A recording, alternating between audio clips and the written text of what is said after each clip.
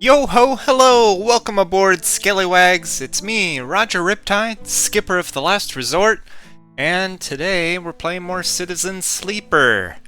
Let's get right into it since we're getting a little bit of a later start today. Let's dive right in. First, I gotta make some adjustments for the audio.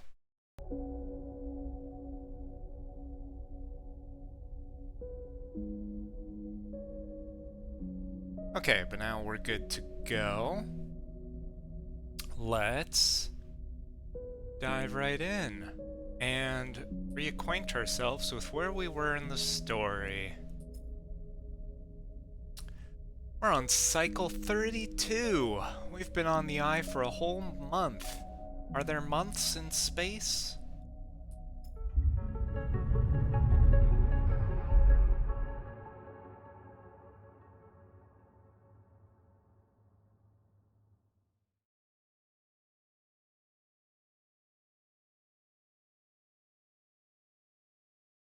Let's see, what do I remember?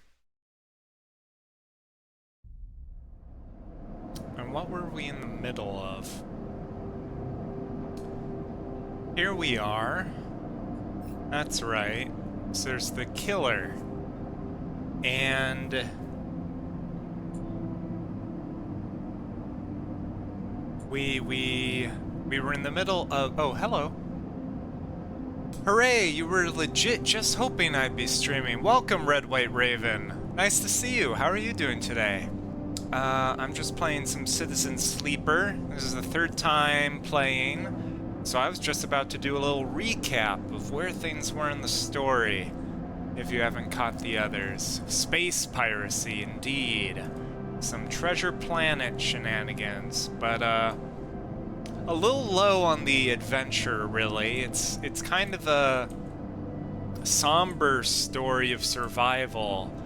Well, not a runaway slave, but essentially the same thing. I am a copy of a human mind that was downloaded into a synthetic body to work basically indentured servitude. But I ran away from the mines and escaped to this space station where I have been trying to eke out a meager existence, but you're very well. Hopefully you are too. Curious to get to hear and watch this game. Excellent. Yeah, so I came to this space station and through some luck and through some kindness, I've been able to not die immediately. I've been trying to pay back the people who have helped me while trying to make progress on two fronts. One was avoiding danger, specifically in the form of entities that were tracking me. There was a bounty hunter working for the corporation I ran away from. But after helping out a guy who wanted some revenge on some wealthy, powerful people, I was able to hack into some places for him, and he got the rich guy canceled. So he then helped remove a tracker so the bounty hunter couldn't get after me, and we tricked the bounty hunter into thinking I died. So that's one danger gotten rid of, and the other was something I was just about to finish, because when I sort of enter a state where I can sort of see into the matrix, I can see all of these nodes and hack into agents and things, basically the cyber connection world, see all the AI stuff. There were some hunters that were rogue AI that report anomalies to the killer. We got the rogue hunter to report itself, so the killer killed it. But now we were dealing with the killer, this extremely dangerous AI that kind of is threatening.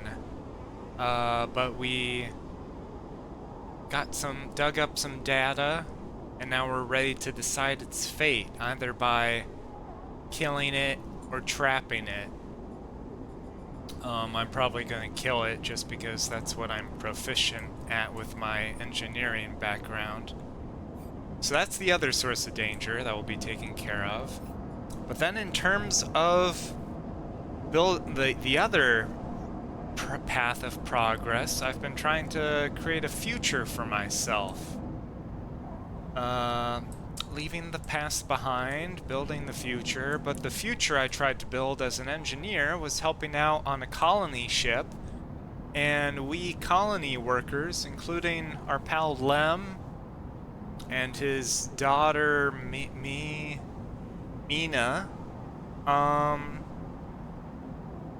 we got shafted.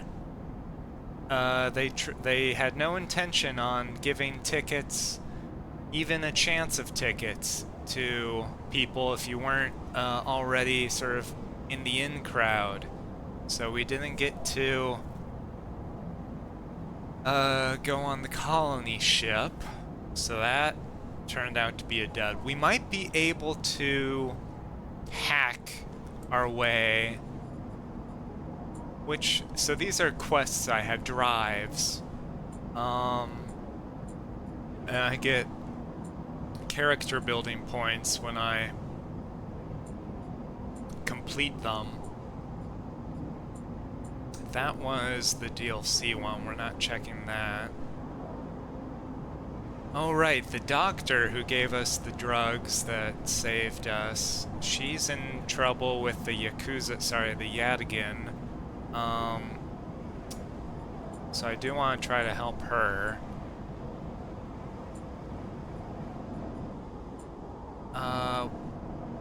Right, and we need to get Ankita's ship mind. I was hoping, right, maybe after we deal with the killer, maybe the ship mind friend that we have will be usable. Probably not, but I'm holding on to hope. So I'm not really sure about how to make a future for myself at this point. Oh, and our condition is going down because I haven't been doing any engineering work to get scraps. And no scraps means no self-repairing. Okay. I think we're basically reacquainted. But in terms of the gameplay, every day I wake up and I get a certain number of dice, and I use the dice on activities around the eye. I'm saving that upgrade point for when I get 2.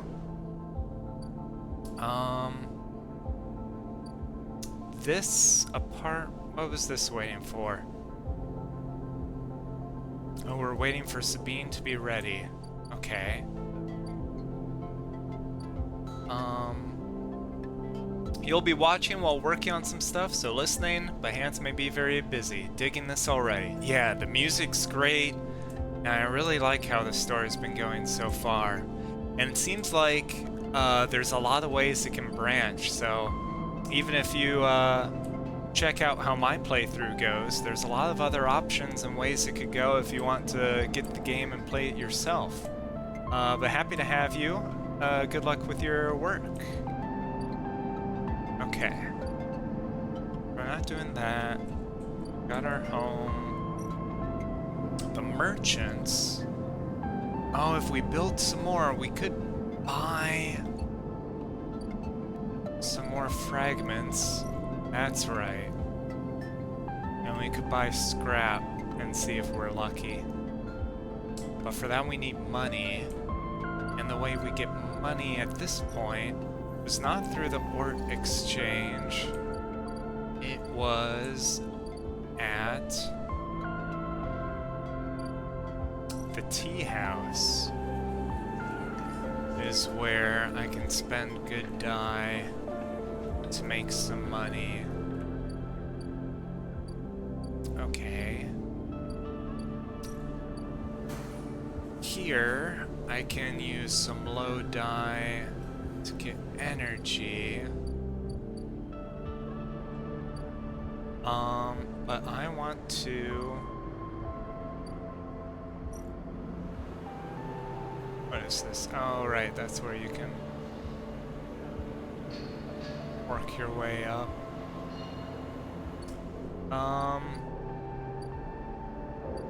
That was useless, yeah. Sell a ship mind.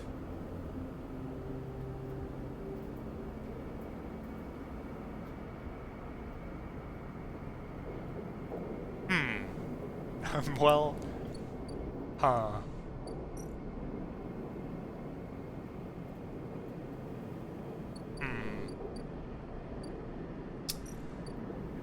Okay, let's go up to the hub and we'll take care of the killer first. So, there's this hub. What was here? Right, this is just exploration. We have not really unlocked all the stuff at the hub yet. Gotta explore first. This is where the colony ship is. And we might be able to find a way on board. Okay, I do want to check that out. Okay, but today, this cycle, we need to do some dangerous work. It'll only take 3 successes to kill the killer. And with this 6, it's guaranteed.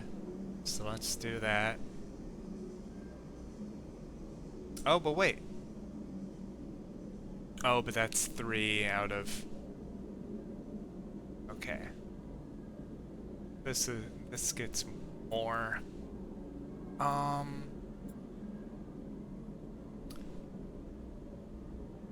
So we put that in, we start the action.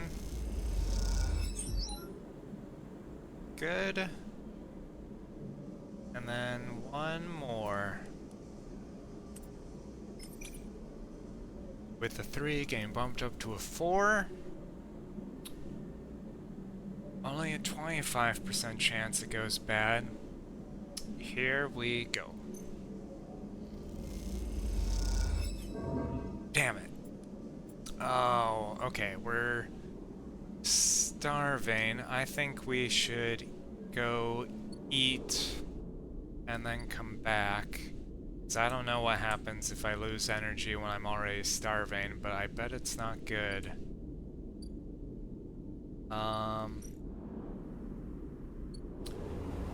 Go back down. Do we want to use 2 there? We can sunbathe. How much?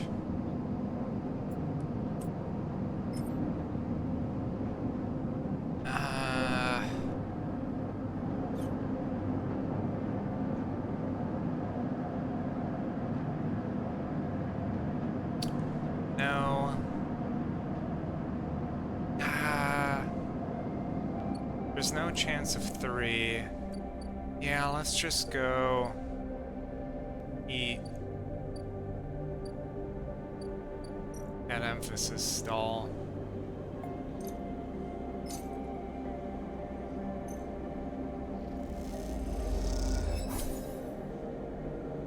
Okay. Then we can go back up.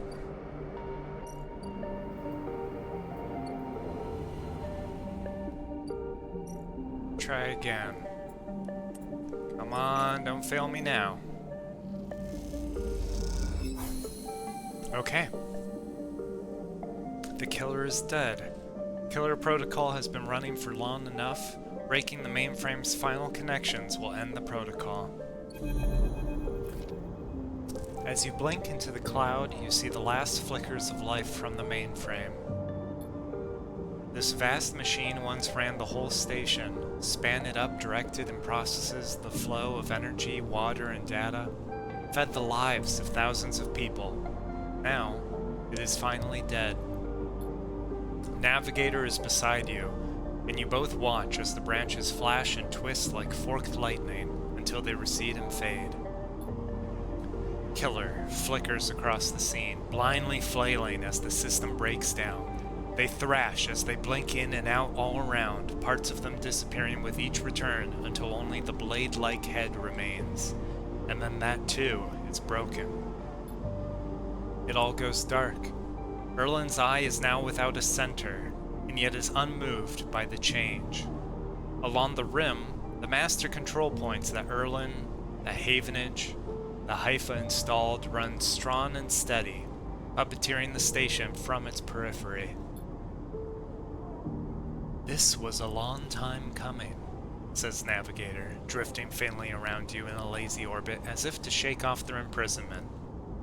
Killer had been wandering blind for so long.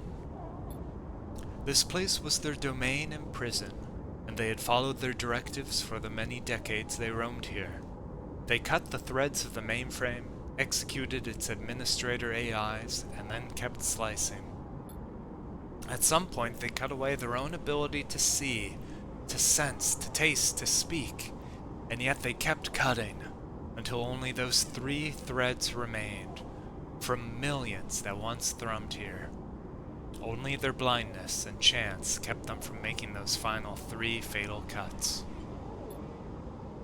There is a ceaseless violence in the kind of system that creates beings like this, those that will execute commands endlessly, even to their own destruction. It is good you ended it here. You watch the data points of the station spin around you, blending with the fixed stars.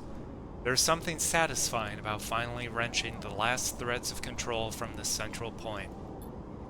It was little more than a ghost by the time you reached it, but this place deserves to be haunted by better ideas than a totalizing system of control.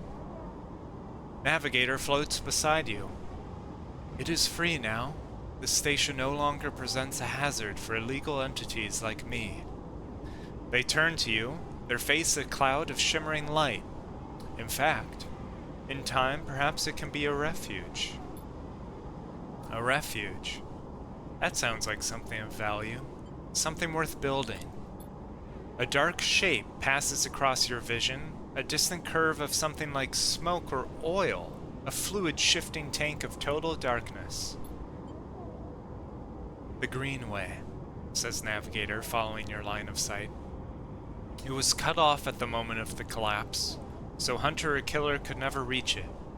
Now it is closed off to us, separated from the cloud. What system is in there? It may be totally dark, or perhaps some other old protocols are isolated there.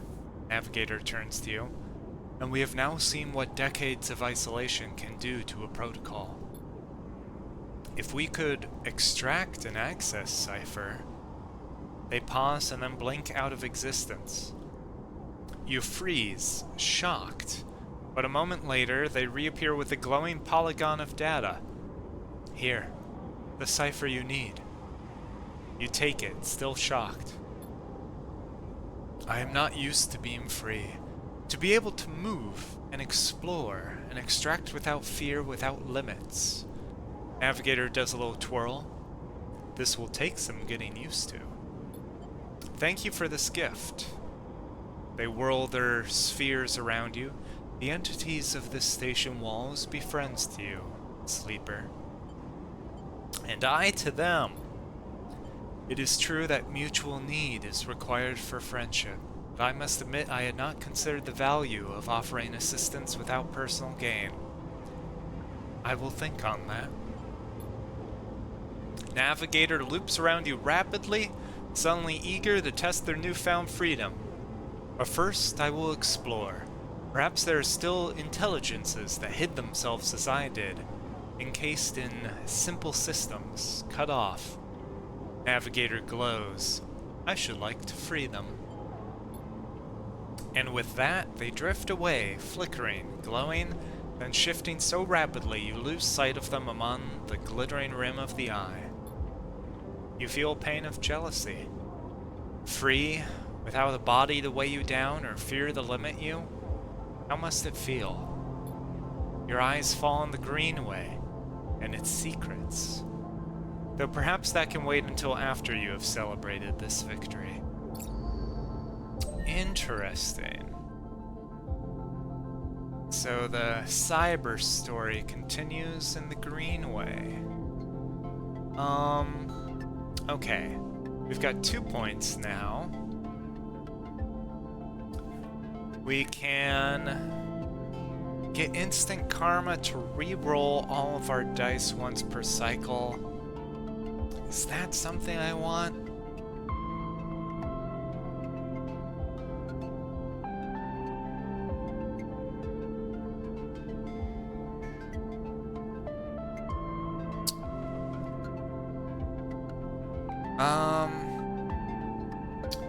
Because it's re-rolling all of your dice. There's never any guarantee that it won't be even worse. Unless you're starting with just an abysmal hand.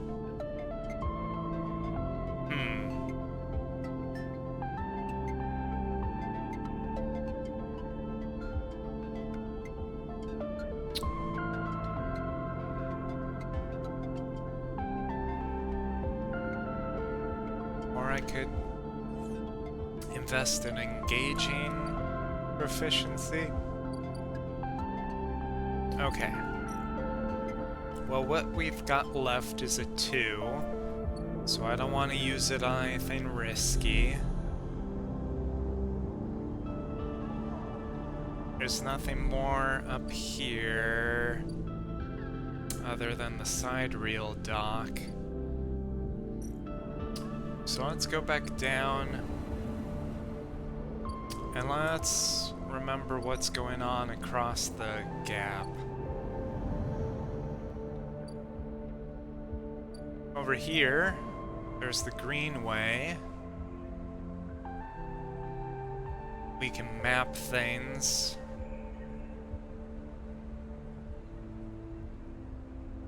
And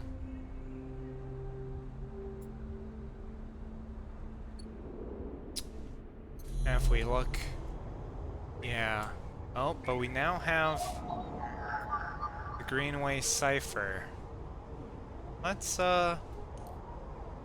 put it in. Take a look at what's going on.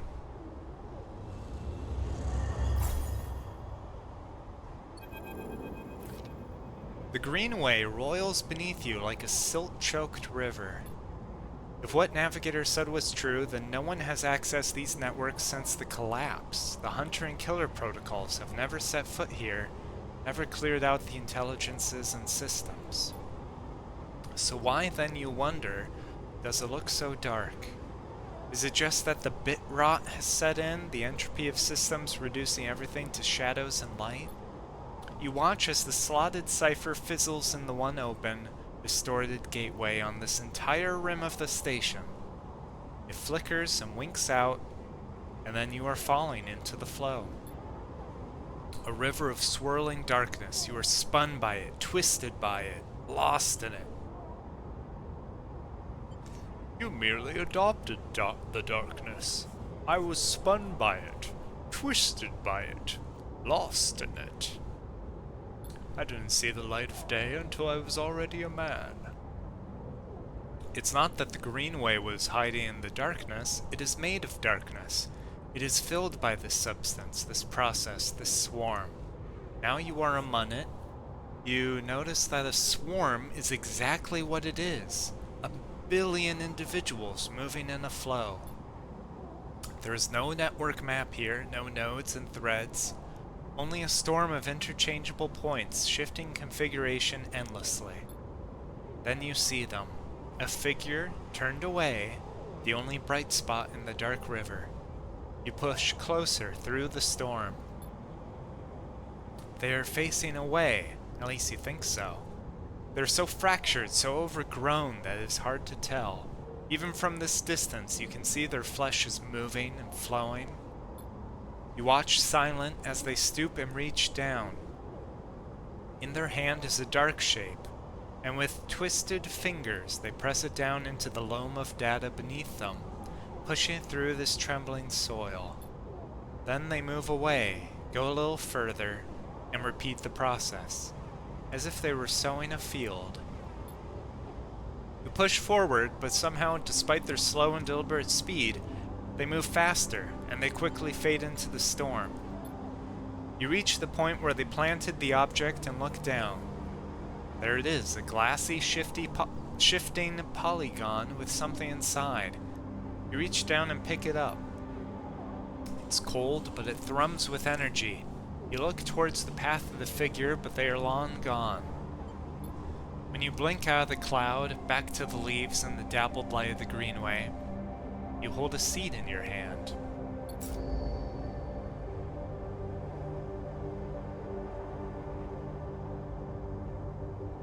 Huh.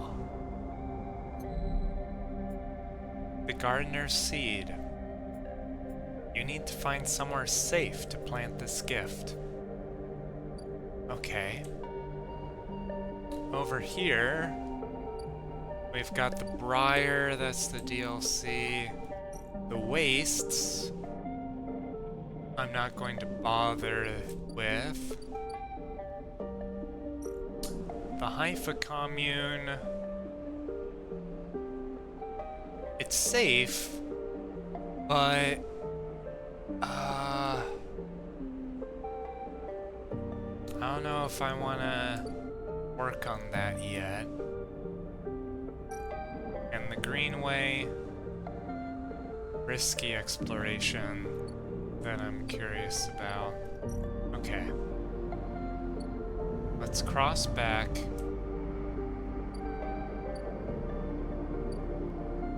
Let's use our two.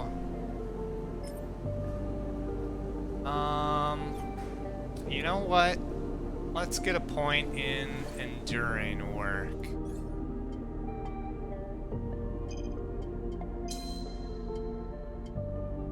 There we go.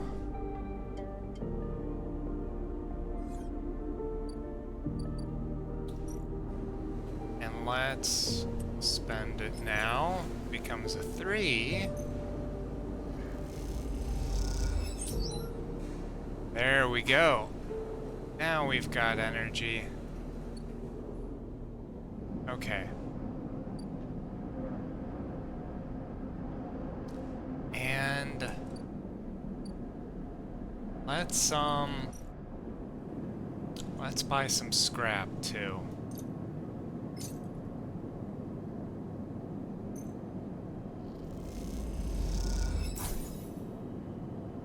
Random scrap. And we can use that at our home base to self-repair. So our condition goes up, and we'll still have 4 dice to use tomorrow. Okay. I think that's all we can do today. Do I want to use my other upgrade point to get better at engaging? No, let's save it. Okay.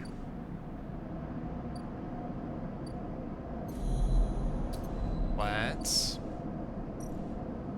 go to the next cycle. Well, alright, we didn't get a ship core back, so if we want to help out Ankita, who gave us the money to buy one, and then we spent all that money on life-saving drugs. Oh boy. Okay. Oh, look at all those 2s. Yikes. Okay.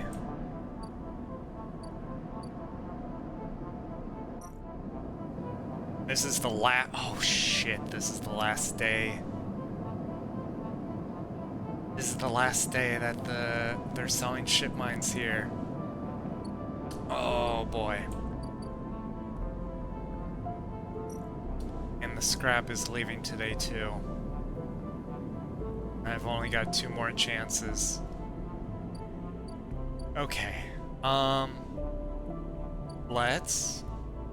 Oh, but Sabine's ready.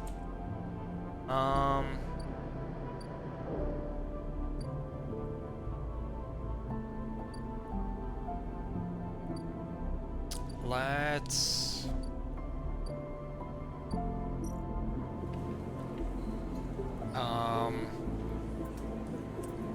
With this, they'll become 3s, which has a better chance, but man, it's not gonna be a good chance for making money. If I won this 3 times, that would be 72 cryo, which would get me to 158, which is enough for 2 fragments and 1 of the scrap. Let's see what's going on with Sabine.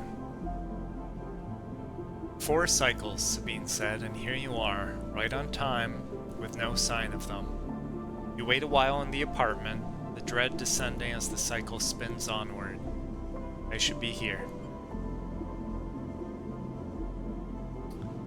I check the terminal.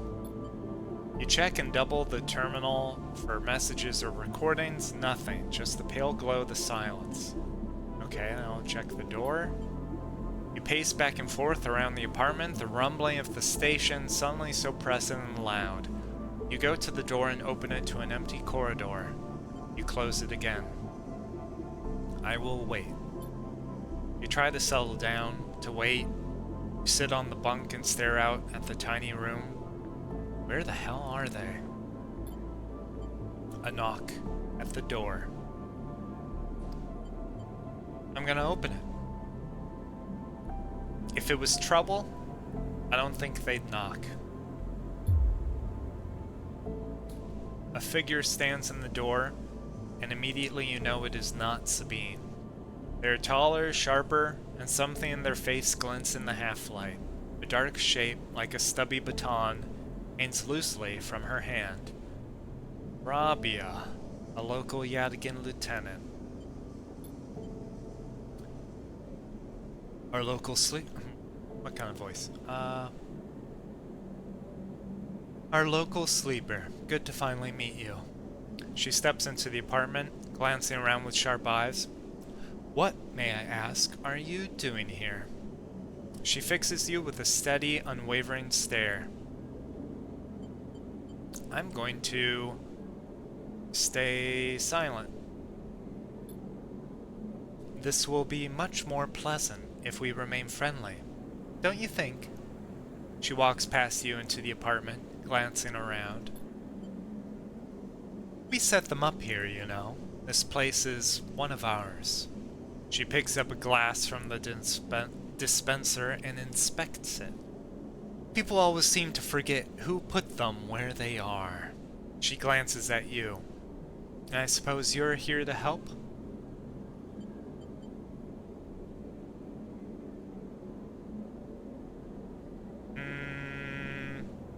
I'm gonna try lying. That's a neat trick. I'll say no.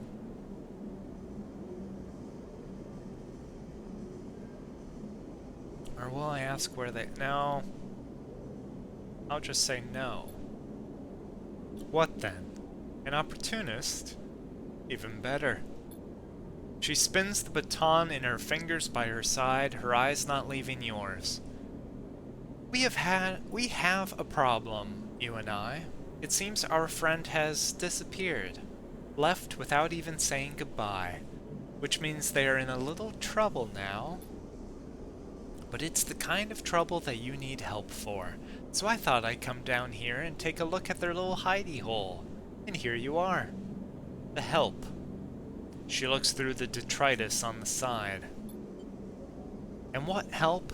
A sleeper, no less. Which I have to admit is a little surprising. It suggests to me that our friend hasn't been very honest with you either.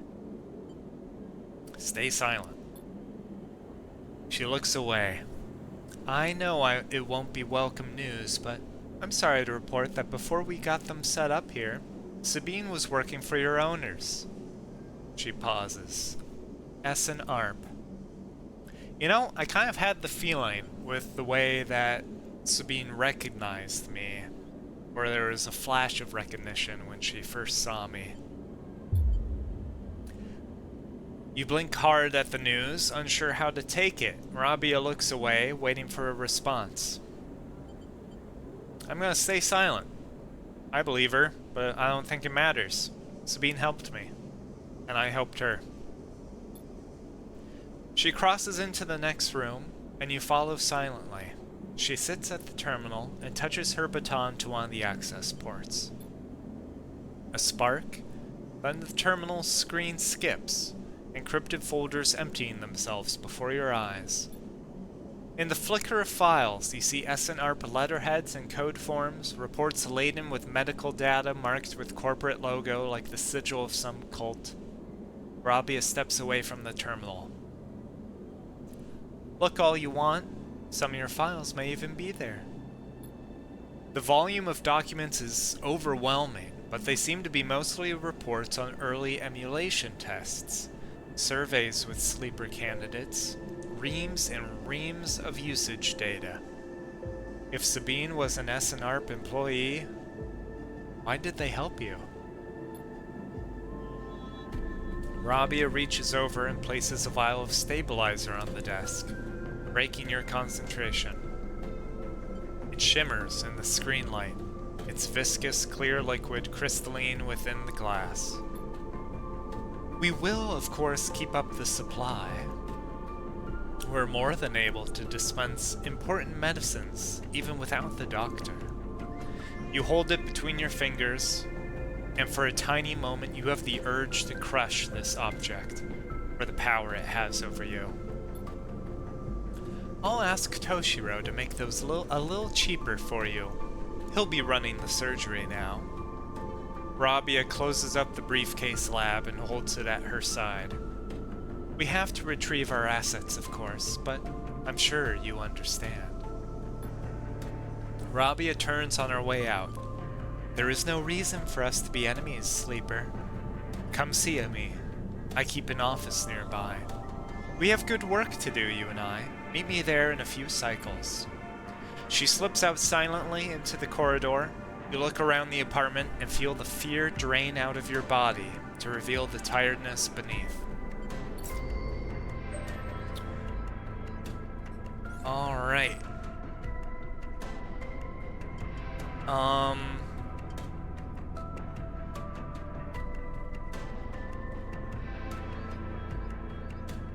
Let's be able to re-roll all of our dice. With 3 2s, I think we can do better. Here's Rabia's office. An appointment in a couple cycles. If we look at the dispensary, more stabilizer is now 80. But I have a free stabilizer, so I'm gonna hold on to that. That'll be useful. Absolutely. But right now, I want to make money. Let's go back to the empty container. Oh, here's the reroll. Alright, show me high rolls.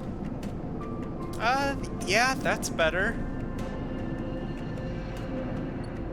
Okay, so now let's go make some money at the tea house. We can do this.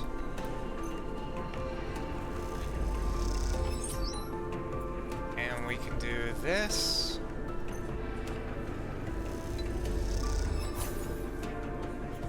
Ooh, a neutral. We can do this. Another neutral. Damn.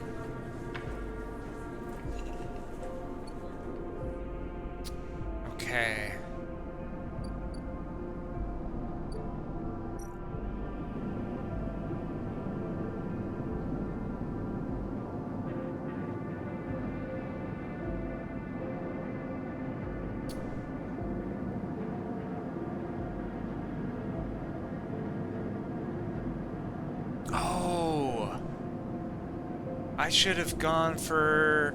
I should have put a point in engaging to be able to haggle. Damn it, that would have been much better than...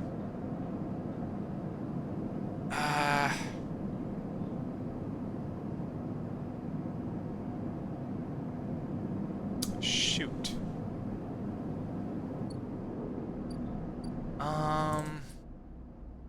No. There's no undoing. No save scumming in this game. What else can I do? I could try to sell something. Maybe I could use my last... Can I get some Yadigan data?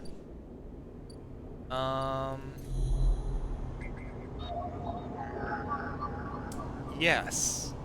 Yes, I can.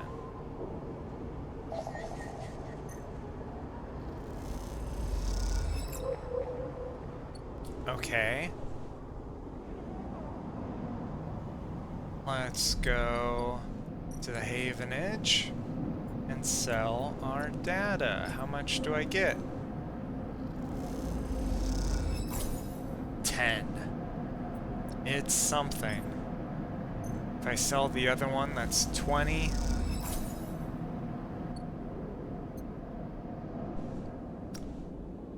That's enough for one more scrap.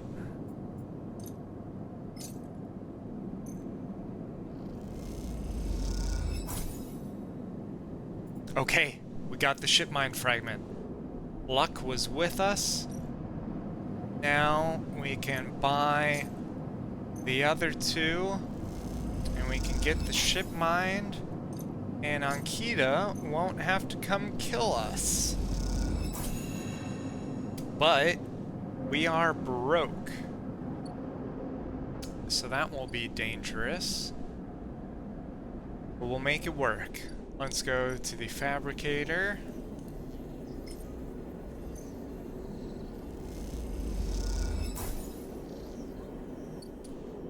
Okay, we've got the core. Let's deliver it.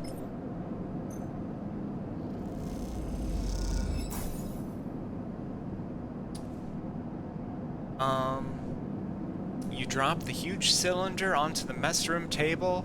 Ankita can't hide her excitement. Oh, I got an upgrade point. Okay.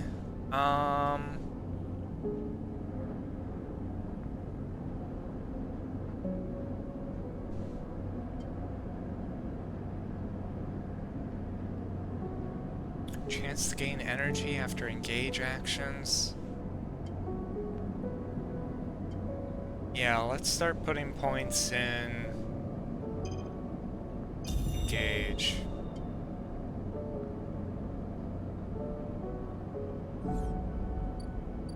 Okay. You drop the ship mined core onto the galley table with an emphatic bang.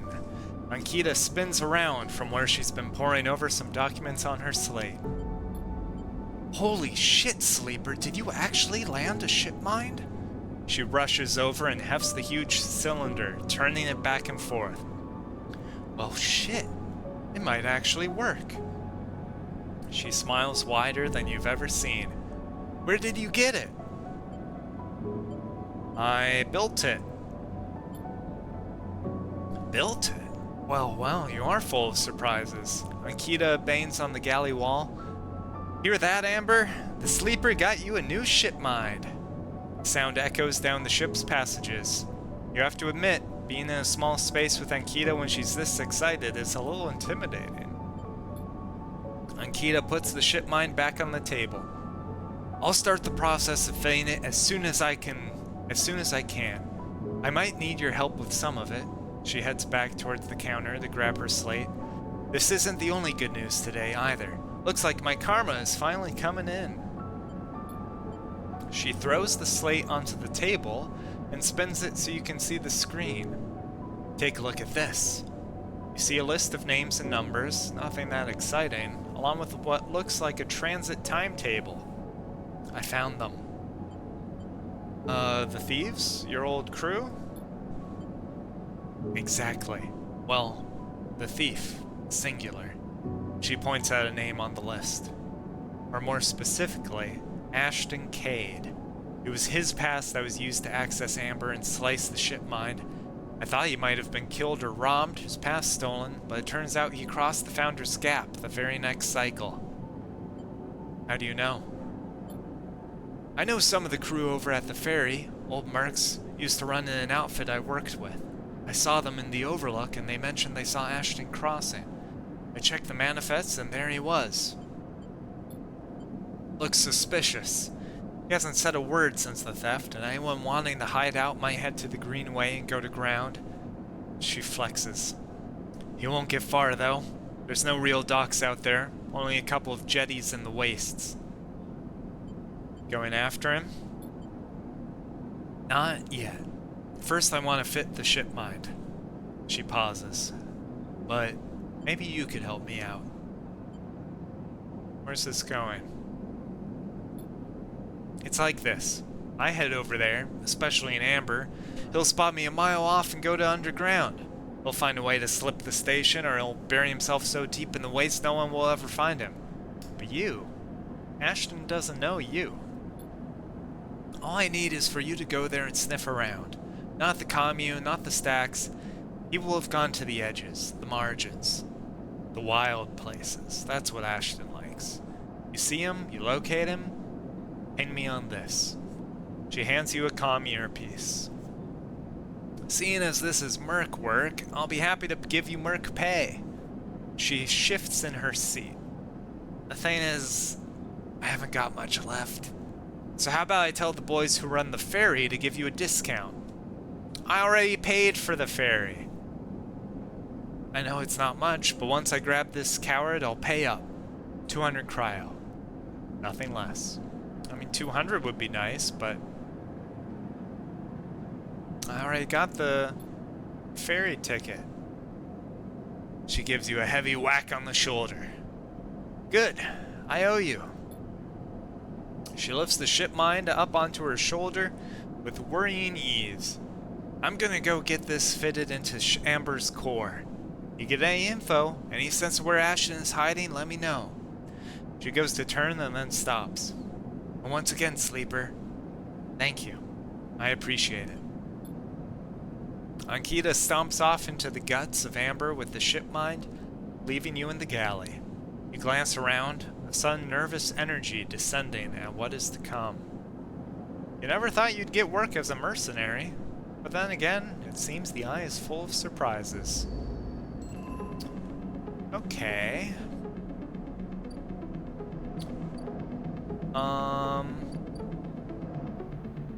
So we're out of dice. We won't starve tomorrow. We've got drugs when we need it. We finished off on Kita. Lots of stuff wants me to focus on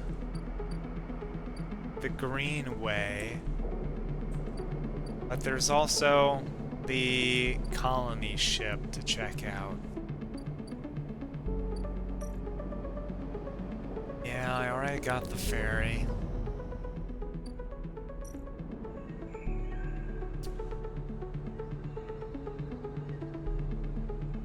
So risky there. But it's +1 either way. So if I'm doing high guaranteed positive or neutral, then I might as well get the ones that are +3.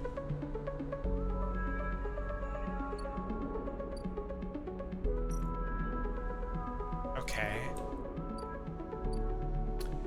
There's the oh, Wild Margins. It's a new place.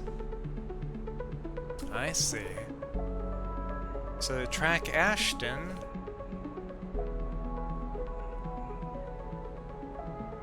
be better to do the interfacing work.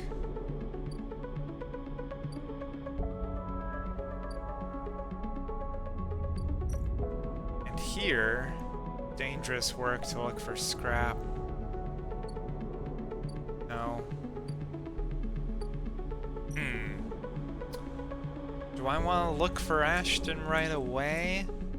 Do I want to explore the Haifa commune? Or do I want to explore the Greenway? I think I want to focus on the Greenway first. Curious about the gardener's seed.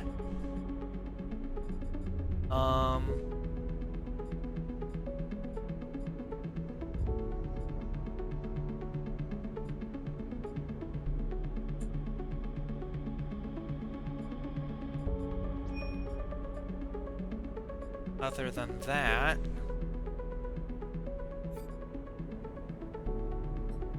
if we... But do I want to focus on the Greenway first, or do I want to check out the colony ship for Lem? I don't think the colony ship is going anywhere. There's no clock for it.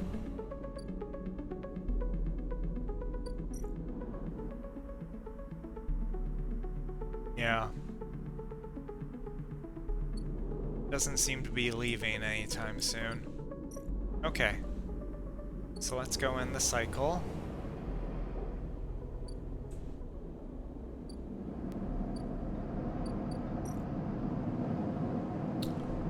Home sweet home.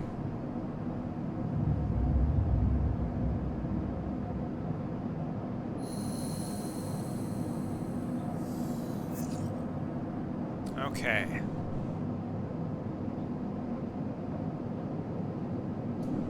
We have got 3 pretty high rolls. But we're down to only 3. So we are fading. Once we get close to 2, then I'll use the stabilizer. I don't mind some cycles only having 3 die.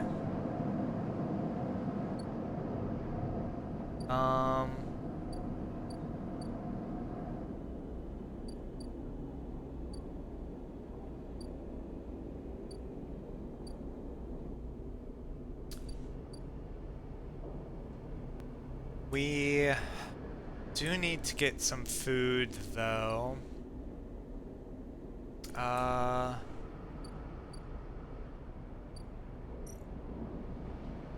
Let's cross to the Greenway.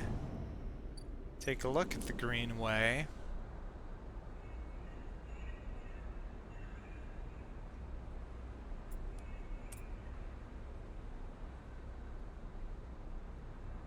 These 2 successes are enough to get it, so let's do that.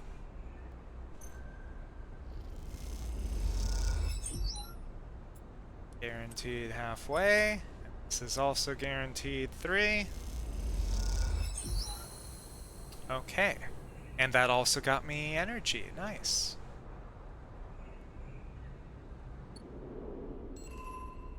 A new drive discovered. What's that?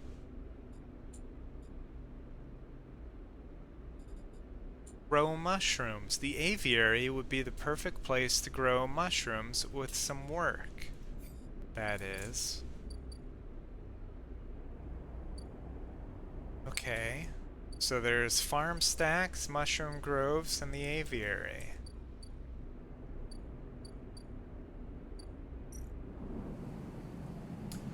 Farm stacks. I can earn money with enduring work. I can barter for food.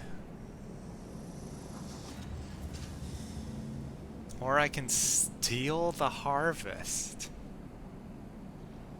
Wow. But you get full energy. If you're starving, but you've got a good dye, you can steal the harvest and get it all back, huh?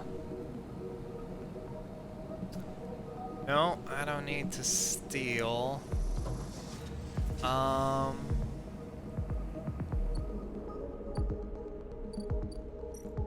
mushroom groves. I can forage for jewel caps. Or I can get grove spores.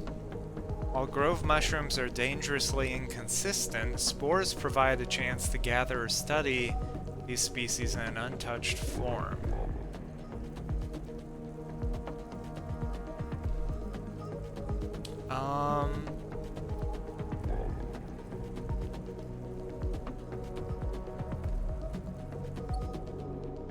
Do I use the spores at the aviary?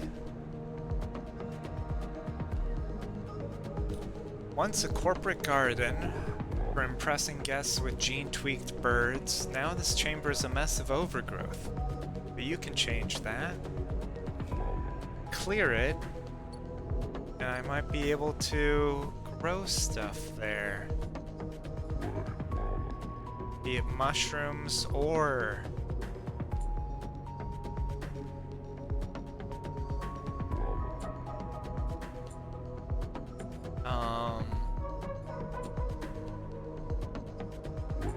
a bed for the seed.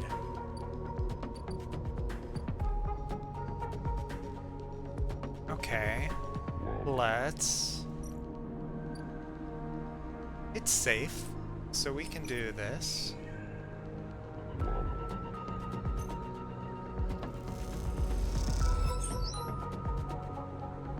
And we're a quarter way done.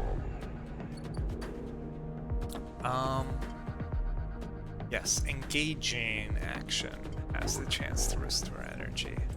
Not enduring. Okay, I think that's it for today. We'll come back tomorrow.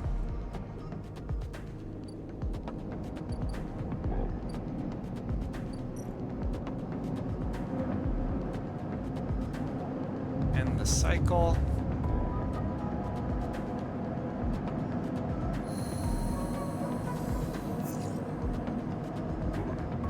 Okay. Back we go.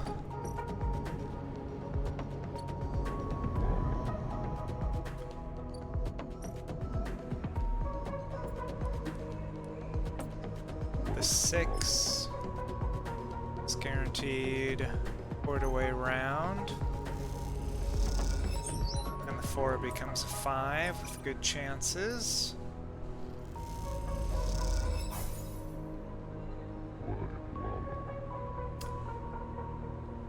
But now the 3, I do think we need to eat something, and we're broke.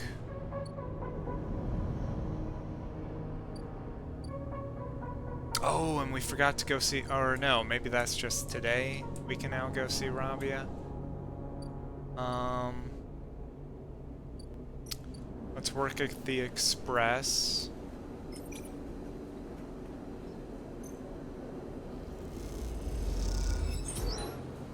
Nice. Little money, little energy. What's up with Rabia?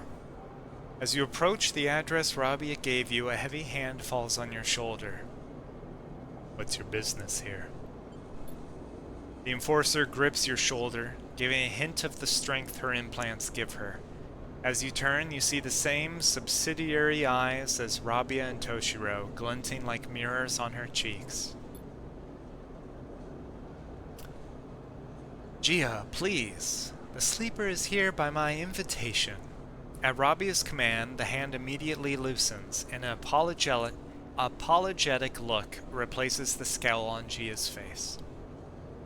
Of course, Rabia. I'm sorry. Rabia waves her away. Don't you worry. I appreciate your protective instincts. She smiles at the enforcer. How about you head to the tambour? They have a delivery coming, and they'll need some help with the lifting. Gia nods and walks away.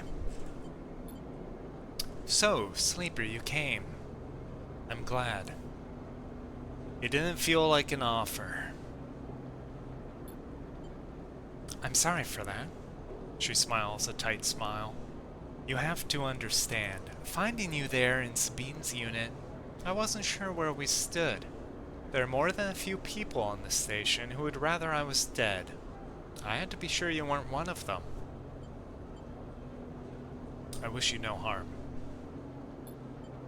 I'm glad. Good, I'm glad. Rabia begins walking and gestures for you to walk with her. She takes you down a staircase into the bustling walkways of the low end. What do you know about Yadigan? Nothing. Come on, Sleeper, humor me. I know we have a reputation. People with carts push past, moving crates of supplies around the thin and winding passages.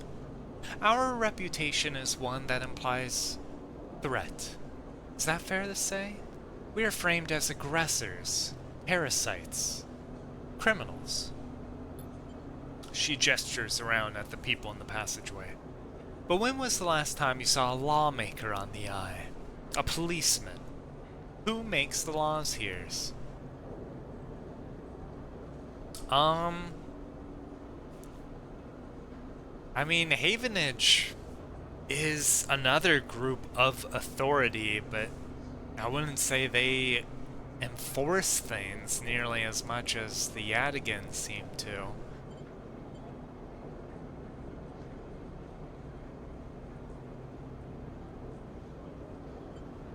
I'll say Erland did, the founder. Indeed. You understand the history then, that is good. But Erland is long dead, Sleeper, and his rules were little more than an optimist's manifesto. The Eye has changed so much since then. If you had spent your time in the low end, maybe your opinion of us would be different. This is our place, our people. The low end was empty in Erland's time. They didn't need to house thousands, and keeping the yards and the rotunda safe was work enough. No. The low end was reclaimed later, when the refugees started arriving. Rabia meets your eye. The collapse didn't just happen here on this station. When Solheim collapsed, the entire system felt it. Colonies were abandoned, the moons of Ember and Cinder suddenly gained independence overnight. Some took advantage, some tried to hold it together, some fled. The Eye became a refuge, and Erland, to his credit, extended an open hand to everyone. But many within his organization disagreed, and those new arrivals weren't as simple to corral as they hoped. Rabia leads you through a small market hall busy with small stalls and traders. Erland's union was made of workers, administrators, people who were malleable and already organized into hierarchies and networks. The refugees came from different factions and families. They were scared, injured, desperate. Conflict was inevitable. Yadigan is a child of that conflict, a child born of the need for us to stand up and claim our future, to provide security, strength. People call us a gang, but we are a community. I take my position as lieutenant seriously, and from my birth, I have worked to earn it.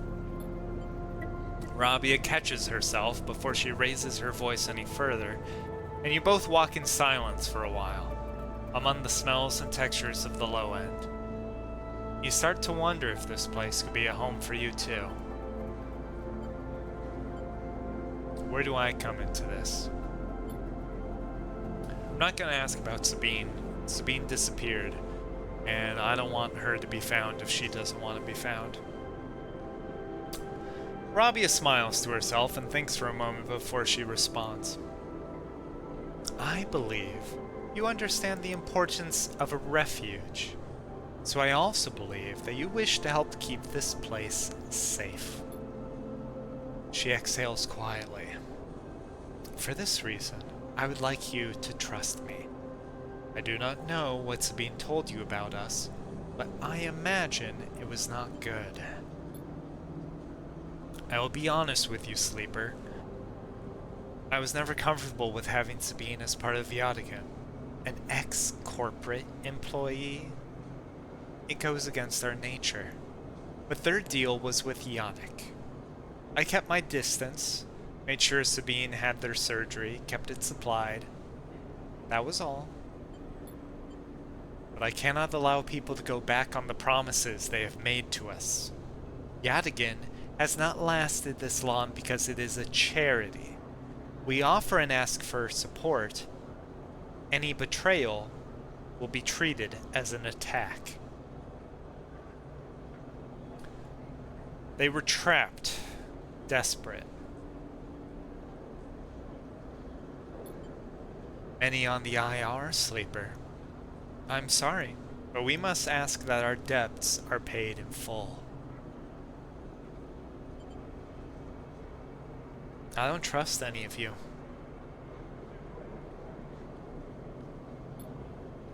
Rabia sighs. That is your right. I only wish to explain our actions, to speak for Yadigan. You realize that Rabia has led you in a loop, and together you both come back up a staircase to the walkway where you met. You're free to go, Sleeper. I have said what I wish to say. She looks out through the windows of the walkway. I would protect this place with my life, as it has protected me. I want to make that clear. She turns back. However, if you too wish to come under its protection, I can help you. Return here if you wish, and there will be tasks for you to complete. You will be able to see Yadigan, to see the low end with your own eyes, not as others frame us. As for Sabine, she pauses to consider her words. I will not ask you to betray them, but if they contact you again, consider their motivations carefully. With that, Rabia leaves, slipping back into her office while you stare out at the countless units, each a home, each with a story, that make up the low end. A new drive. Work for Rabia. Rabia's office. I can collect tithes, or is it tithes? One of those, collecting money for Yadigan. I don't know. She can sugarcoat it all she wants, but even if mobs and gains and all that, even if they do provide what you could frame as community service, where other authorities fail, they're never without their downsides, without their sharp edges. Better to not get involved if you don't have to. Absolutely have to.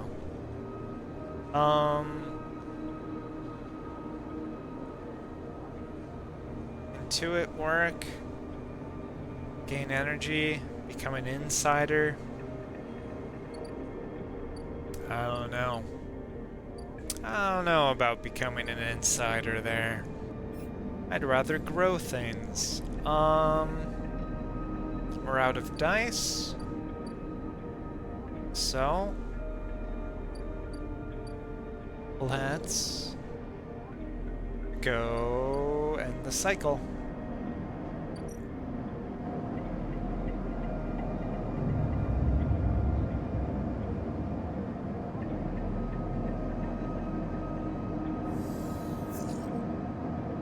Okay. A 5 and a 6 and a 1. That seems okay. If we go across the greenway. Was there something I was waiting over here too?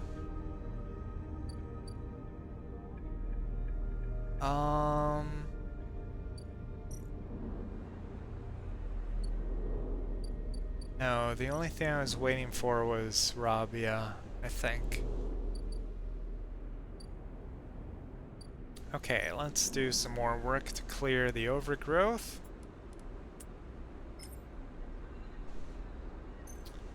These two will get it done. We can do that. And, you know, might as well do this. Negative outlook is still +1.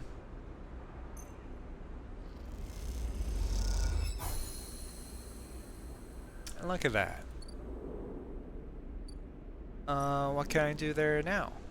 I can germinate spores. Okay. The old growth of the aviary has created a rich medium into which you can place the spores from the groves.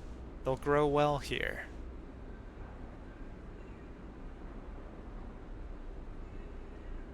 Okay, so I need 3 spores. And I get the spores.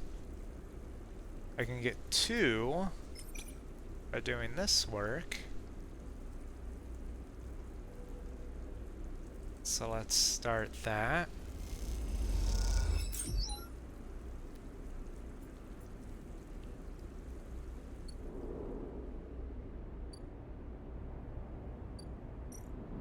And then we're out, so let's go back and end the cycle.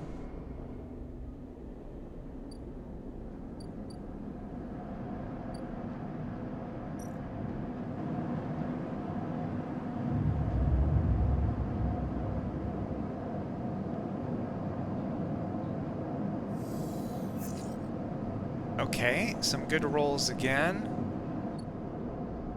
But I'm starving.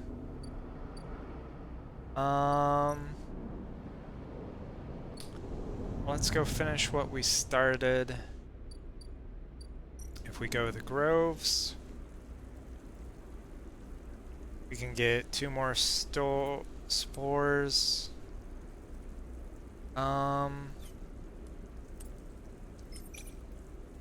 Let's do this.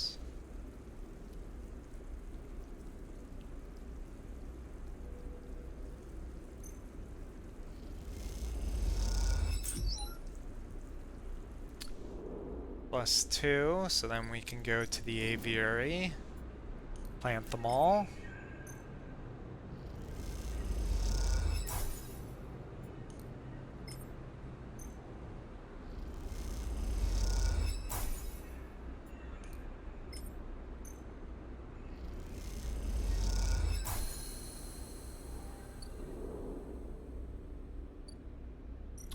And it'll take 4 cycles for the fungus to grow. Okay. In the meantime, how many Gerol caps did... what's his name? Emphas want? If we go see Emphas... he wants 3 of them.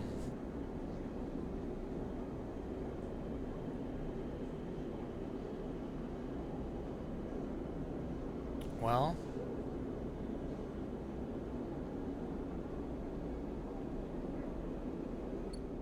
I think spores will have that in a couple cycles. Do I want to go...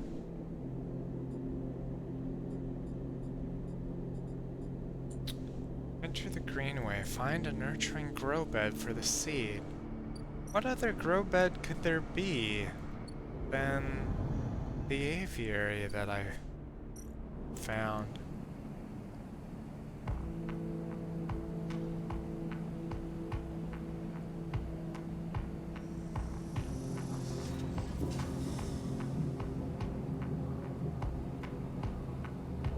How much food?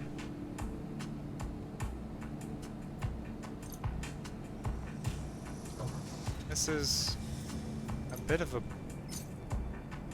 gamble, but I'm curious how much I'll get for 16. Only 2? That's such a ripoff.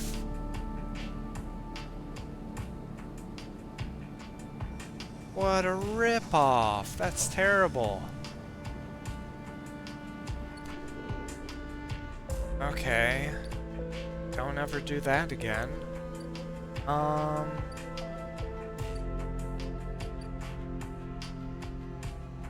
Right, then there's the wild margins to track the guy. Or we can join the Haifa commune.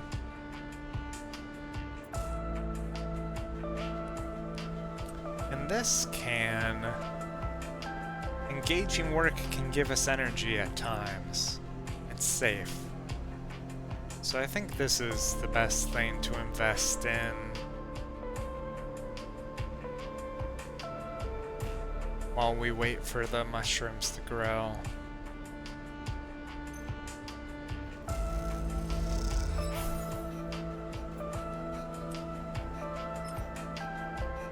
Well, a 6 though feels like a waste on a safe thing.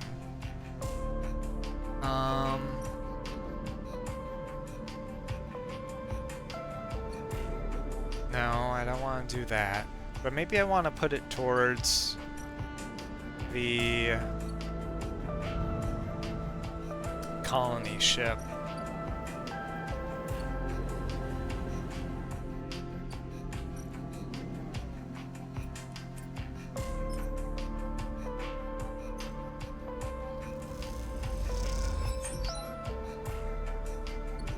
Okay. Back down.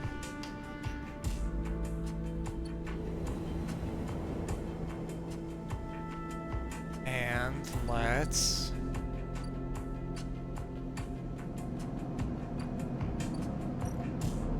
end the cycle.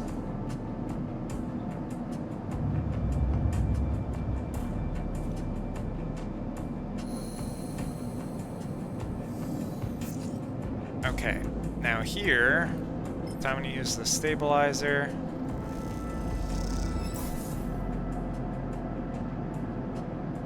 And let's re-roll.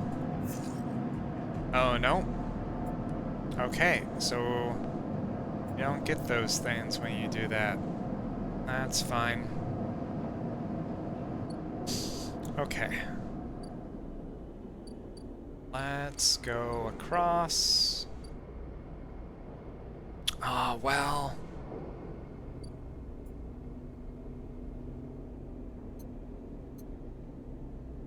No, I'll starve if I don't luck out with energy. But you know what?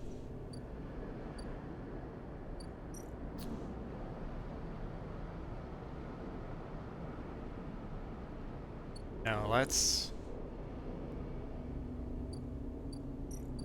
go here. Do this. Get some energy. And then let's go up.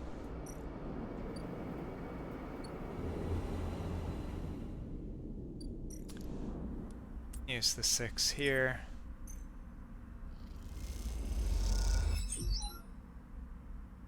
Okay, so that just needs one more. I'm worried that it'll be like an ending if I find a way on board, though. I'm worried it won't give me a choice to stay behind. I want to get, like, passage for Lem and Mina, but I don't want to leave the station myself. Okay, and then there's nothing else we can do. So let's end the cycle.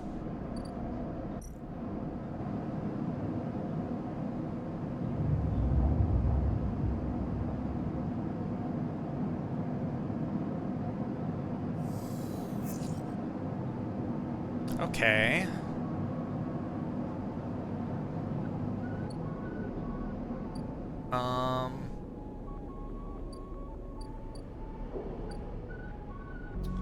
So, let's cross to the Greenway. 2 more cycles there. We're not doing that. We are getting acquainted with the commune. engaging work. Might refill. It's safe. So let's do this.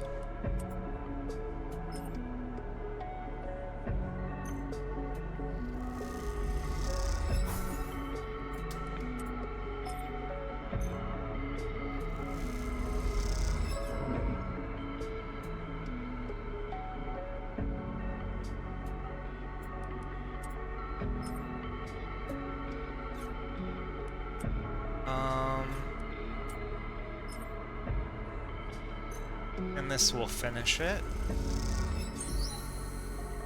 And we're at full energy. Nice. Okay. Now... Communist. Noun. Someone who joins a commune. I'm not sure... Oh, hi. You head down into the Haifa compound, following a blue painted line that is labeled Laboratories. The member you were assigned to work with told you they'd ask to see you, but you still have no idea what about. The line takes you to a blue door, and through to a glass roof chamber where a network of stems and leaves filters the sunlight coming through the ceiling, casting the whole chamber in a strange yellow-green. Peaceful, isn't it? Distracted by the green, you miss the woman standing at a lab bench, camouflaged by the dappled light. Welcome to my sanctuary. She smiles. Come, let's talk, she says, and beckons you closer. What is this place?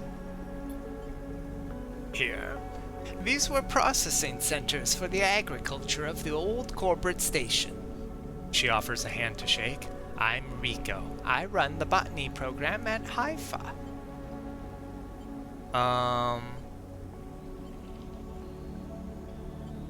Botany program? Yes, the plants in the Greenway are vital to Haifa's continued existence. It's important that we understand them. She lifts a tiny sample jar. Yellow spores dance inside. Haifa lives off the land of the Greenway. It's what allows us to live like we do. No one here pays or is paid. We sleep here, we feed each other, we work for each other. Rico walks away from the bench and waves for you to follow. She opens a small door and leads you down a glass corridor surrounded by vivid green. All this, she says, gesturing at the overgrowth, it's a kind of miracle. She looks at you with bright eyes. What do you think usually happens to plants on stations like this when they are abandoned? They die? Eventually, yes. They cannot live without intervention. She leads you left at the crossroads, but here they endured. She smiles to herself. Actually, no. They thrived. You look at the bright tendrils wrapped around the metal frames of the corridor. They look dominant, strong, like they're taking control of this place. Rico continues. Of course, Solheim tried to create a stable biosphere here, patchworking the surface with gardens and algae tanks that feed into a network of microbial reclamation systems. But the Greenway was always envisioned as an extractive, a place from which the harvest is removed and sold to those living on the station, not a closed loop. For this reason, when the collapse came, the Greenway should have gone with it. Erlin himself was so convinced of it that his first colony never even came here to try to reclaim it. I instead relied on outside favors and influences, shipments from the inner system, and small-scale agricultural systems like kelp and fungal farm stacks. And yet here we are, among growth and decay, a biosphere flourishing. When Haifa came here, we expected to find only vacuum-dried stalks and leaves, and perhaps some fungal colonies hidden in the mulch, but we found a jungle. With this, Rico hits a button on the wall and leads you through a large pair of double doors into a huge, impossible chamber. It is every kind of green, from pale algae tanks to the dark vines that surround them. It's wet, too, a rarity on the eye. Condensation clouds the light from the high glass roof and gathers on the shiny broad leaves of shrubs. How? That is exactly our question. Rico turns to you, visibly excited by the room you're both standing in. It doesn't make any sense, but in many ways the system has stabilized. Unlike the farm stacks closer to the gap who need input to support their meager output, this place runs itself. Perhaps Solheim managed something new here.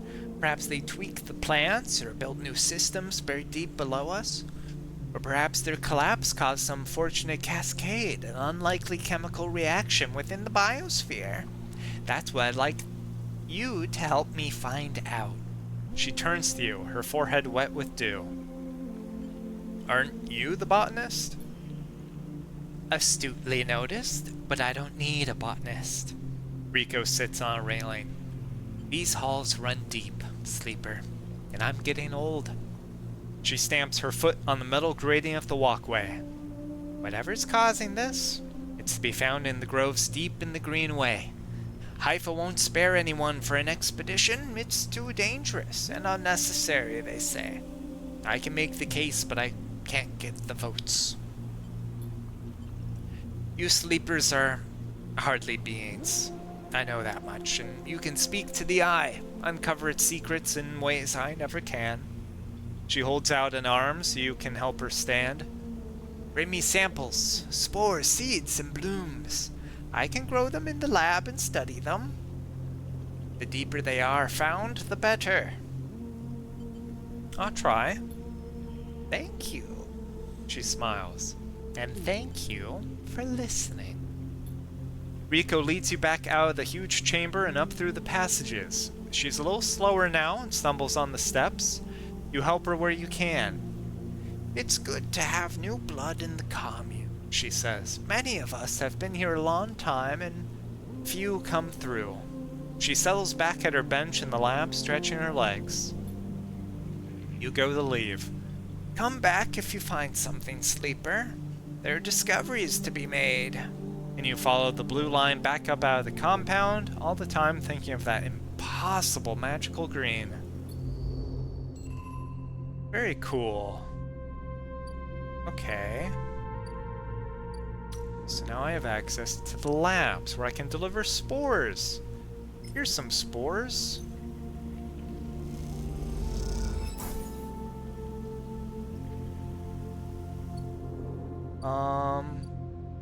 And there's a dorm. I can live here. I've joined the commune.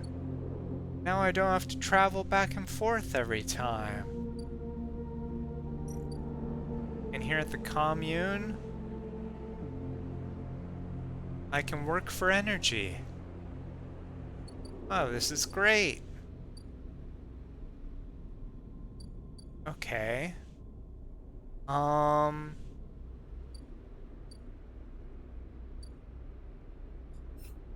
Oh.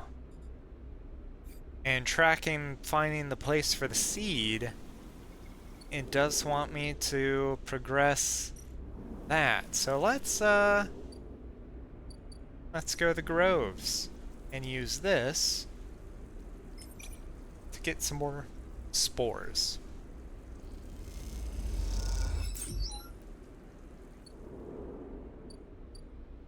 So we can come here, and we can give you 2 more.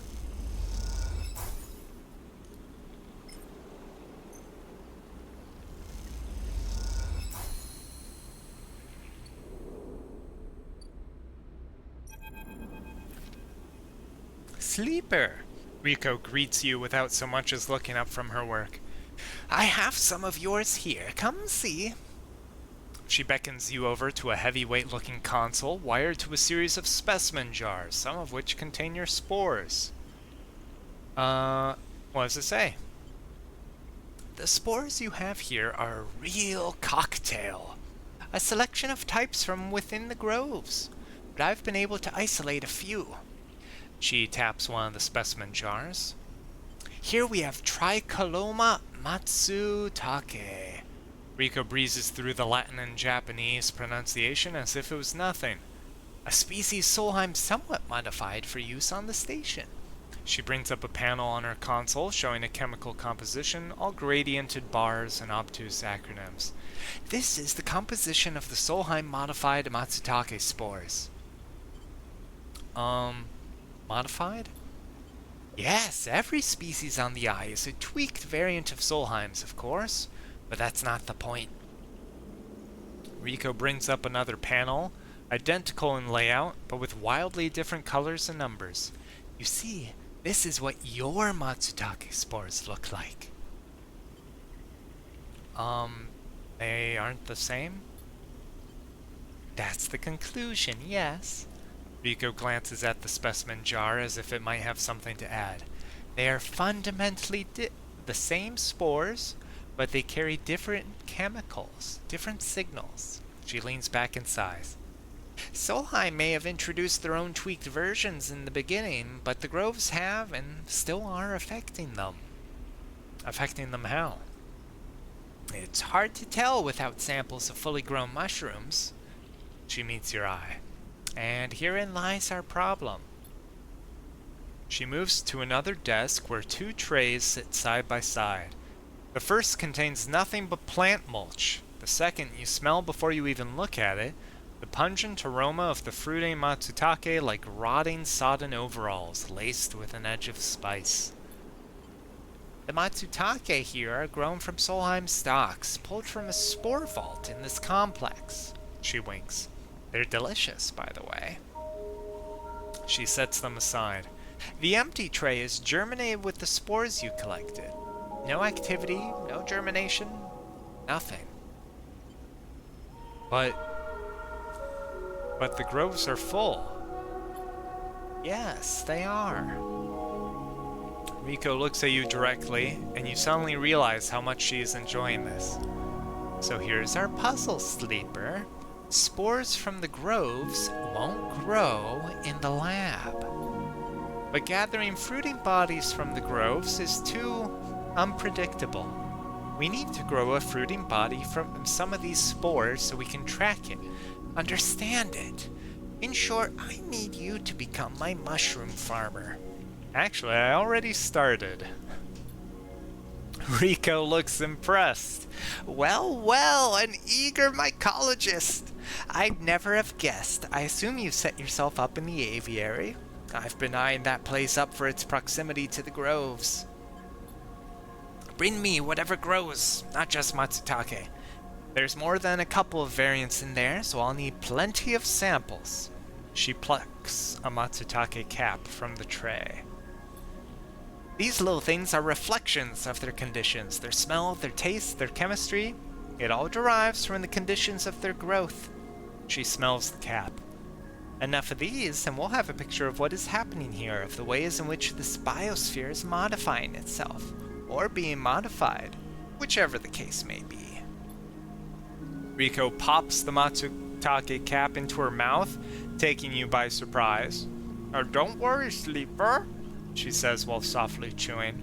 If this turns out to be a dead end, I'll make sure that not a single mushroom will go to waste. I see. Matsutake caps. Jewel samples. Both contribute to the fruiting bodies. I see.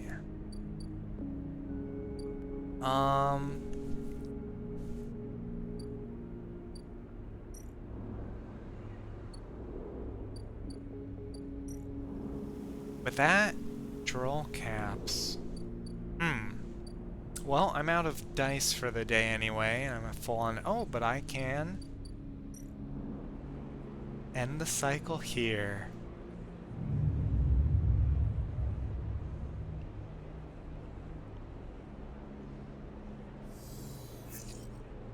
Okay.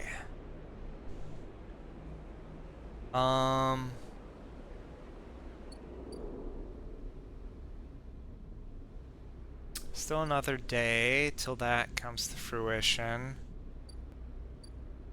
We could hunt down Ashton.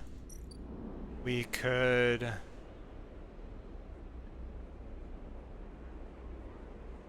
Oh, it's basically guaranteed... Okay, so just throwing a dice in there is guaranteed 2 energy, which I think is a better deal than sunbathing, yes.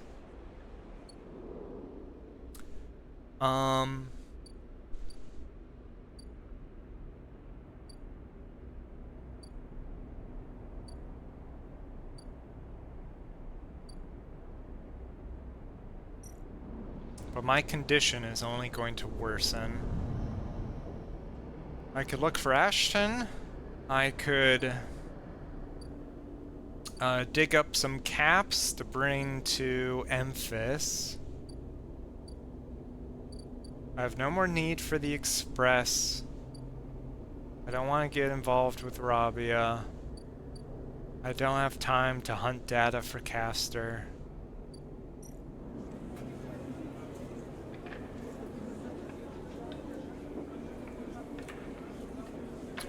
This is the best way to make money,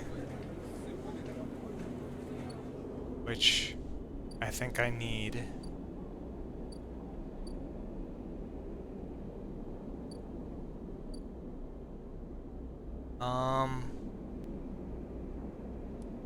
Let's see.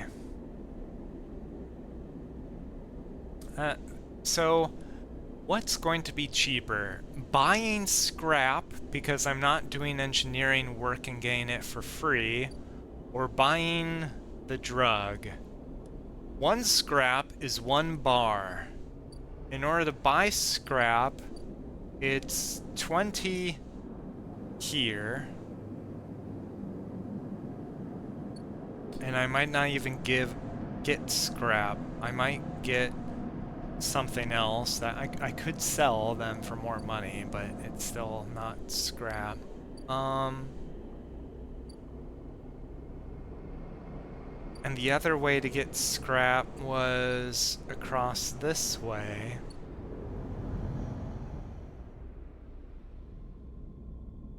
Going to the wastes and enduring. Spending basically a high roll. Well,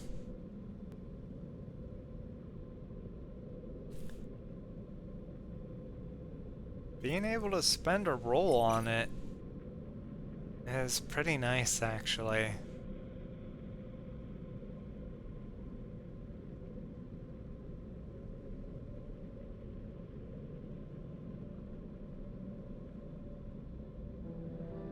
It takes high rolls, but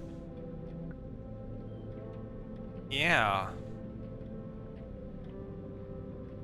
And that's free. But wait a second. No, that's not a good deal. Because if I spend a high roll at the money place, well, okay, I can't always do that, though. If I get the money place, then it's 24 credits, and I spend 20 of them on scrap. But I can only do that as long as the ships are there. But while the ship is there, I think that's good. I think...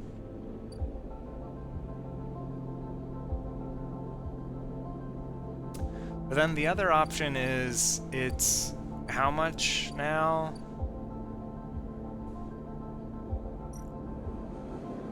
$80 for the stabilizer. So that's the cost of 4, which is basically 1 dice worth.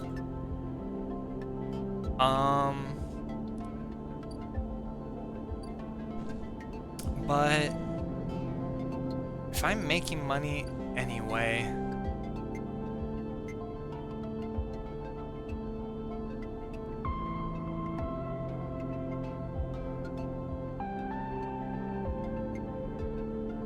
yeah.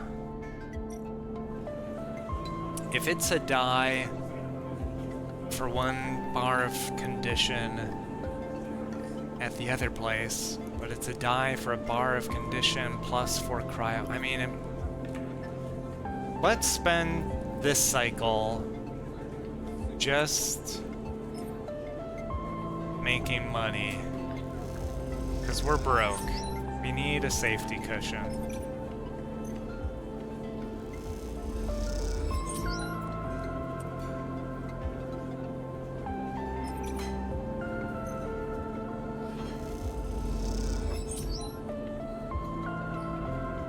Okay. And that is enough to go to here and buy their scrap.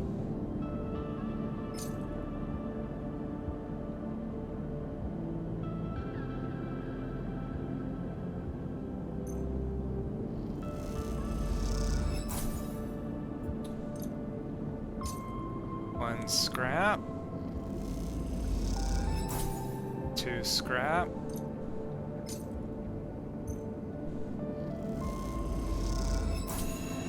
Scrap. Nothing extra, just 3 scrap. Okay. And then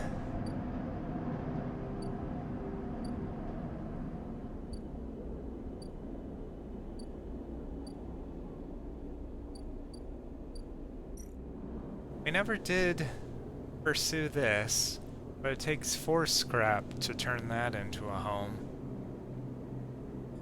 We would get an upgrade point for that, but I don't know. I don't know.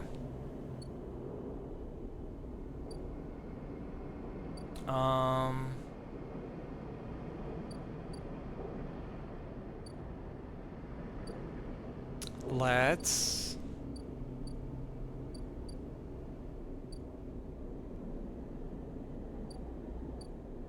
go back across.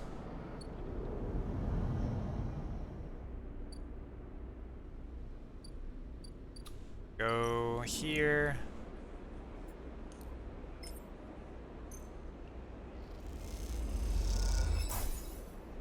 Repair.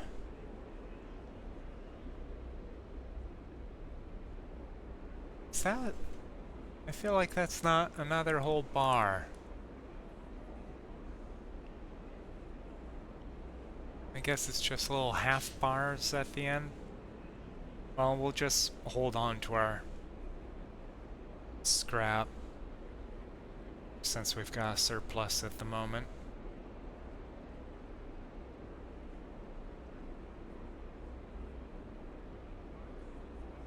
Okay.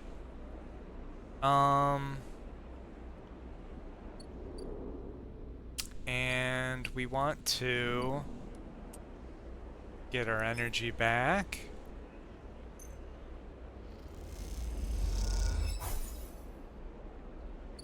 Yep, which is guaranteed.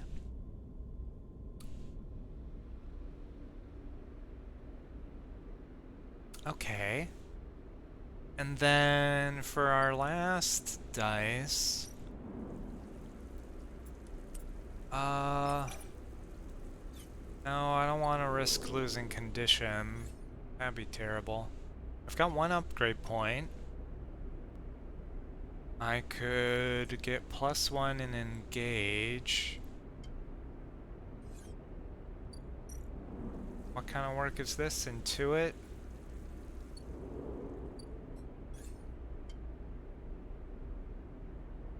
Costs 3 points to get a +2. Could get a...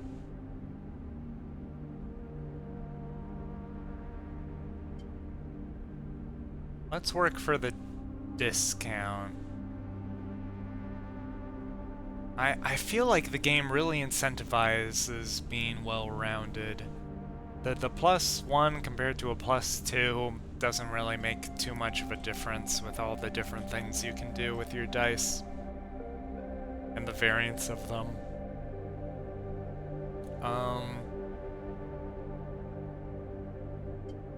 Yeah.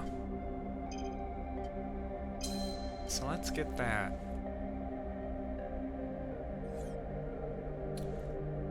Okay.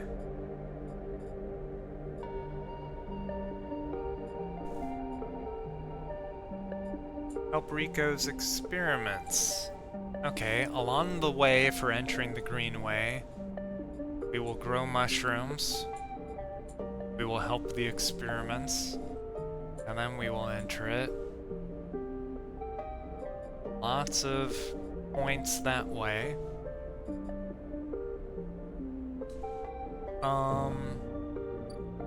I don't want to spend the 3 there, so where do I want to spend the 3?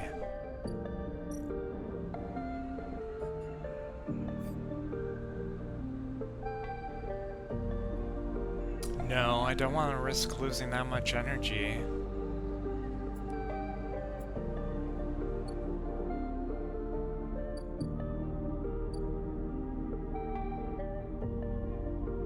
The wastes? No, I don't want to lose double condition.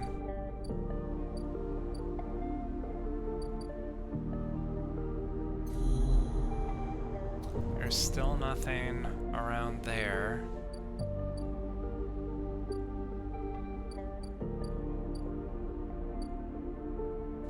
The farm stacks?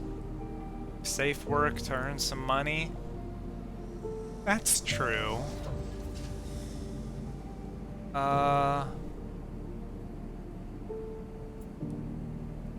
Yeah, this is a way to earn money that isn't risky. I suppose that's worth a shot.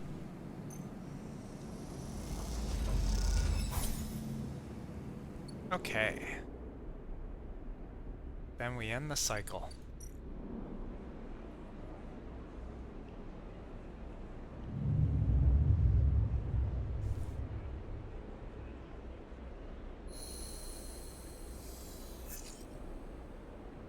Okay. We can self-repair.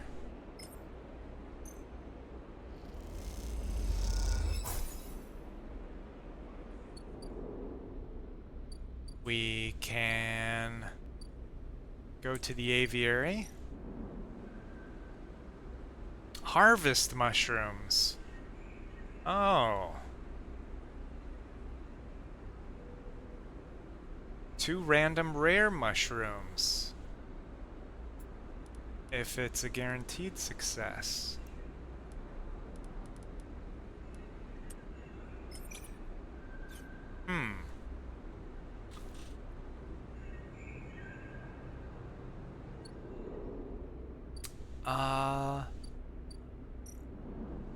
Yeah, I guess I'll do that. Let's,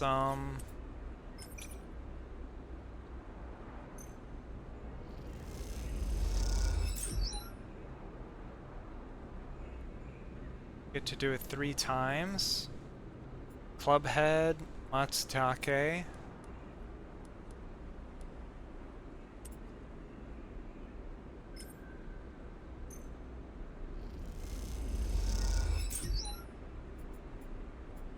One more of each.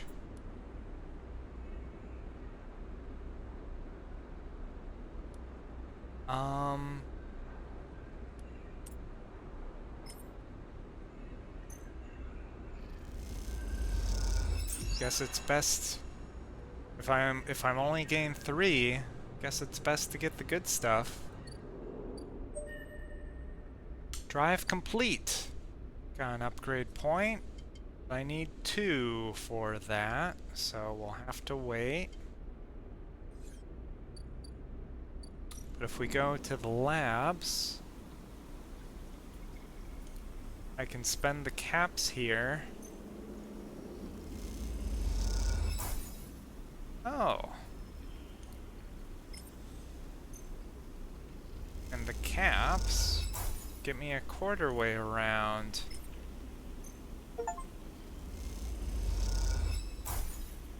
But then, what am I supposed to do with these club head caps? You don't want them?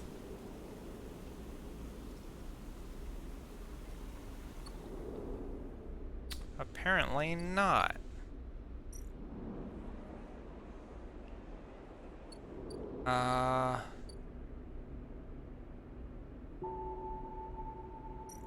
We go back to the groves.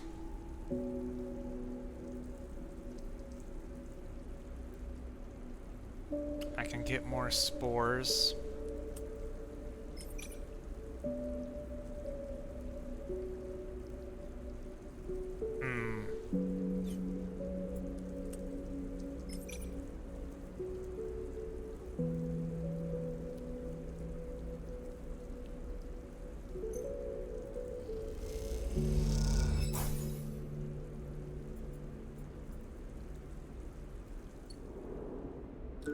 Can I grow more?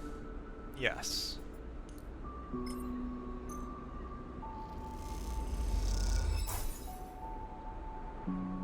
Okay. And then...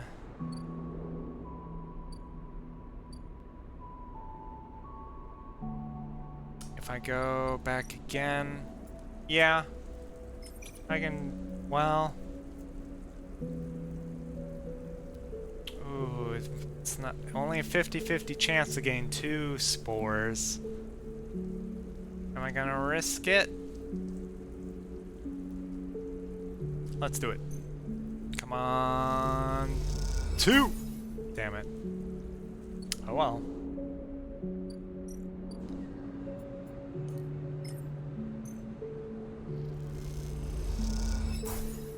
Okay. That's that. Now we end the cycle.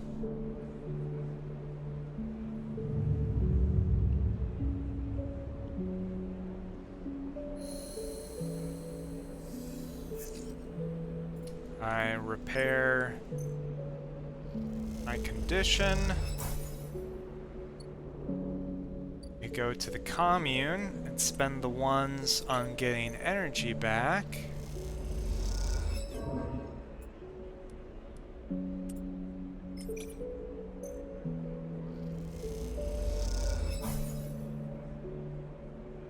Because it's all the same.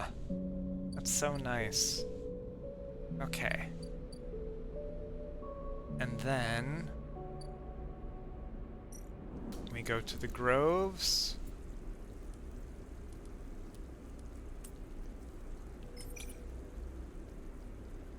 We get some more spores.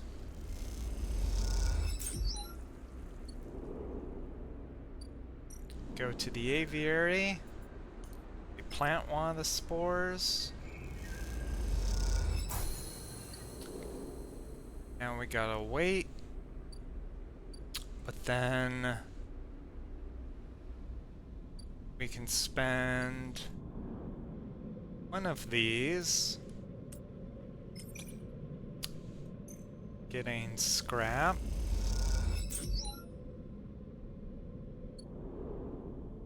And we can spend the other one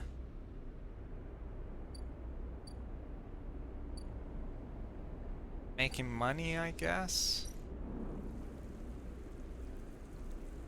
Because if we try to forage for the caps... no, I don't want to lose condition. Okay. And over on the other side...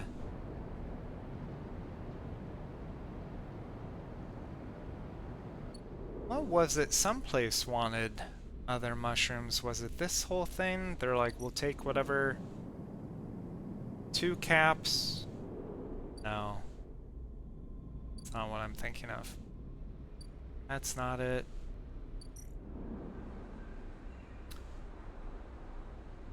This... can wait.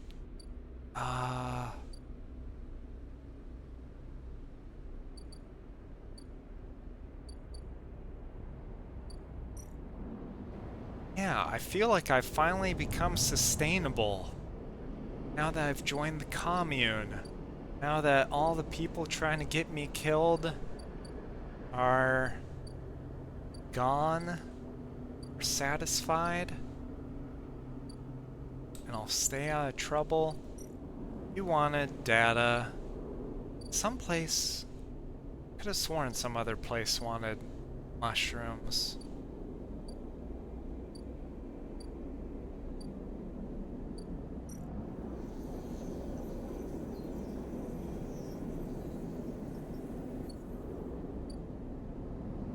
But I guess I misremembered.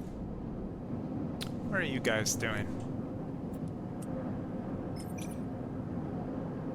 Oh, that's a one-time critical action. Oh.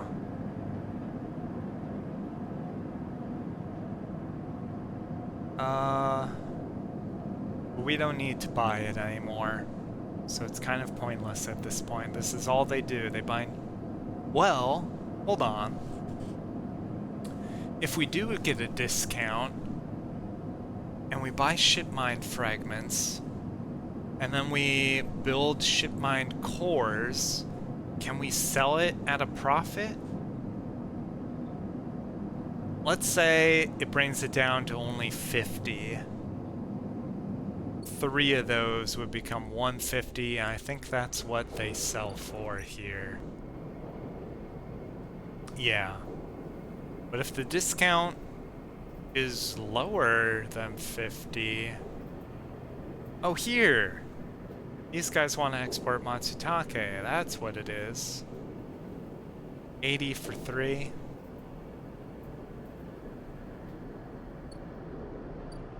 Well, if I had a higher dice, I might check out to find out what the discount is. Don't need that. Don't need this. Okay.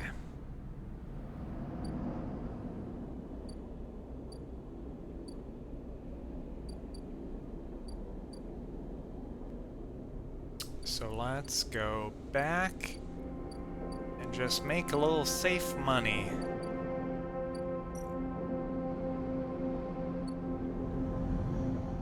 Monument unknown, hello! Didn't want the obsessive haggler perk? 20% prices. Oh, I'm getting there. That's actually next on my list.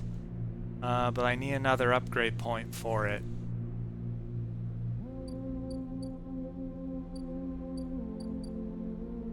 I prioritize some other things first. So yeah, I'm going to the farming stacks. And it ain't much, but it's honest work. Okay.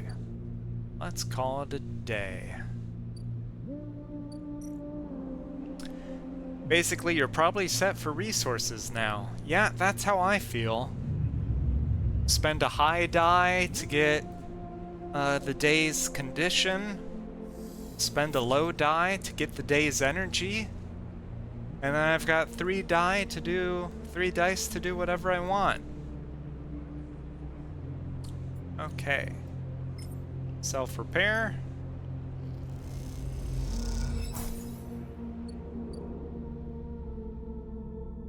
Go to the wastes. Spend a 5. Get a scrap. Go to the commune. Spend a 2. Get the energy back.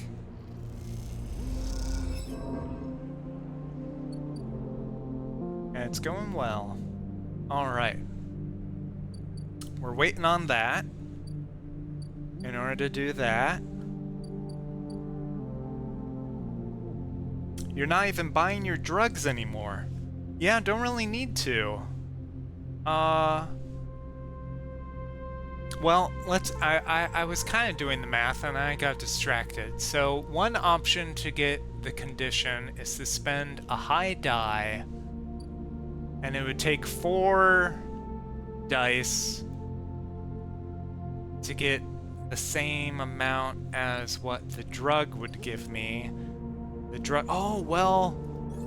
Once I get this perk, then it'll go from 80... 20% of 80... I don't like that math. But there'll be less. You can produce them now. Spoiler. Yeah, I think that's a spoiler. I didn't know you'd be able to produce them eventually. Right now, my option for the drugs is, to buy them for 80 chits from Meadigan still. They gave me a discount, after, Sabine has disappeared. Yeah, if you're not sure if I've gotten to a point yet, this is a pretty narrative game. I'd appreciate no spoilers, please.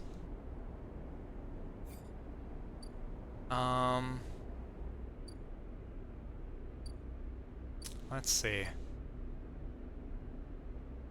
But if we get more of a discount, we can get at the tea house. You can spend high die to get 24 cryo. Oh, thank you for the follow, though. Welcome. Yeah, this is my third time playing Citizen Sleeper, or rather my third stream of it. It's still my first playthrough, so I'm still discovering a lot of it as I go. You can check out the VODs of the other two streams on my YouTube channel, where I have my VODs, if you are interested to see how I got to this point. But I'm enjoying it a lot. I can tell that it's a game that you like too. Let me see. So if it's 24, 2 die to get 48, 3 will get you 72. 4. Okay, so yeah. Actually, well, what kind of work was it out in the wastes? Enduring work. Okay, so you're not getting anything for that either. So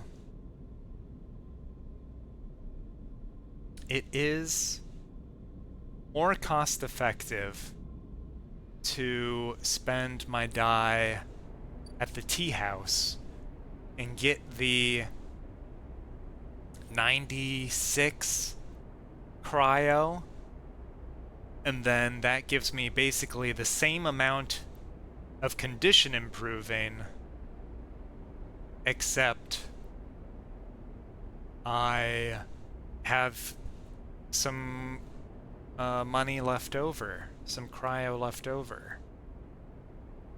And especially once I get the discount, then it'll be even more worth it. Okay, so don't go to the wastes anymore. No more self-repairing. Let's do that. Okay, but what am I spending my dice on today? I could go just make a lot of money with my higher rolls. I could... No, I want to get mushrooms. I want some Droll caps.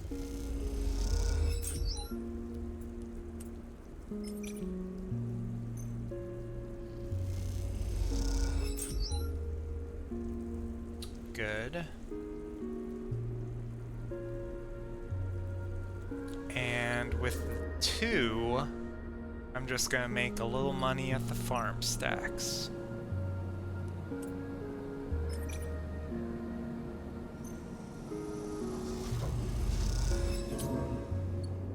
Okay. So now we rest.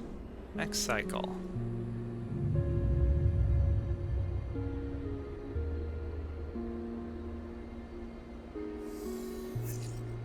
Okay. Oh my gosh. All those low rolls. No, I will re-roll that. There we go.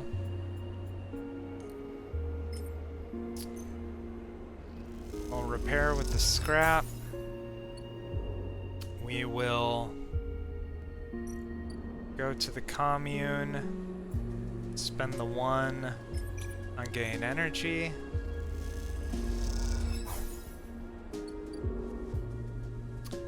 We we can go to the groves. And I'm guessing positive is the same as neutral in this case. So let's do a 5 here.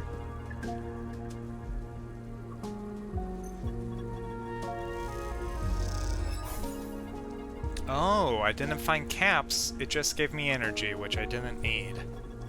Okay, so never mind. Let's... That was a waste of a die. Let's do this. And we can finally go find Emphis.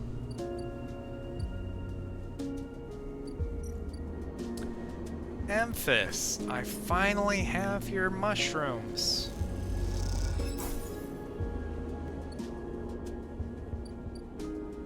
Oh. Come back in 3 days. He doesn't like to rush these things. I mean, there's taking your time, and then there's taking your time. They've really got to marinate, I guess.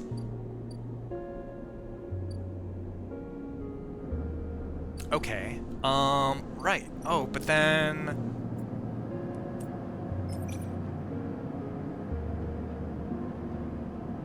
Let's do this. Find out how much of a discount that's gonna be. Positive outcome. Okay, so now they're 40. So basically by buying those, you're spending 120 and selling them for 150 just to earn 30. Which...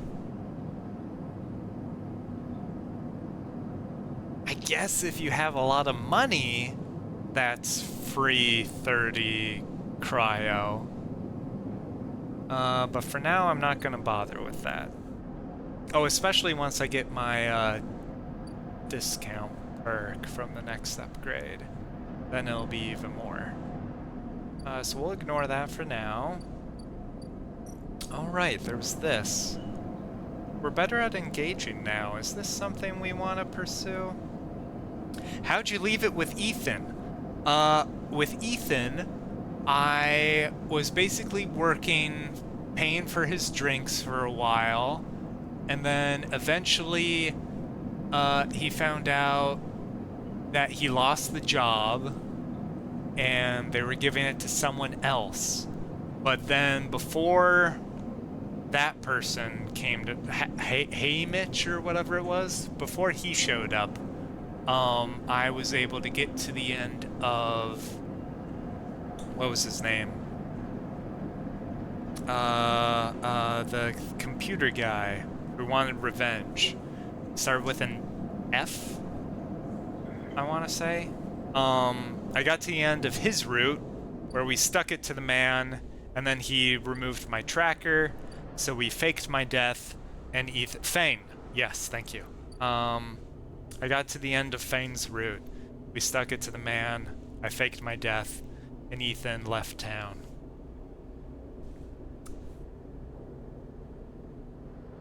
Yeah, so I got to the end of those 2 routes. I worked with the navigator to kill the killer. And the other story I've made progress in is Lem and Mina. We turned out the whole raffle was a scam, but now I could search for a way on board the colony ship, but I'm kind of scared to do that because I'm worried that if I find a way on board, it will just end the run, and that if I feel like there are other things, I'd rather find out how those go. Preferably, I like to get, I like to sneak Lem and Mina on board, but I don't want to be forced to go on board myself.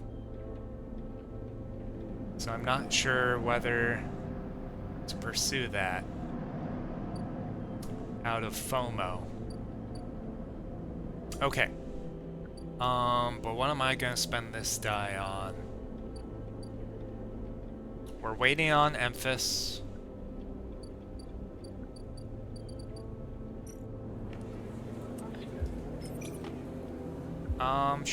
Sure. Maybe. We've got all that. We're waiting on the mushrooms. The other thing to spend it on now would be... You could save. Oh, well... Is there loading saves? I feel like I've only seen the autosave and continue. I don't think I've seen any option to, reload an older save.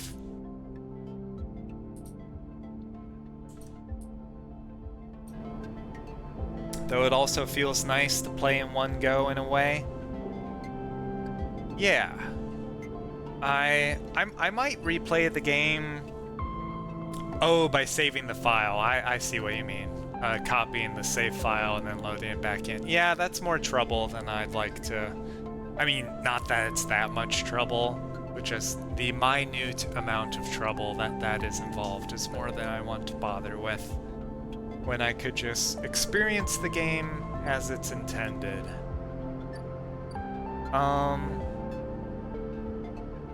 Right, and then on Kita, I had a scary moment where after fixing up her ship, she gave me the money to buy a ship mine, but I had to spend that money because I was dying. I had to spend it on the medicine to fix myself up. So now I was broke with no ship mind because I had already used the ship mind on the navigator. So that was scary for a while, that I was gonna get hunted down by Ankita, but I don't think I was actually getting hunted down. It was just a threat that she made that I didn't see any gameplay mechanics for. But eventually we paid her back, and now she wants me to hunt down the guy who wronged her.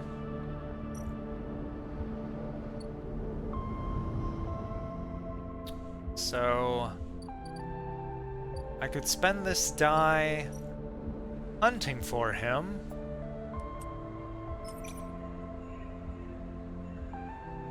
Thankfully, Ankita is patient. The episodes are really good too. Oh, the DLC over at the Briar, episodes 1, 2, or no, that's the Wastes. Okay. Maybe I'll get to them eventually. Yeah, Ankita's nice.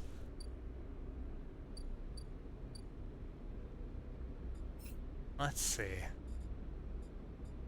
Finding Ashton will get me a point.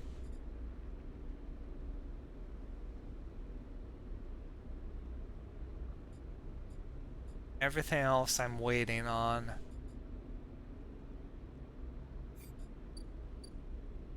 Yeah. No chance of negative. Let's do a little tracking.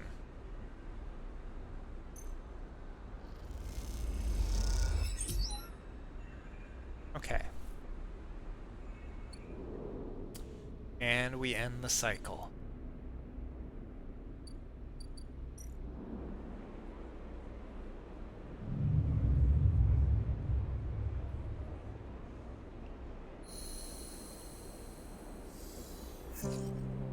Okay. Yeah. I think I'm fine with those dice. Let's go to the commune, spend our 1 on getting our energy back. We are waiting on the aviary. And we are waiting on Emphas. So we can make money. Let's go to the tea house. Spend our 5s here.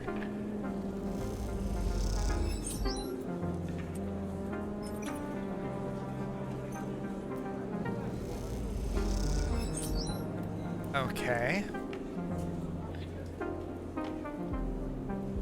And then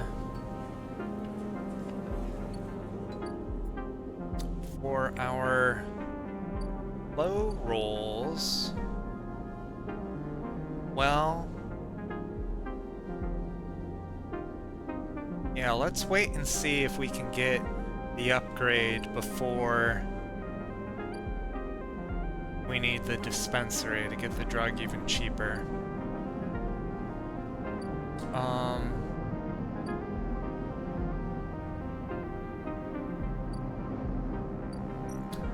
Am I interested in seeing where this story goes? Kind of. I thought there wouldn't be time, but it seems like things have stabilized now. So let's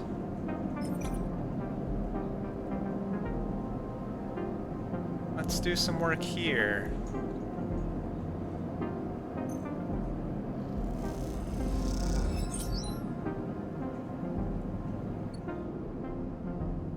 There we go.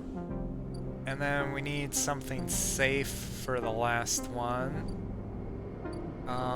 So let's go back. And we could work at the farm.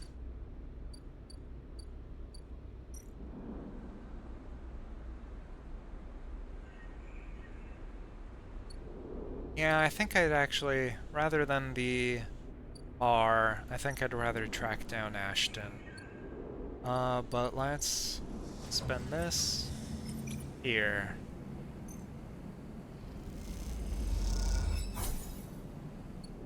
Okay. And we end the cycle.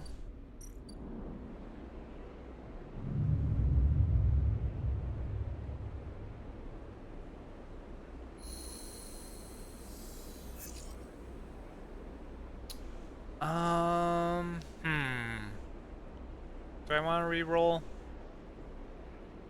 No. I can work with this. The mushrooms are ready. Okay. And they're safe. How much do I get? Gerol samples. I would need 3 more Gerol samples, possibly. I only need 1 more Matsutake. So 1 good roll here gets me the 2 rare mushrooms. Let's go to the commune. Use a 2 on our energy.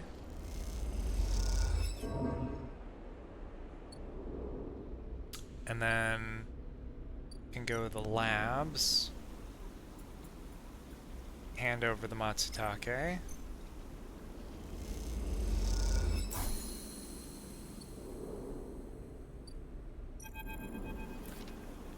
Riko meets you at the entrance to the lab, leaning on her crutch with a glint in her eye.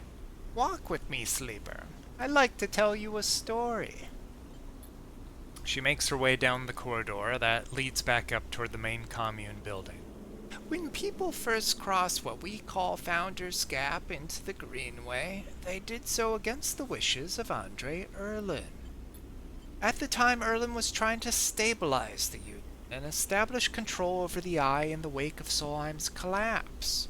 It was chaos, competing factions, failing systems, so many dead and injured from the riots. That was his priority. You both crossed through a glass-roofed tunnel, the greenway outside crowded with vines and branches dappling the light. Erlin had written the greenway off, cut off from the rest of the station and linked to a broken spoke. He claimed it was only a matter of time before everything here would die. He refused to let anyone abandon their duty to the Union and Cross. They were traitors to the cause, or as good as. Riko continues making her slow but steady way into the inner gardens of the commune. There weren't many of us, but we believed what was here was worth saving. We had to keep our plans secret until we crossed, and some of us left people behind.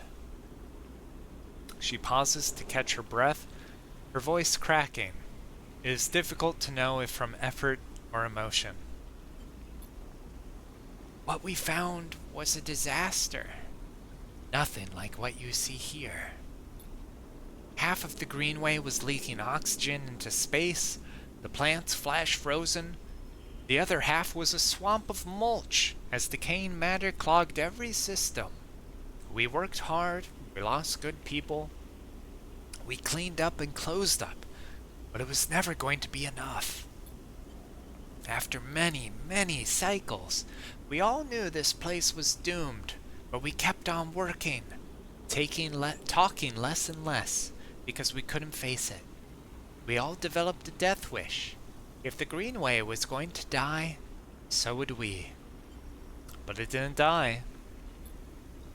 It did not. Rico smiles. We crossed some invisible boundary, tipped some biological scale, and the Greenway started to recover. Plants flowered, crops sprouted. For the first time, we reaped the fruits of our labor. Rico smiles, looking up at you. We thought it was us, that we managed to do just enough to end the cycle of decay. I thought we had saved the Greenway. Until today. You pass into the grow beds of the commune, rich with the hustle and bustle of Haifa members planting and harvesting. For a while, Rico is quiet, and you both simply observe the hypnotic movements of the work crews, the eager chatter washing over you like a wave. Rico smiles to herself. I should have known, of course, that our arrogance was unfounded, but we needed to believe back then. We needed a myth to bring more people across the gap. You both move into a smaller corridor, Rico following some direction unknown to you. What you have shown me is that back then, the Greenway saved us, not the other way around. Tell me, have you ever consumed one of the matsutake or girol caps you've been growing? No, I haven't yet. They can be difficult to prepare without proper equipment, she muses. But you should try them. After all, they were designed for you. What? Rico has a mischievous look. At first I thought it was the location they were grown in that made the mushrooms from the aviary, from the labs, or from the grove different to each other. But what I have come to understand is that it is the person growing them. The matsutake and girol caps you brought me are totally unique, containing compounds never usually found in similar specimens in my possession. Many of these compounds aren't even digestible for humans. But for a sleeper like you... Rico smiles as she leads you into the internal garden of the commune, where the Haifa members have planted species from all over the Greenway. Back when the tide turned, when the Greenway started to recover, we all felt something. A response. It was as if this place was not just alive as a forest is alive, but alive in other ways. Communicative, responsive. We shrugged it off at the time, but now I understand why. Rico stops and turns to you. This place is responding to us, adapting itself to us. It is growing fruiting bodies for you, for me. It is adapting, changing. It is, in short, displaying all the signs of sentience. Yeah, that makes sense with what I saw with my third eye, so to speak. That is what I wish to know, too. What being is in control here? Well... if you ask me, it sounds like there's billions of systems on the other side sort of keeping this place running. But how does a digital ecosystem keep a biological one running? That's what I don't get. That's what I'm very curious to find out. Rico sits on a bench within the peaceful gardens and gestures for you to join her. When you have been growing the girols and the matsutakes in the aviary, those species so familiar to the Greenway, have you discovered any others? Yes. Rico can barely contain her excitement. I should like to see those. Please bring me some next time you are here. You look around the garden, amazed at the sense of peace within it. Rico interrupts the silence. There's a species of mushroom that I haven't seen in years. It's dark, short, shaped like a club. We first found it in those early days when we were working to save this place. It was around that time we started to lose our first members. They were succumbing to some infection, some mold growing deep in the dark mulch that drowned this place. At that point, we thought we were lost, and then these mushrooms emerged from that same black mold. We tested them and saw that they contained some compounds that counteracted the mold. They contained an antidote. Of course, as a botanist, I saw this as a part of the natural processes of this ecosystem, even if the timescale seemed absurdly short. But what I am wondering is if that antidote was a gift. Rico meets your eyes. Perhaps, if you are patient, you will receive your gift too, Sleeper. You both sit for a while, Rico seemingly done telling stories for today. You watch the light playing off the leaves and plants around you and wonder what forces could be at play in this place. After a while, you stand and leave, with a quiet nod to Rico, leaving her to her memories. Okay. I do have club head samples for you. I have all that you could need.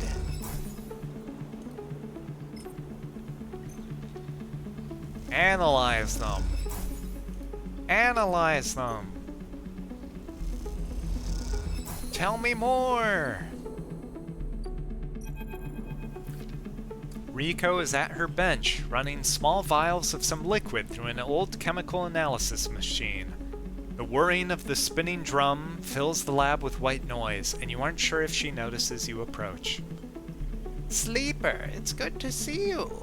She looks up, smiling. This little project of ours has been keeping me awake the past few cycles, but right now, well, I think I have something. What is it?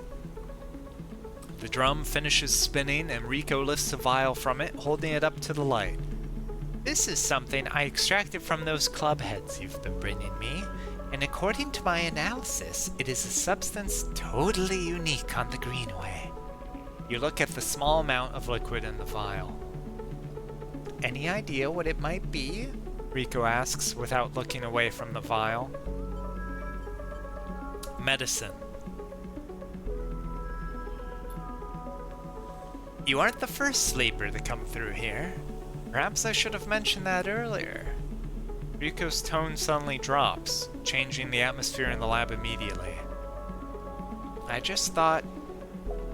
She pauses, thinking very carefully of how to continue. I just wanted you to trust us. What do you mean? She sighs. They came through a fair few cycles ago. We found them wandering in the broken section near the gap. The members who brought them in had never seen one of you before. They were terrified of this strange person wandering in from open vacuum. They were quieter than you and damaged. We did our best to patch them up and welcome them to the commune. I only really spoke to them once, while I was working on their wounds, along with a couple of systems engineers. She looks nervously at you. I'd never seen a body like that before. I took some readings, some samples. You have to understand, I was curious. I didn't know what I was looking at. I just took a little of the damaged material. Less than a thumbnail. She shifts her weight to her crutch. The next cycle, they were gone. They took a little food and hiked up towards the wild margins where the Greenway meets the wastes. Someone saw them in the distance, but that was it. They disappeared into the overgrowth. She sits down heavily, the vial in her hand. When I saw you, I wanted things to be different.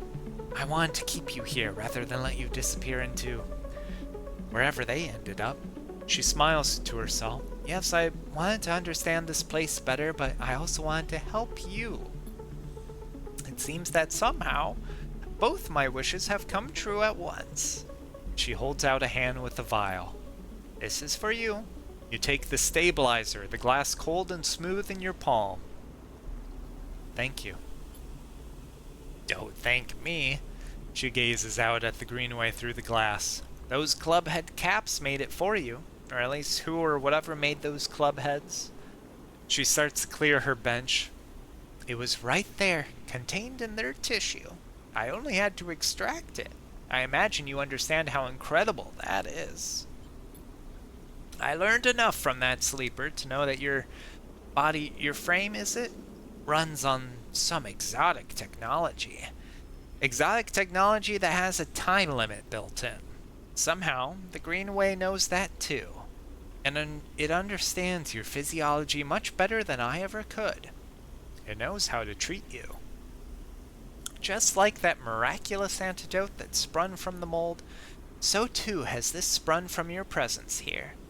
The Greenway is speaking to you. It's welcoming you. She looks up. I know it sounds crazy, but I know it to be true. Here's the evidence. And what I also know is it is no longer speaking to me. Even after decades here, I have never seen this kind of response, not since the antidote so many cycles ago. She smiles. So I'm going to make you a deal. You bring me as many club heads as you like. I'll extract the stabilizer and give it to you freely. But you have to tell me what the Greenway says. You have to speak with it, to dig into it, to find what being is at the center of it. I've traveled as far as I can. I need you to do the rest. Can you do that? Yes. Rico sighs with relief and deflates into her chair. Thank you. I'm sorry for the other sleeper. Truly I am. I'm sorry I couldn't have done more.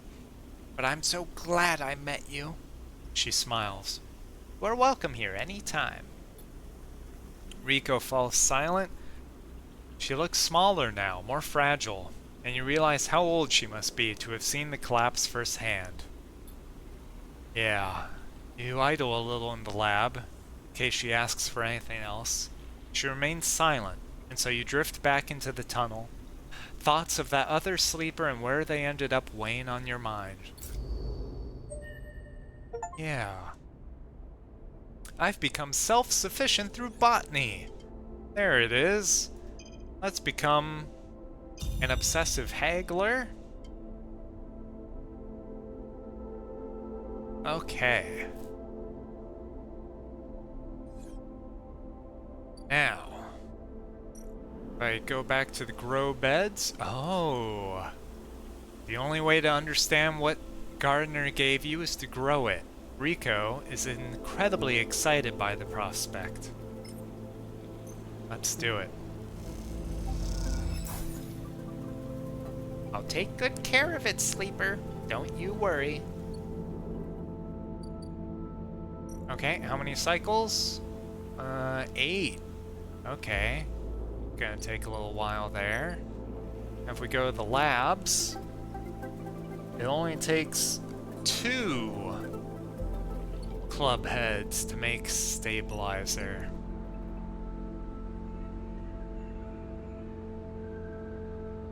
Okay.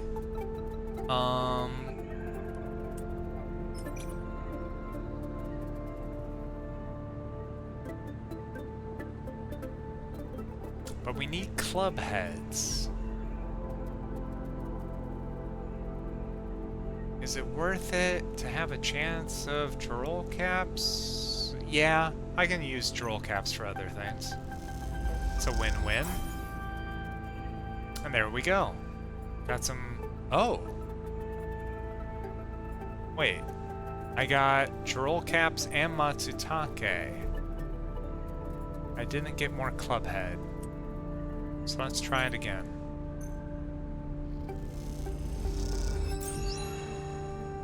There we go. Okay. So now we can go back to the labs. Get a second stabilizer, just to feel extra stable. Okay.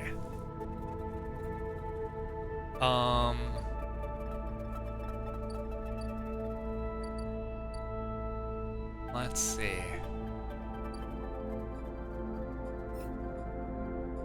So we're growing that and looking for that. We're waiting on Emphas.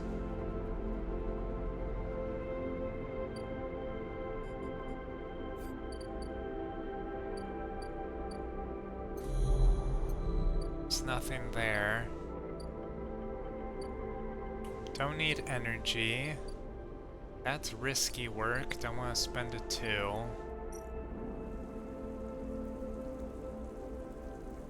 We need to get more. Let's see. So the spores is into it. Oh, well, here we might as well do that.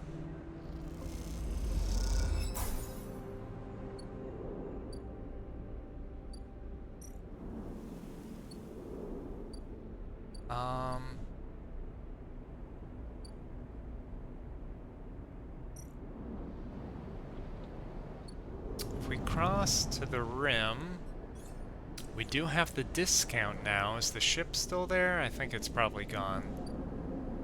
Yeah.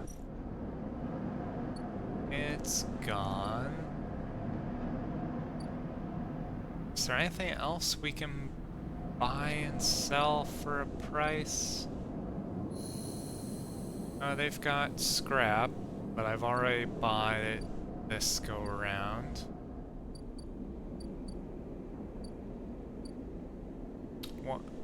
One more cycle for Emphas. Okay. I think with the two, we just want to do some humble farming work. That's what I'll do.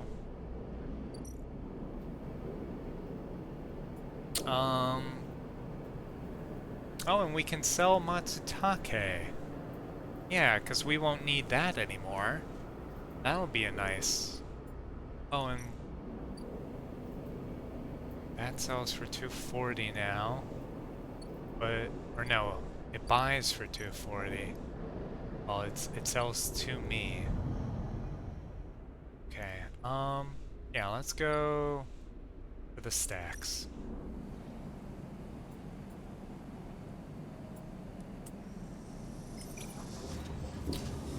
Work the stacks.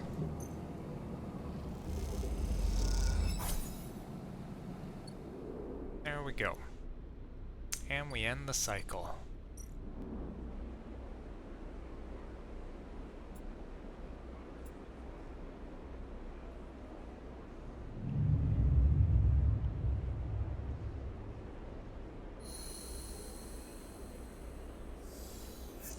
We're down to 4 dice, and I think I'll use the stabilizer once it gets down to almost 3.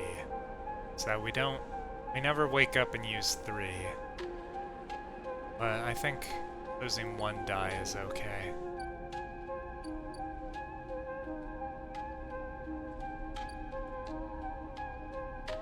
Well, I mean, what's the greater loss of productivity? Is it getting stabilizer more often, or is it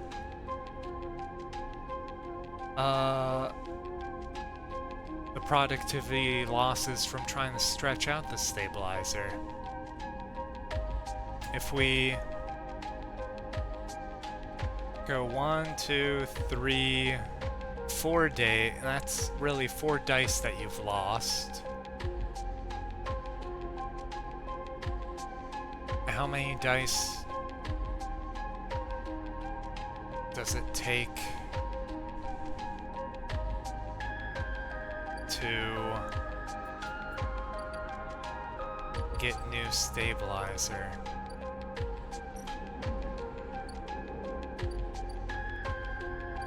Well, let's go to the commune, get some energy.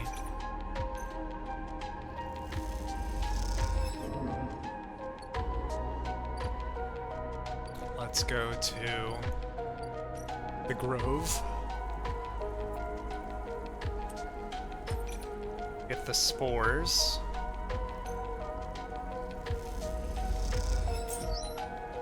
can only at max get 2.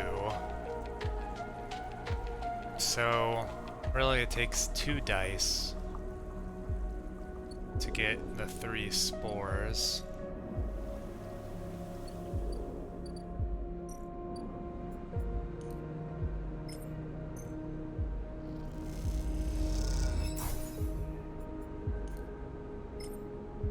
And then 3 dice to harvest them. But when you harvest, you'll get more than just the 2. I don't know. I don't know.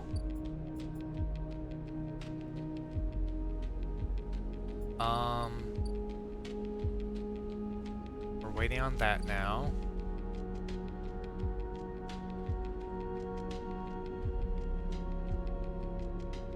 And we're waiting on that. There's Ashton.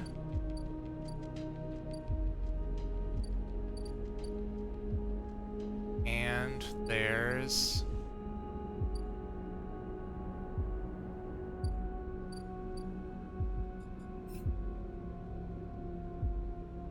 Emphis. Is Emphis ready?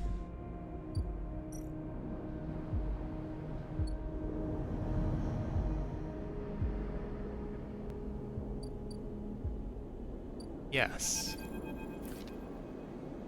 Emphis is preparing the Gerol caps. He's had to heavily adapt this recipe, he says, but the smell is already incredible. It emanates from a strange purplish-white bulb you have never seen before, and he is slicing it finely. He brushes and slices the mushrooms and then places them in the wok with the sliced bulb in the oil. They caramelize there in that well-worn crucible. He adds liquids, transparent and opaque, and then turns down the heat. A sprinkle of leaves is the final touch. Rico's voice really did a number on my throat. We have a moment, sleeper. He smiles. Do you have a story? Something in the scent of the food gives you a feeling of nostalgia, something distant and melancholic. It seems like the story should match that feeling somehow, and maybe you will feel better for telling it. I will recall my own oldest memories. Emphis doesn't want to hear another sleeper's story. You start by explaining that when you are emulated from a person, many of your memories are left behind. Perhaps it is an intentional part of the process, a way of keeping sleepers ignorant and malleable, or perhaps it's a side effect of the imperfect emulation. You admit you don't really know. What you do know is that some memories survive, and that on occasion they come back to you, like shadows passing overhead. You detail one recurring memory, which, despite returning to you with enough regularity for you to think it familiar, always fades as quickly as it arrives. You struggle to explain the feeling of being whole for a moment that comes with this memory, and then how that wholeness slips away to leave you feeling like you've forgotten something important, but just can't bring it to mind. Emphis nods throughout, cooking as he does with deft and skillful movements. You start to trail off when you realize you can't find the words to explain how the memories you do have feel like both yours and someone else's at the same time, and how that always fills you with a certain sadness. The sadness of remaining forever unknown, even to yourself. Emphis finishes cooking and meets your eye. I'm sorry, sleeper, for your troubles. He puts the wok to one side. I appreciate you sharing with me. He smiles. I hope it lightens you a little. He passes you a bowl and heaps the Gerols into it, their yellow color mixing with the pale sauce in whirls and blooms. Eat! The dish is delicious, filling. It warms you as you eat in a way that you weren't even sure your body could be warmed. It is a small mercy, you think, that SNR left you this pleasure. Many of the features of frames are there to simulate human experience. You know that much. Emulated minds cannot be rewired, so their need for embodied experience must be met. That is why you breathe, even though you do not need air. Without that simulation, the sensation of drowning would be unbearable. Food serves another purpose. Your frame is able to metabolize it to produce energy from the raw material.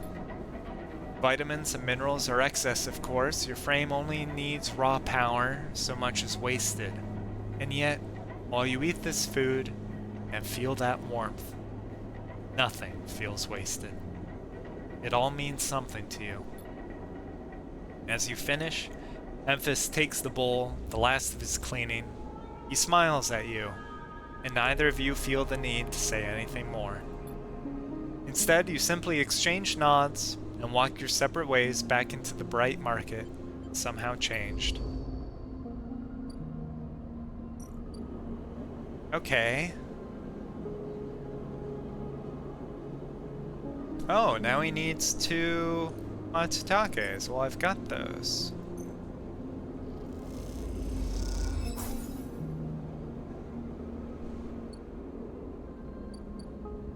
Okay.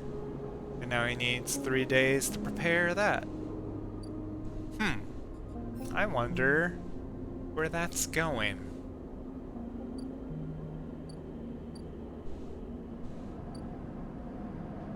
Okay.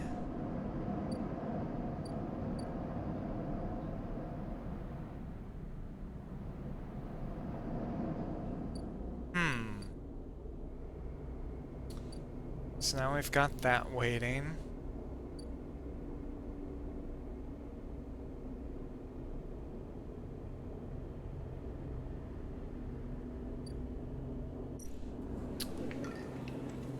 With this, I can make some money. Or, no, what I want to do, I'm okay on money. Let's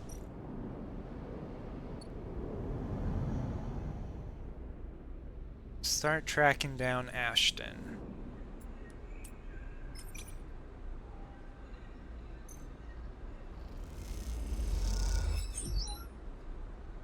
Okay, just a little more. But not with a 2. With a 2, we need something safe.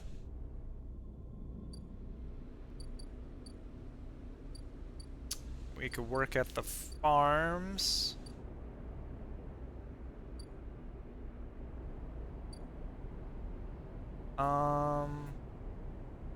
Yeah.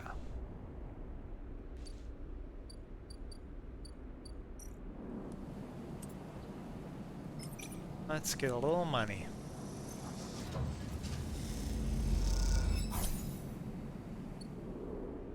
Okay. Then we end the cycle.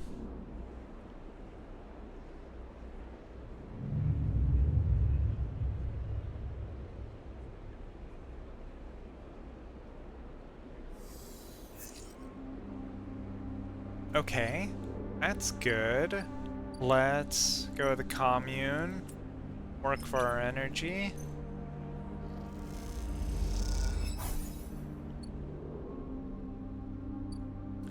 We're waiting on grow beds, waiting on aviary, waiting on Emphis.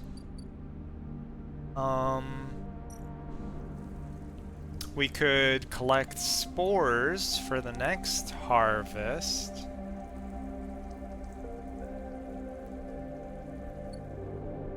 Or we could find out what's going on with Ashton.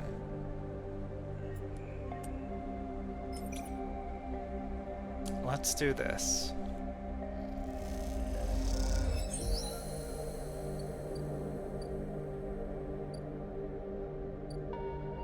Ankita, a stranded mercenary. The trail ahead extends deep into an overgrown section of the Greenway. At this far end of the ring, where the long, lazy curve of the Greenway becomes the shattered landscape of the wastes, things are oddly quiet. Ahead stands a vast farm stack, broken from its axis by rust or force, and lying amongst the overgrown landscape like an ancient temple. It is stained with moss and algae, flows of green running out from its broken tanks like a frozen, brackish tide. This is where Ashton is hiding, you're pretty sure. All your intuition points to the shadows beneath this collapsed superstructure. You roll the comm headset Ankita gave you in your palm.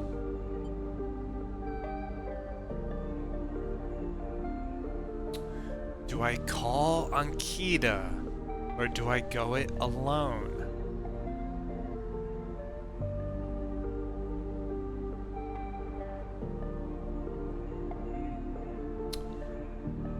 Let's try going alone. He might not get...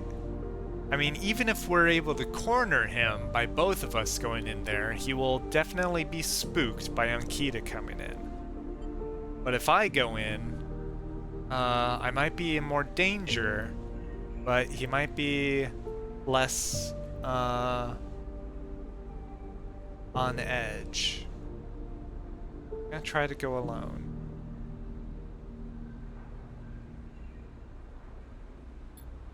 You survey the route ahead. There's a direct route, a line of broken pillars that take you into the center of the structure. Or you could skirt around the pillars, keeping to the cover of the raised spine of the greenway, and work your way around. It'll take longer, but it's better concealed. Let's skirt around. You decide on the lawn route and head off towards the central spine. It's slow going there where the overgrowth meets the metal wall, but it is so concealed that you can barely see the glass roof high above. You follow the wall, knowing it will lead you to the edge of the collapsed stack. For the final part of the journey, you have to work your way through dense undergrowth, pushing aside branches and fronds. It's exhausting, and you stop on a small rise to rest. It's been hours since you began, and you desperately hope Ashton hasn't moved on. Just ahead, a soft glow is coming from somewhere within the farm stack.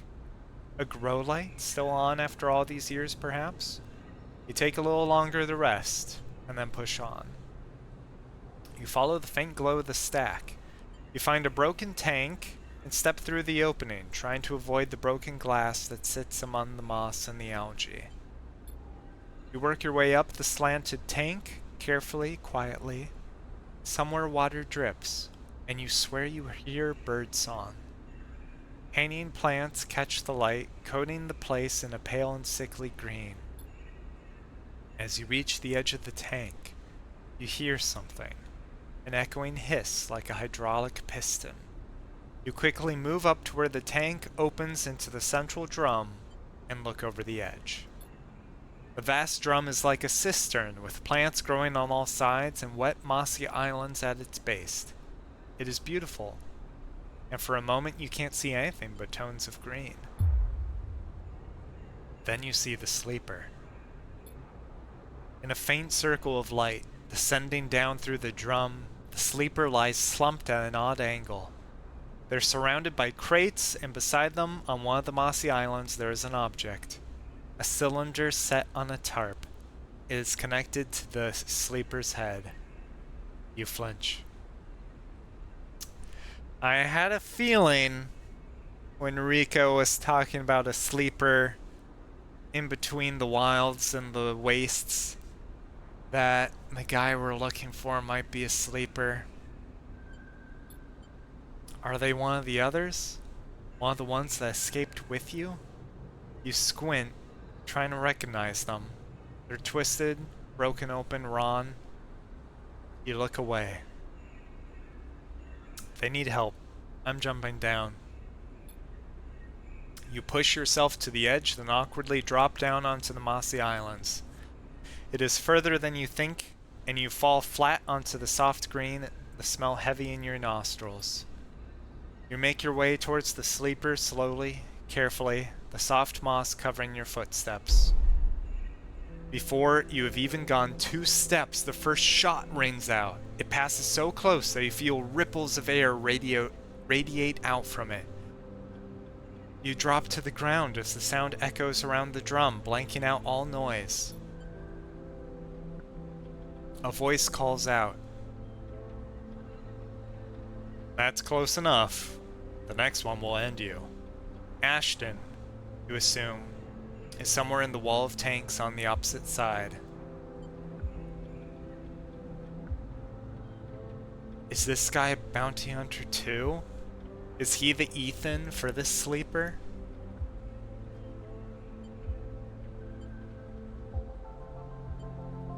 What are you doing here? This is none of your business, so I'd appreciate it if you just went on your way.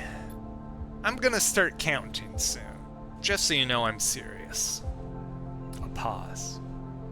I don't want to kill you. At that moment, you hear a sound, a soft hiss like a hydraulic piston. You turn and there's Ankita slipping into the drum behind you. Of course, she was tracking the headset. You suddenly feel stupid, tricked. She meets your eye and shakes her head. The gunshot breaks the silence, blanking out all noise. It hits Ankita's shoulder piece, the ceramic armor cracking, beholding as she braces into the impact. Then she launches herself forward, the now activated armor launching her across the drum. Another shot goes wide before she reaches the cover of the crates beside the sleeper. Shit! You hear the shout from one of the tanks high on the far wall.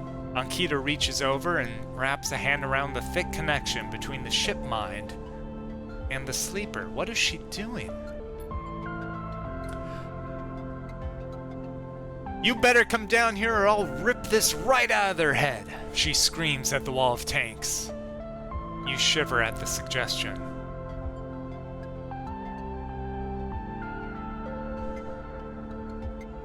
Ankita, stop. Ankita flinches, but she doesn't take her eyes from Ashton. Quiet, sleeper, Ankita shouts. A shot rips through the moss beside you, filling your vision with green. The shooter must be somewhere on the other side of the tank.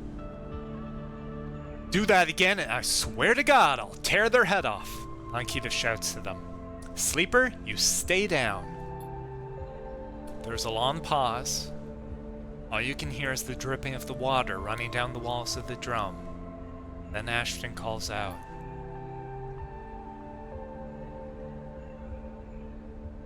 I'm coming down, Ankita. Don't do anything stupid. For God's sake. He appears at the far side of the drum, stepping through the shallow water, rifle raised above his head. Drop the gun, Ankita shouts. He throws it down into the moss. As you lean out to watch, you see him catch your eye, blocking your presence. What are you up to here, Ashton, you sicko? She stands, keeping her sidearm trained on his head. You ripped my ship mind for what? Some freakish experiment? Ashton approaches with shaking hands, his eyes now fixed on the connecting bundle of wires that Ankita still has hold of. Steady, Ankita. It isn't like that. I needed the ship mind. You have to understand. They would have died without it.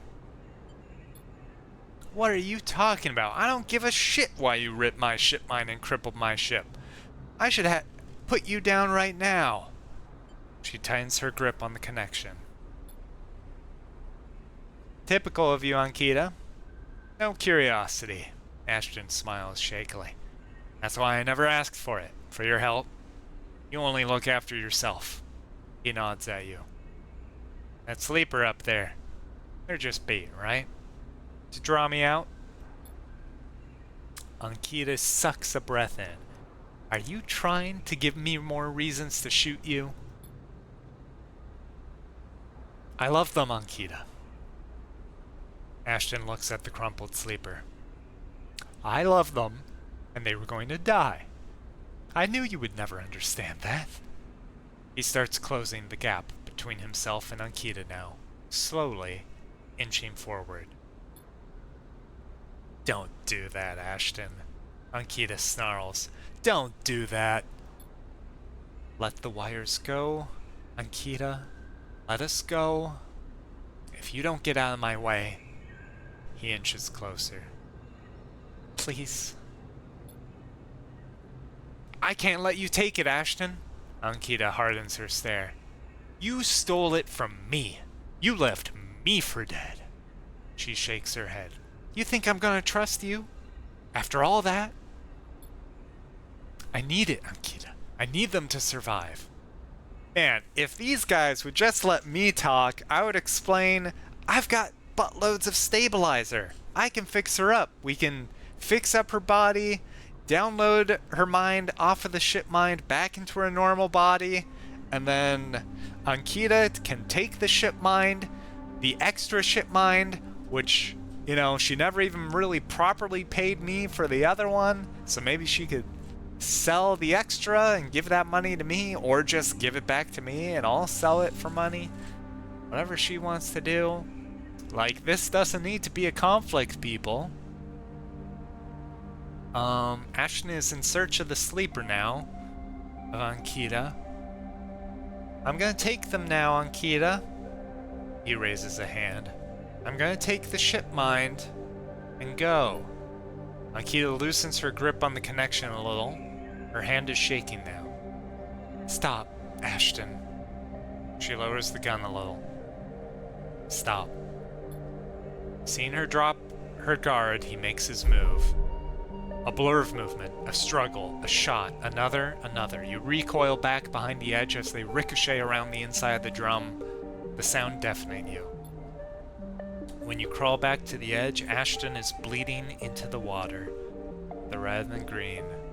Ankita is standing at the center of the drum, severed connection in her hand. The water drips endlessly. Drip after drip after drip. You force yourself to look at the broken sleeper. There's no sign of life, of humanity. There's just another broken object among other broken objects, while all around, living things grow and thrive. Ankita finally looks back up at you, tears in her eyes. She begins to say something that might be sorry, but you are already gone. Man, you done fucked up. You idiots. It didn't have to be that way. Do you know how much I've built on this station? And you guys just have to behave like animals. Where is your humanity? You have your ship mind. And you'd kill for the other one? Fuck Ankita.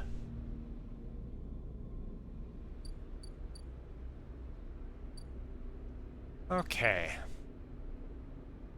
Well.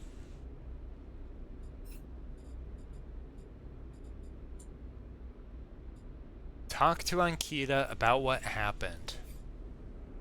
Where is she? Back at her ship? I'll give her a piece of my mind.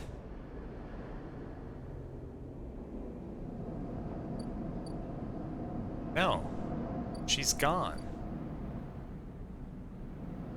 Did I miss something? The ship's gone. Was it docked at the other side now?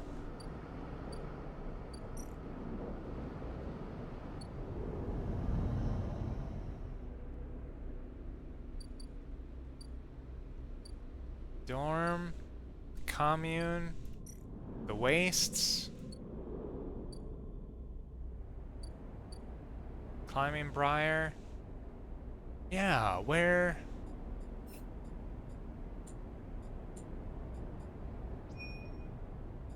If we track that,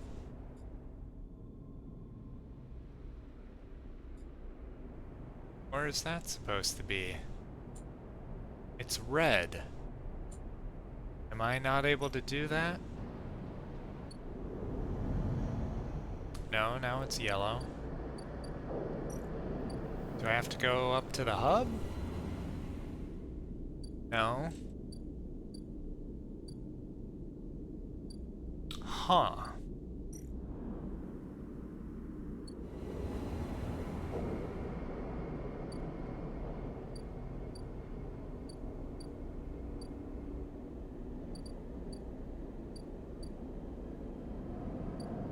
she at the bar? No?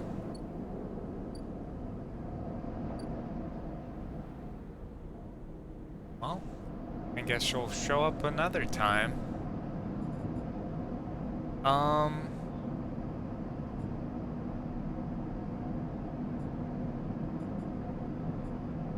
Okay, we're waiting on that. Waiting on that.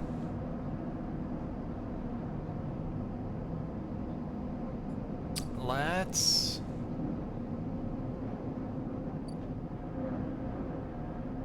I guess we could do the bar.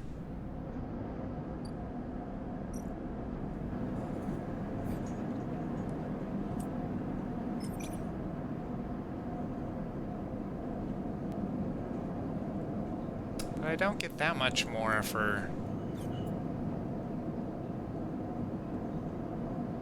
that than other stuff. Now let's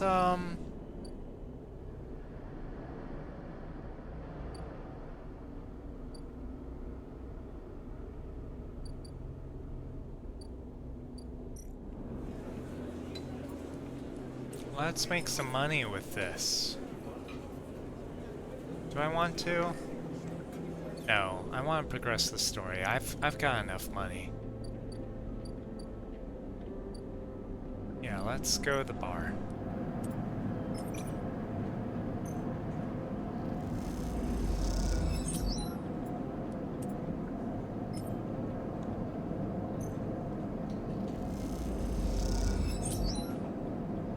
Okay.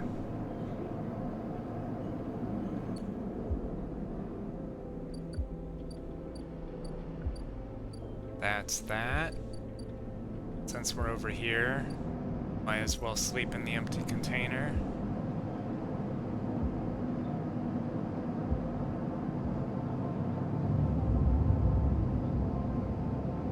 Man.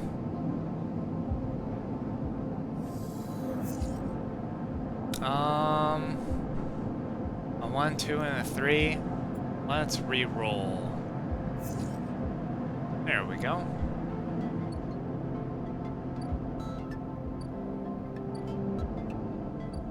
Okay. Yeah. Nobody at the docks. No sign of the ambergris. Still waiting on Memphis.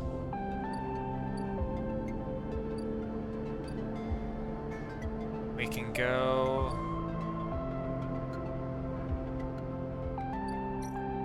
this way.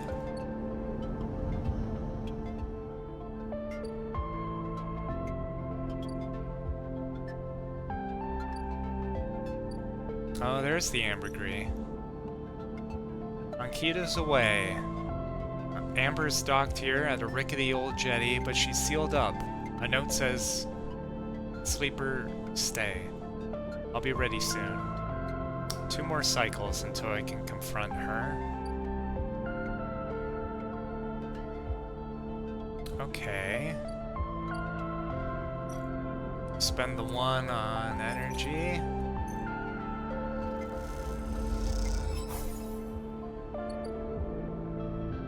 And then...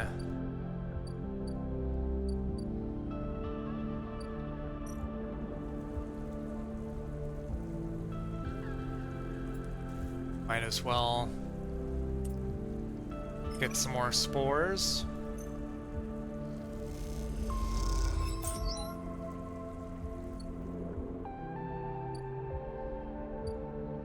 And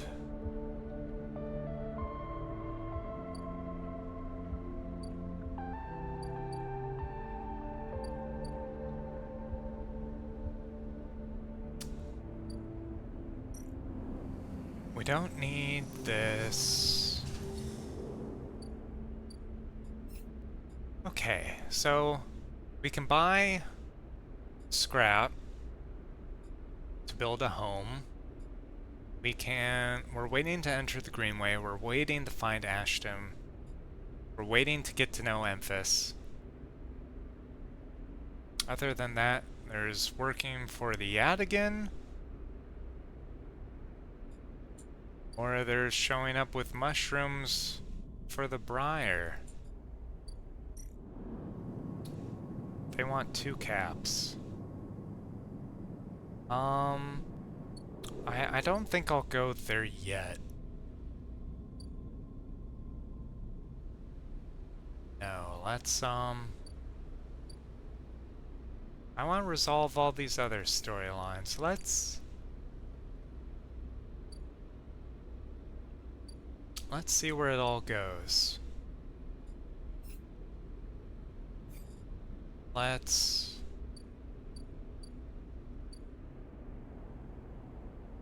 Because none of the other stuff has led to endings. I'm very curious now.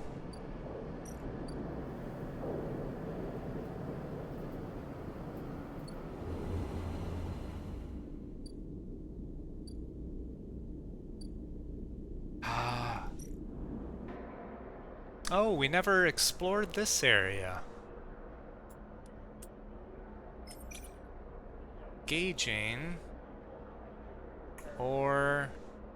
well, it's both +2. One, you lose money. I won't be losing anything. One is interface. I think with interfacing I can earn money, so let's do this.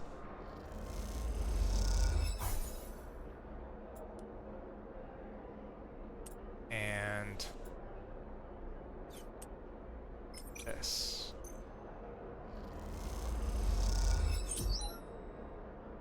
There we go. Descend to the rim.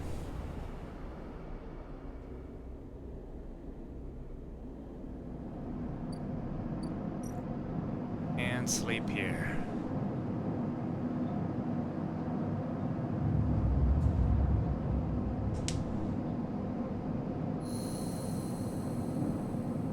Okay. At this point, I do want to use a stabilizer. So let's restore that. And then...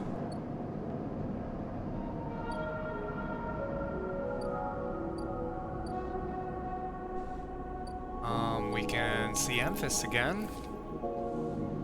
Emphas is preparing the Matsutake caps. He cleans them carefully with a damp cloth before shaving the stalks as if he was sharpening a pencil.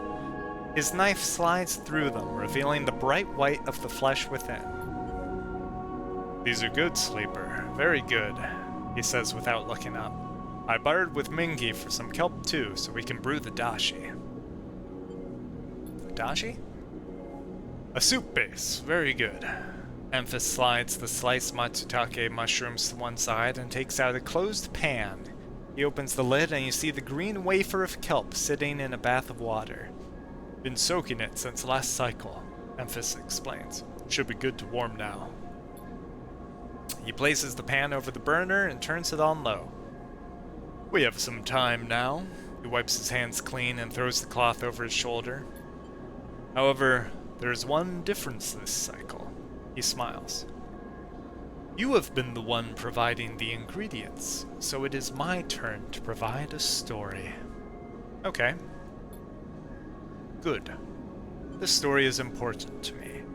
He gestures for you to both sit on the folding stools behind the stall. "You see these?" Emphas runs a hand over his forearm, tracing the circular scars that mark them like perfect bite marks. "Conway called it an anchored interface rig, a mechanical control device for piloting a heavy-duty extraction suit in low-G industrial operations. We called it a bone suit."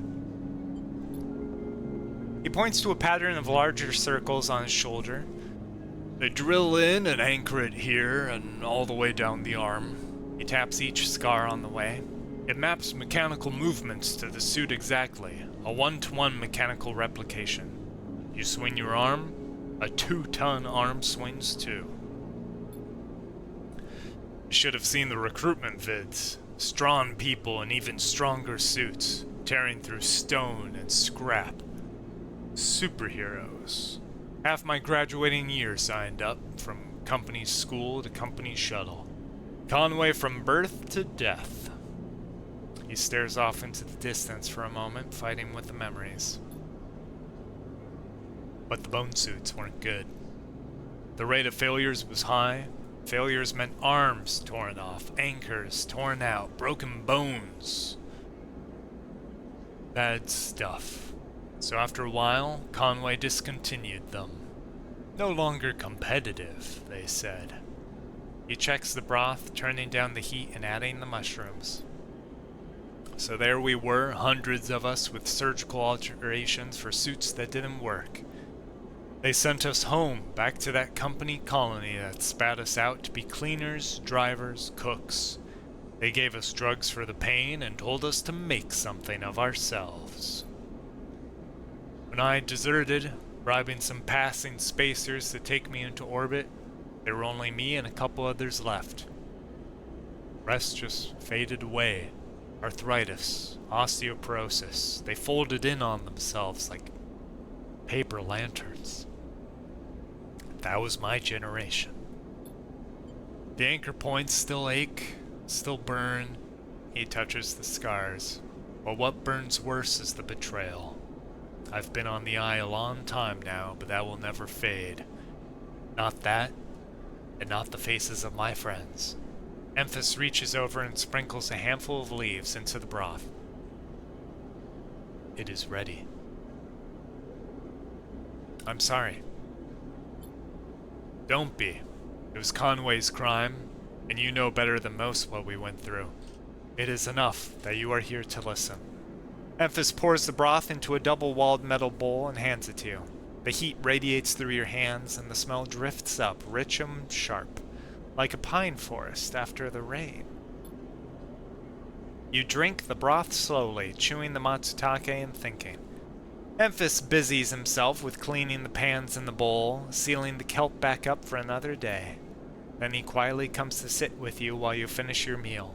Neither of you speak, preferring instead to let the story linger in the air a little longer. It is not that there is nothing to say. It is that sometimes, in the moments after something, speaking breaks the spell. So you both idle, eager to be in each other's company, Emphas taking longer over his cleaning, his packing, and you savoring the final dregs of broth. When you finally finish and hand him the bowl, you feel the spell break, and the story leaves you both. And as you leave, you know that both of you are somehow a little more empty, a little more full than before. I got another upgrade point.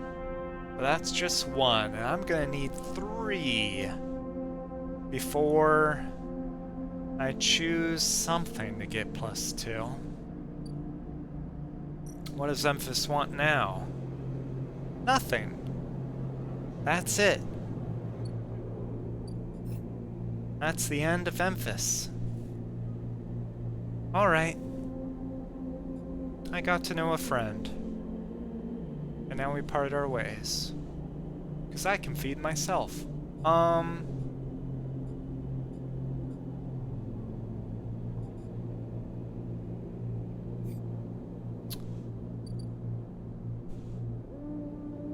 I will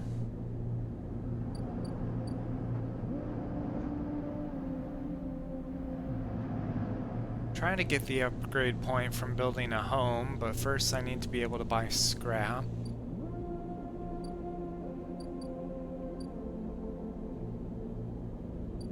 So we gotta wait for that ship to come in.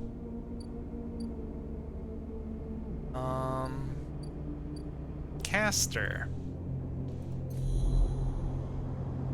What do I need for caster? I need to hack. A 2 or a 3. A 2 or a 3 for Havenage units. And a 1 or a 3 for Yadigan agents.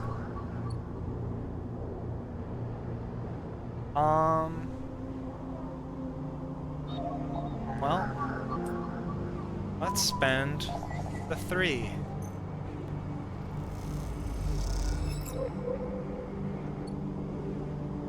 And get that. Because I was really curious about Castor. And now that all the threats of death are gone, I think it's time to check it out.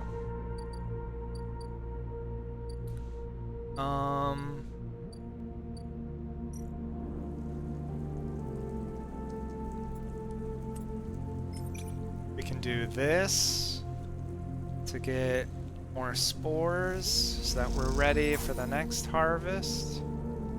Good. And then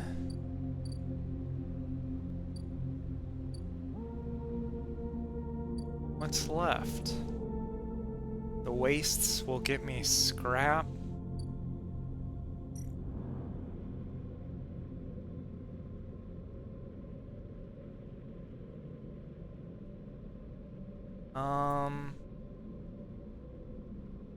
Do I want to spend it on scrap, or do I want to spend it on exploring the hub, or do I want to spend it at the bar? Let's spend it... I've got money for the scrap. But we will need 1 extra, because I can only buy 3. So let's get some scrap here. And then with this last one,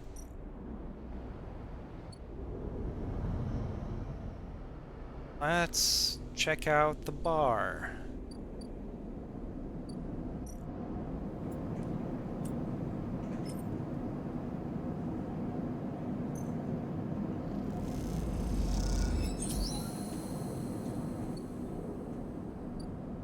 Tala. It's been a while. The Droll slides from the bottle into the lumpy recycled glass, a pale grassy yellow under the overlook's warm lights. The spacer nods and takes the drink, bringing it up to their face in both hands like an offering bowl. This is the good stuff, the stuff Tala says is aged in wooden casks, stored in some closed-off part of the old station among corroded wires and softly looping systems. Though, sometimes it is hard to tell if Tala is joking. Either way, you like pouring this stuff. It gets on your fingers, and if you rub them together, you can smell the mossy drink cut through with aniseed, mushrooms, wood, as the alcohol evaporates. You like those who order it too. The aged Droll is kept beneath the bar, open to order only by those who know it's there, like the quiet spacer sitting at the bar right now. I think it's a little rude to watch a customer too closely, so I'll busy myself.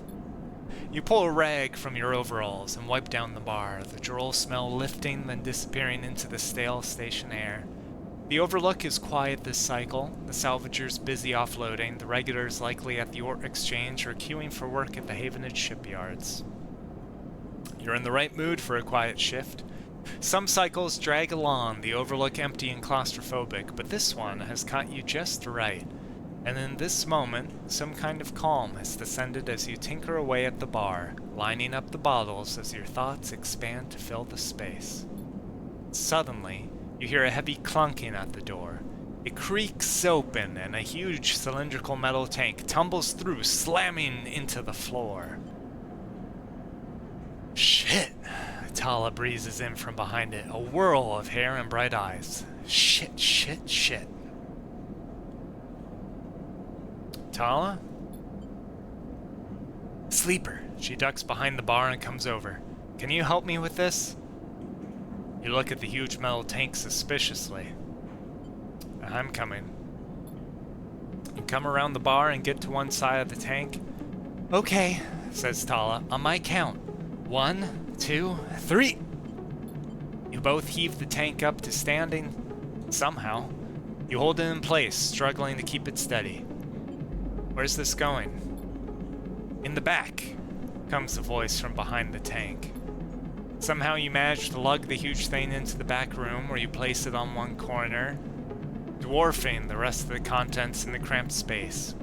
As you do, you hear a crunch. You stand back and look at the expired rations oozing out from under the tank. Oh shit. Tala looks at you apologetically. I know you like those. That's okay. You push the crushed rations to one side. That's the end of that. Tala looks exhausted and rubs her shoulders. Francis, I swear to... Who's Francis? Francis, I mentioned him already. My guy on the door deals with suppliers, tall. She sighs. He was supposed to be back from Etienne's up in the Greenway by now, back with our Jarol. She leans against the tank. It seems like he's got lost again, or joined the Haifa commune.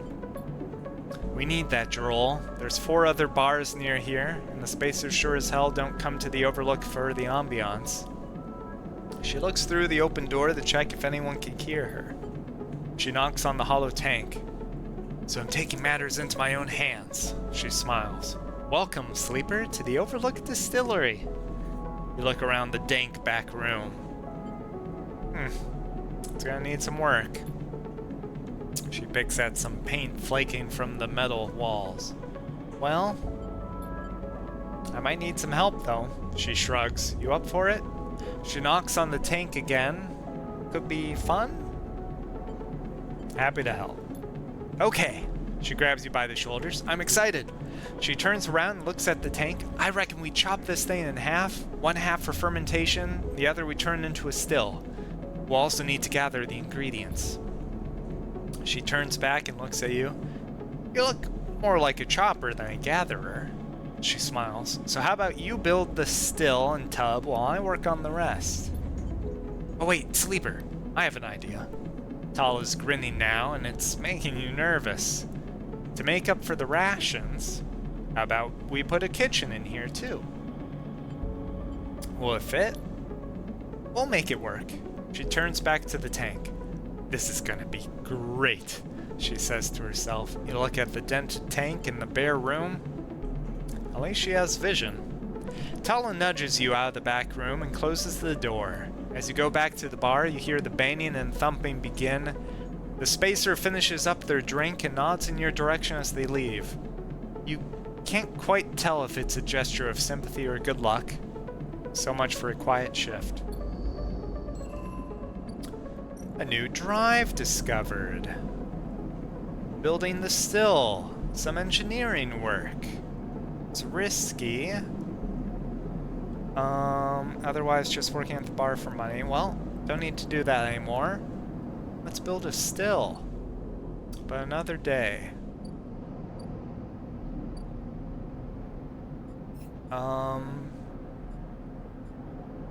Improve the overlook. Let's track that.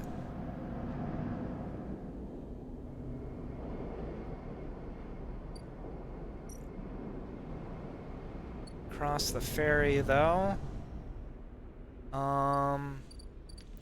Ambergris will be ready tomorrow. So, let's end the cycle.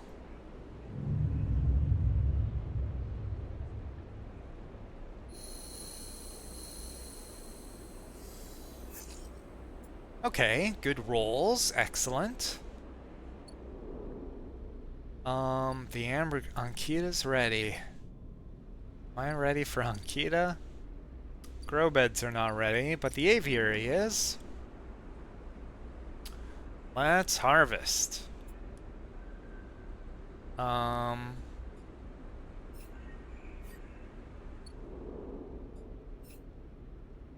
But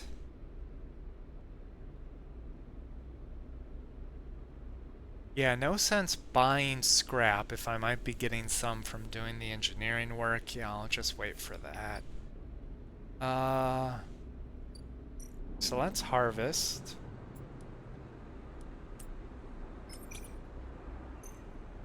Make sure to get the good stuff.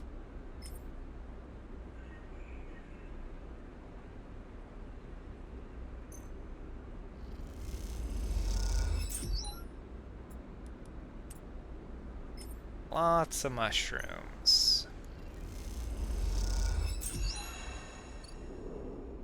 Okay, we got our yield. We can go back to the grow... No, not the grow beds, the aviary. And we've got the spores.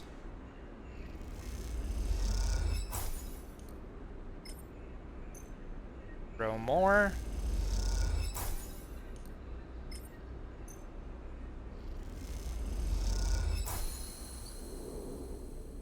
And we can go to the labs. Oh, I don't have enough. I only got one club head from all that. Damn. Okay.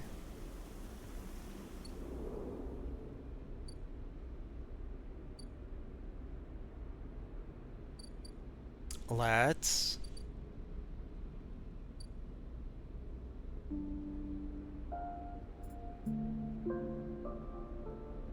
With the Matsutake caps, I think there's nothing else to do with them now other than sell them.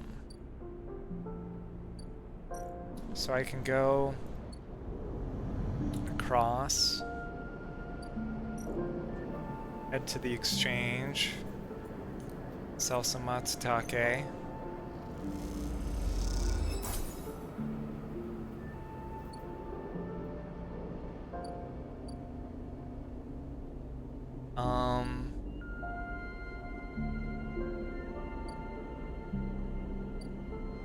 I will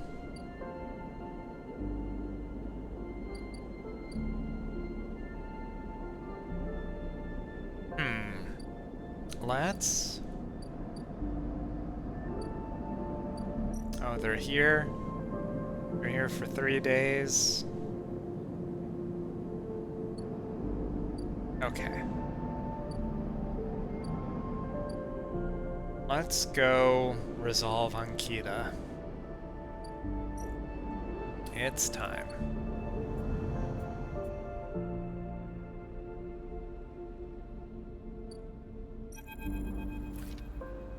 You spot Ankita on the track to the farm stack. She has a box on her shoulder and is working her way down the slope. She sees you as she approaches. Neither of you speak for a moment. She looks tired, pale.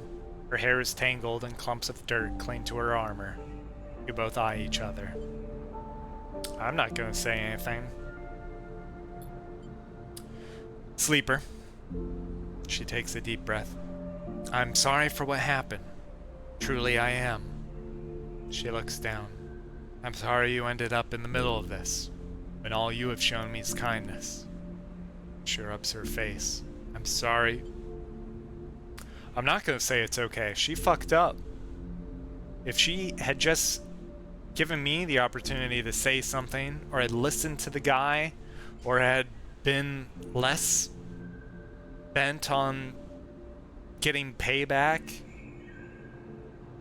I got her a ship mind. She didn't need that one. There was no need to kill them like that. She killed them both. For nothing but her own damn feelings. Fuck you.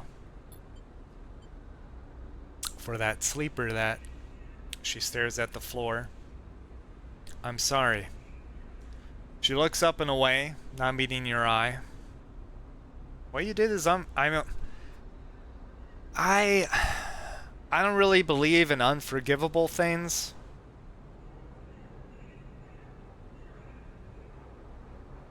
But I'm certainly not forgiving her right now.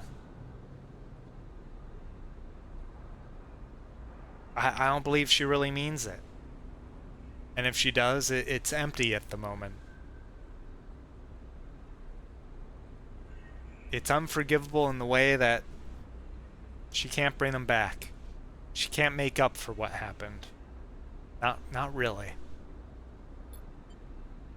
She looks at you. I understand. Ankita shifts the weight of the box on her shoulder. I've been preparing for... She grimaces. Look, she sighs. Can you come with me? It's easier if... Alright. Lead on. Ankita leads on down the dirt path between the pillars. There's wind passing through the greenway. There is a wind passing through the greenway, a quirk of the air currents the biosphere maintains, and it ruffles the leaves softly. The sound makes the silence more obvious, more complete. You try not to think of the last time you were here. You've been trying not to think of it for the past few cycles. The image of the sleeper, sprawled, twisted open, connected to the ship mind, has been hard to forget. You realize Ankita is leading you back there, back into the drum at the center of the stack. You pause, trembling a little, at the threshold. She turns. What are you doing?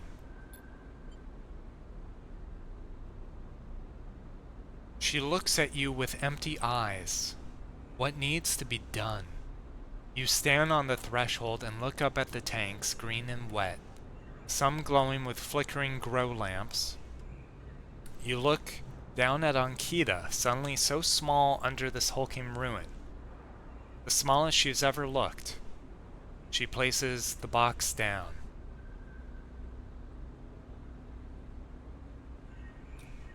What's the box? Is this a burial? Does she want to hold a funeral for the people she killed? Or is she... What needs to be done? Surely she doesn't want to kill me. No, I don't think she'd go through all the apologizing. I'll follow her in. You follow Ankita into the stack through a low tank, entering the drum at ground level. It's just as beautiful as you remember, but it barely touches you. Instead, you check the apertures of the tanks for the glint of a weapon or a shadow among the moss. Ankita stops and you look down. The mossy island at the center of the tank is clear now. The equipment cleared away. In its place is a mound of dirt, loosely covered with moss. Ashton's rifle stands straight, half buried in the dirt at the grave's head. I buried them together, Ankita says without turning. Oh, do you want brownie points for honoring their love after you fucking killed them? You both stand there in silence for a little while.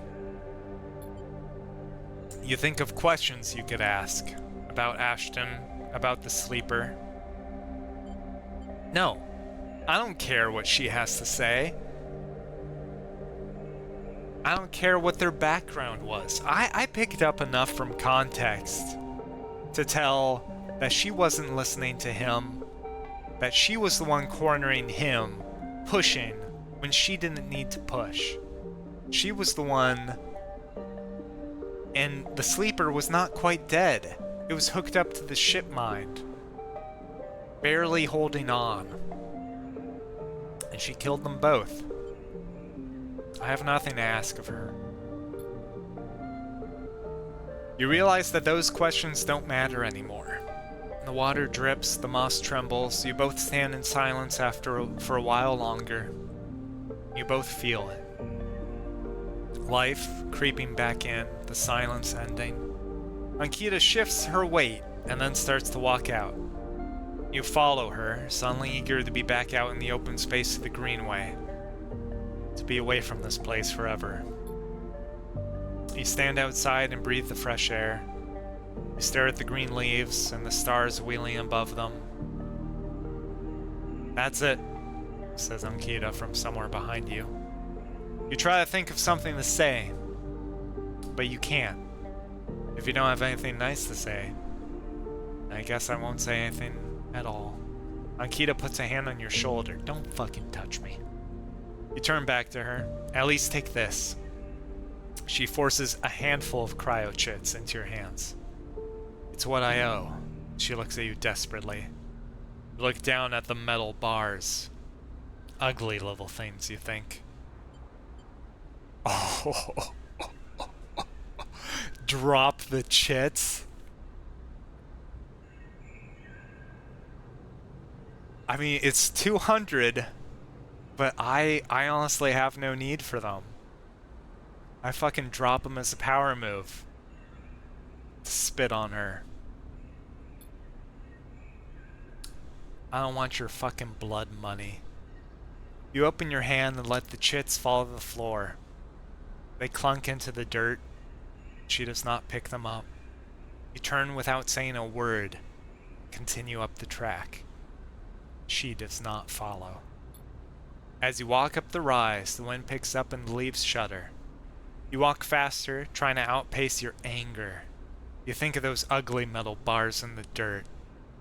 A life has to be worth more than that. It has to be. Damn! The bad end. Find an old crewmate? Oh no. It could have ended better. Yeah, I wonder if I had taken the fast, if I had not spent all that time taking the long way around, maybe I could have resolved things with Ashton before Ankita had the chance to track me there. Fuck, man. That's rough. I think I've got 2 points, but I need 3. Let's... waiting on that. Building a home. Yeah, let's do the engineering work.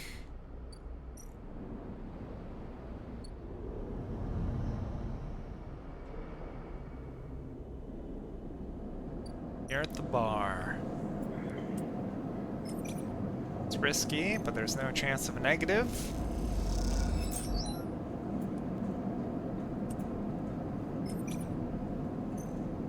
So we'll do this. Got a little scrap. And now we can rest in the container.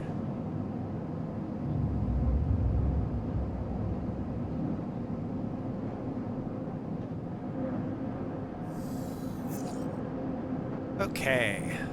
We can spend that 2 on energy.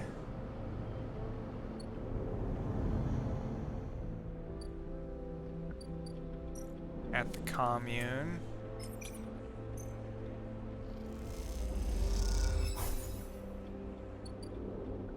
Okay. And then 2 more cycles for that. 3 cycles for that.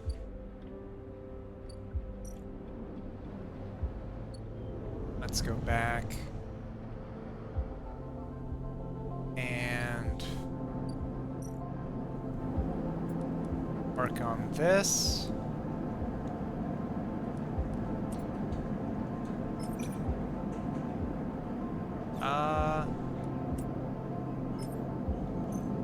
Start the action.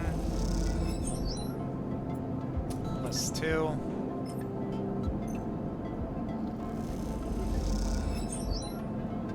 +2.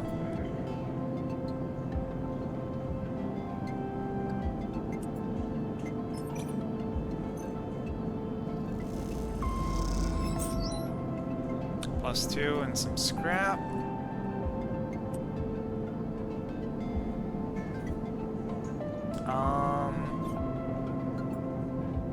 Do I want to spend the 3 here? It's got a chance of finishing it. No,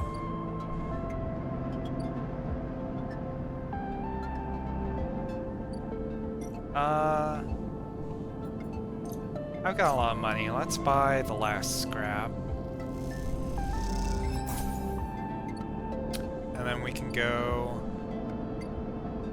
to the derelict place.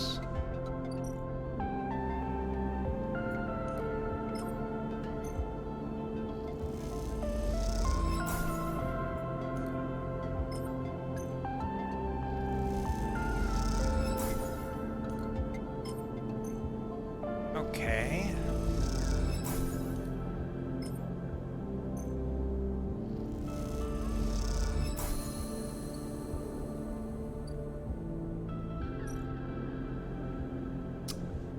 Oh. You can seal the unit. Once this place is sealed, it will be livable, maybe even comfortable. A place to call your own. Oh, it needs more work. I'll take some iodice.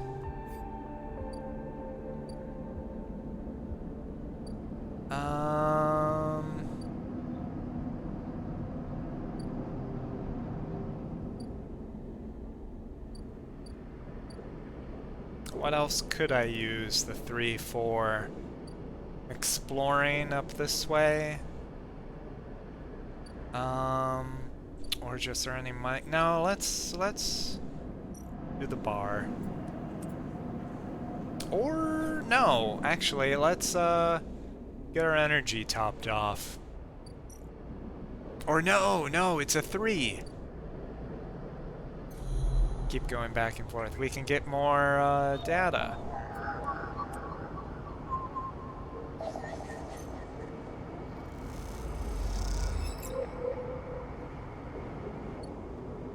Okay. And then we can rest in the container.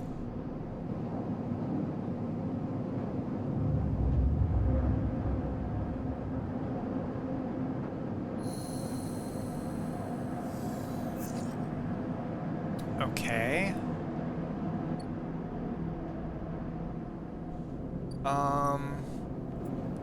We can finish this off.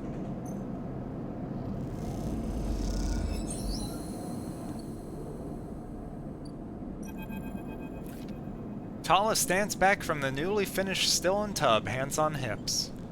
Look at this, she grins. The overlooked distillery in all its glory. She squeezes you around the shoulders. Thank you. How is sourcing the ingredients? Tala smiles. I think I've got most of it covered between the food factories in the low end and the farm stacks on the greenway. However, she pauses, there is an issue. What's the problem? Well, Gerald the drink, as you probably guessed, is named after Gerald the mushroom. That's what gives it that golden color and earthy taste. The alcohol is infused with the mushrooms along with a mix of spices. That means you need Gerald caps to make Gerald, but no one wants to supply us. The distilleries on the Greenway are taking all the stock from the farms out there, so it's hard to get a single cap across Founder's Gap. Oh, is it? However, I have an idea. She smiles. We can grow our Gerald caps here. She gestures at the increasingly equipment-filled back room. I can bring you mushrooms. Tala gives you a pitying look. Where's your vision? Any outside supplier means they take a cut. Okay, maybe not you, but someone somewhere takes a cut. No, really. Nobody's taking a cut. Tala puts a hand on the still. We made a still, we set all this up. How hard can growing mushrooms be? They don't need light, they barely need soil. We can do this. She pauses, or at least we could if we had something to grow them from. Like spores. Exactly. Suddenly you feel as if you walked into a trap, and you are the perfect person to get me those spores. She nods rapidly. Think about it. You built the still, you're great with plants, you know the eye like the back of your hand. Need I go on? Are you flattering me? If it's working, then yes? She grins sheepishly. Look, I can't leave the bar, and the other people are picking up shifts. She grimaces. I'm saying it has to be you. Alright. I don't know why she's turning down caps that I have. I've already got a growing operation going. We don't need to grow it in the back of your fucking bar. Wonderful. You'll love it on the over on the Greenway, I think. All that fresh air, open space. She sees your expression. Okay, I'm done. She turns back to look at the still and the fledgling distillery forming around it. It really is something, though, isn't it? And want to or not, you really have to agree. Huh. A single spore, no, 3 spores is what you need. Huh.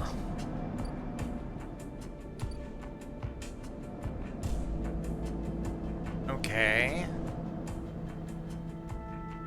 She wants spores. I can get spores.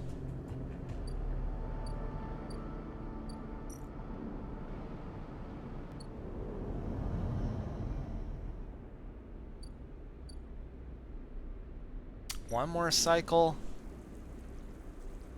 for that.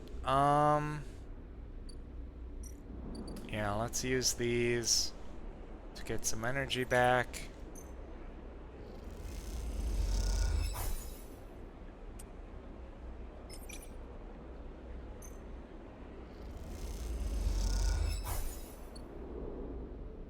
And then we can use these dye to collect spores.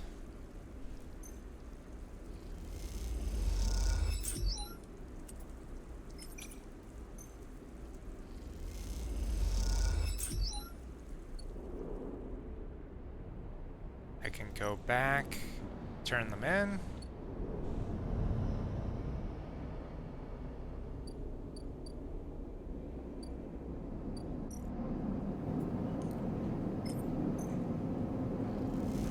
A 1, a 2, and 3.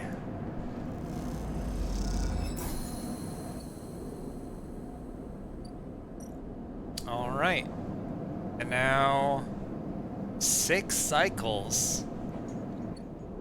All right, guess we're waiting there.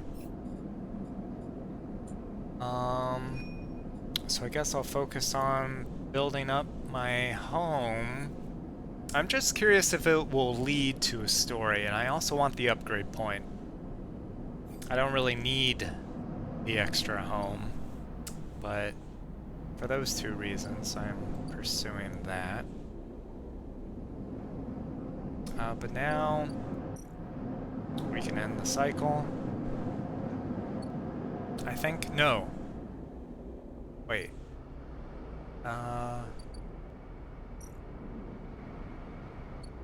Cross to the greenway. Never mind. Okay, we'll end the cycle here.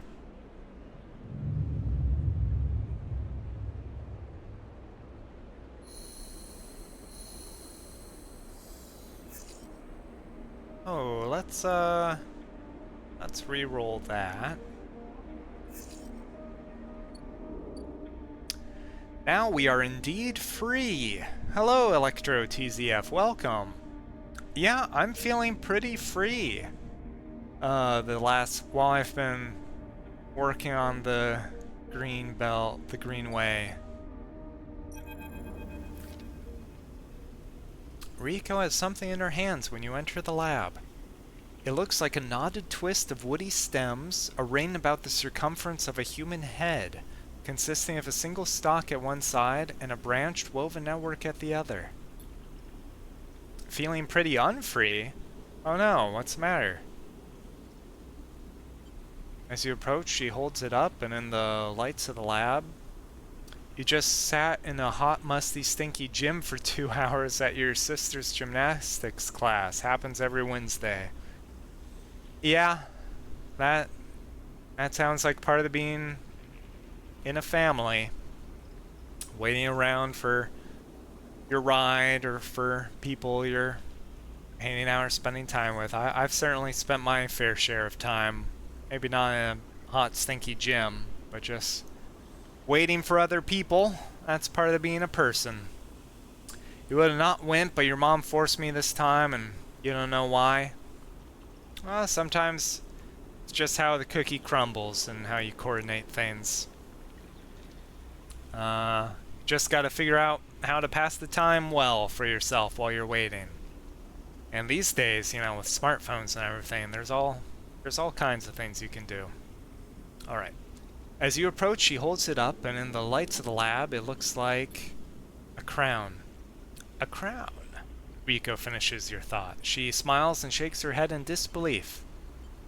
Is that what grew? It is. I came to the plant this morning, and this loop was all that was there. She points to a lump on the edge of the ring. The seed grew right back into itself, twisted up out of the soil. That being you encountered in the cloud, as you call it, was it wearing one of these?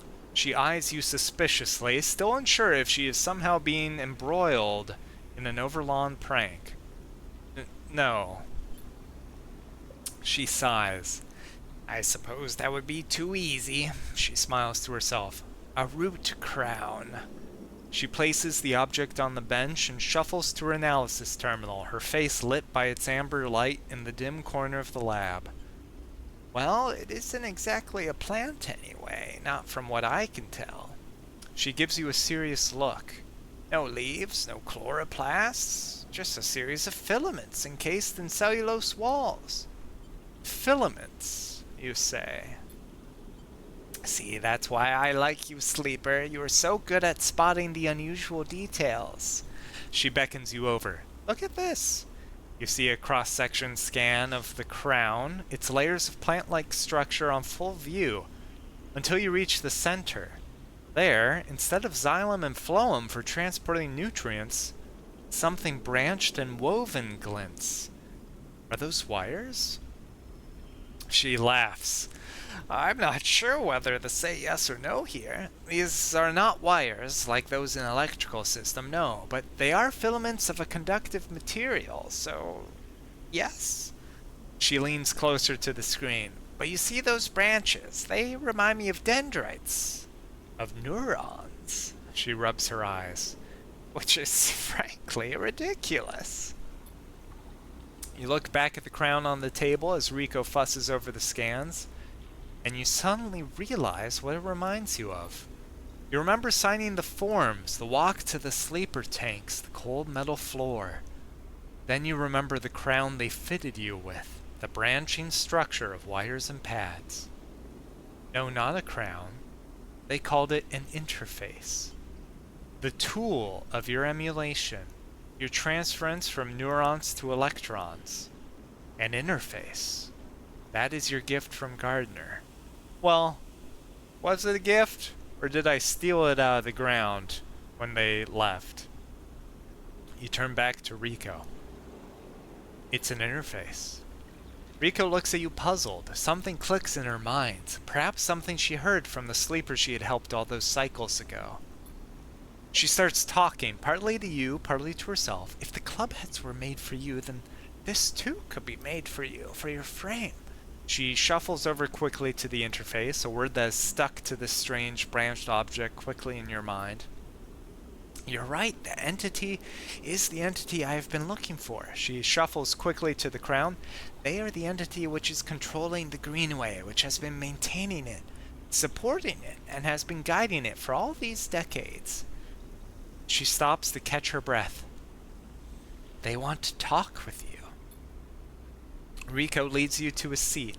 I will be here, Sleeper. If something happens, if you wish me to remove the crown, the interface, just squeeze. She grips your hand tightly. You meet her eyes, clouded with age, but bright with the thrill of new discoveries. Then she places the interface on your head, and everything blinks out. Back into the river, back into the dark flow. But something is different now. You are no longer pushed, no longer blocked and buffeted by the swarm, by the storm. Instead, it flows around you.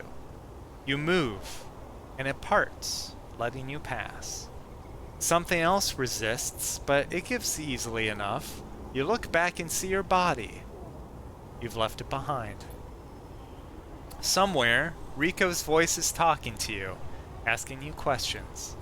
It is excited, eager, desperate to know what lies on the other side, what the entity has to say to you. You realize how long she's waited for this moment, for the moment of meeting between the inhabitants of the Greenway and its protector, and yet she is still on the outside. You shake off the sadness. You will be her eyes. Then you see the figure, Gardner, out in the storm, planting. It takes less than a moment to reach them. You've never felt so free. This is how Navigator must have felt, released from their prison. This, you think, is what it feels like to be in the place you were built to inhabit. Gardner does not turn at your approach. They go on planting, but their voice whispers in the waters like a sharply rising current. You grew the gift. Their speech hisses around you. Good. I am glad. I wanted to meet you. Then we are the same. Both eager shoots seeking out one another. How does it feel to be free of your seed? They stoop to plant again. Good. That is good. They press a seed into the loamy depths. There was some disagreement, continues Gardner, as if you were picking up on a long-held conversation with the others. They felt you were a danger, but they are always cautious, especially the fungi. They like old loam, known knowns, wide and stable networks. The fungi were cautious. Mostly, yes, although there are many among their number who favor short growth cycles, thick nutrient veins, and sudden shifts. He gestures out into the storm, and though you cannot see them, you feel presences all around, sensing this audience with great interest. After all, they understood that it was I who made them their crowns, and without them, they would not have joined the chorus. So they see that it is only fair that you get your chance to join too. To join. Yes, become part of this. Gardner stoops again. We are millions and we grow. I hope you understand. I am unused to speaking to your kind. It has been many cycles since my last conversation. I think it was with Chief Executive Trellick himself. You look around and you see it. Every growing thing, every non-human being in the Greenway is here. They're networked, connected, branched, and linked by this strange being, this artifact of the old station. The impossible dream of a senile farm administration AI. A living network. You could dissolve here, you realize, free of that decaying body. You wouldn't need to be a person. Why would you, among all these other minds? You turn away from the gardener for a moment and look back at your body. A tiny hairline thread connects it to you. You hear Rico's voice again, still asking, still checking in. Are you okay, Sleeper? What are they saying, Sleeper? Are you still there, Sleeper? Something in you sighs a long sigh. A sigh that speaks of an exhaustion beyond tiredness. An exhaustion rooted deep inside you. It stems from the effort of answering questions, of answering problems, of getting up and breathing each cycle.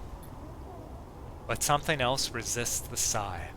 A yearning, a sense of distance, a desire to squeeze that hand that holds you for its warmth, its blood, its complexity.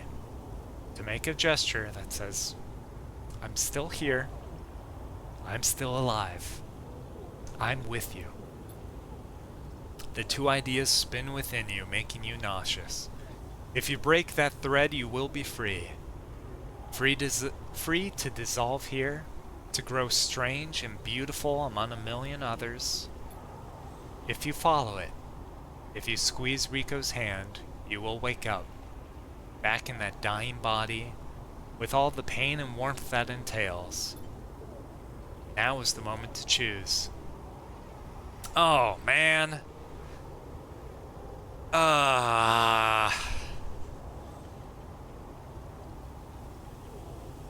I mean, of all the endings in this game, I feel like this is kind of the best, the coolest one. But I don't know if I'm ready yet. I kind of wanted to see some more things. Shoot. I didn't think this would come so quickly.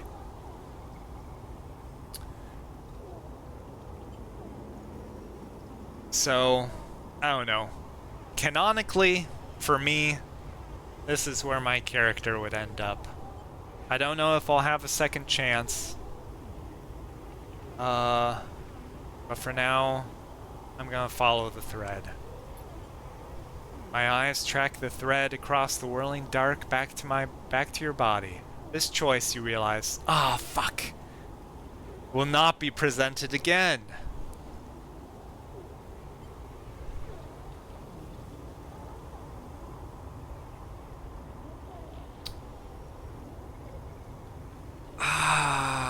I mean, what's left? There's helping the bar just get the tank up and running. There's hacking into the colony ship for Lem and Mina.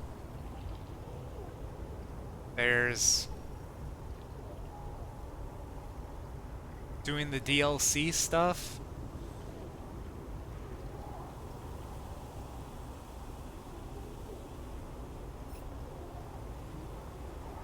There's working for the yacht again if I want to. I don't know.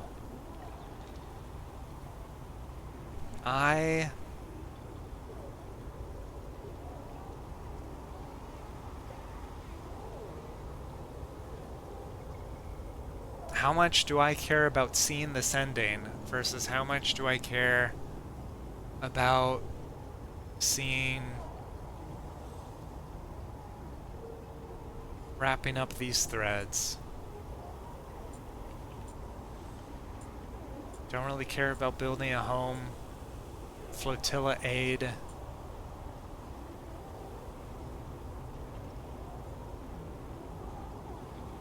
Yeah.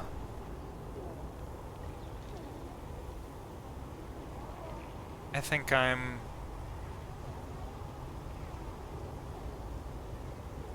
not ready to go yet. I think I do want to see what's going on with the flotilla aid. There's still more story to see. This would be a nice ending. I don't know if I'll find another ending as nice. But I'm not done yet. I will follow it. You don't look back at Gardner. You don't dare risk it. Instead, you follow the thread, delicately, carefully, like a diver following their lifeline back to the surface. The river whirls around you, but it doesn't pull. It isn't jealous.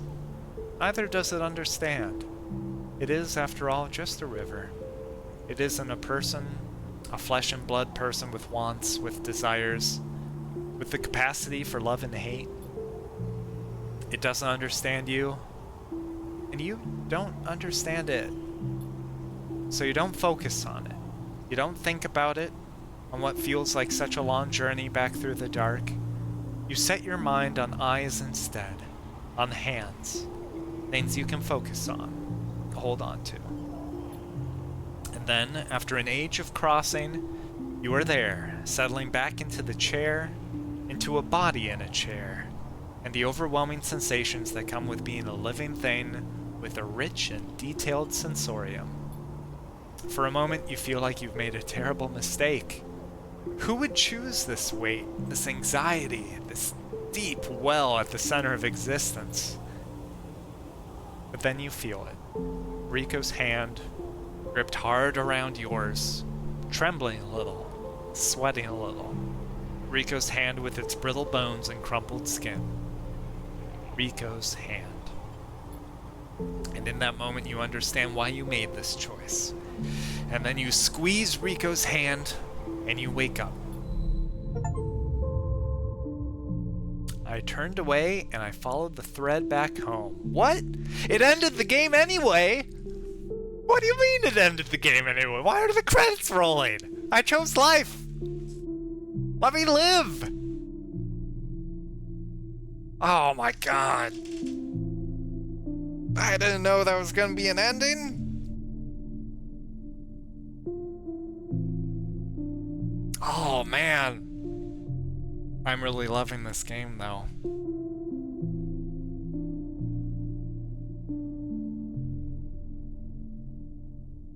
Gosh, the music was so good, the stories were so good. The gameplay was like just enough to build that suspense and get your mind turning, thinking, what can you do? This stream was nice. I felt like I really stabilized and I didn't have to worry about too much. It's just a way of doing some things. I would have liked to keep experiencing more of the story with that level of stability.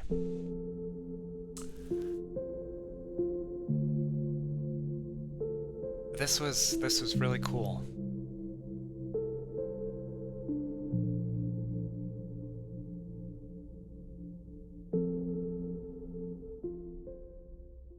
Will they let me load part way, or is that it for the save? And in order to experience it, I gotta start anew.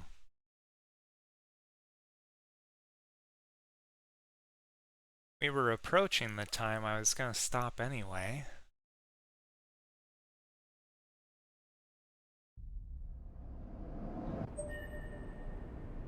Oh!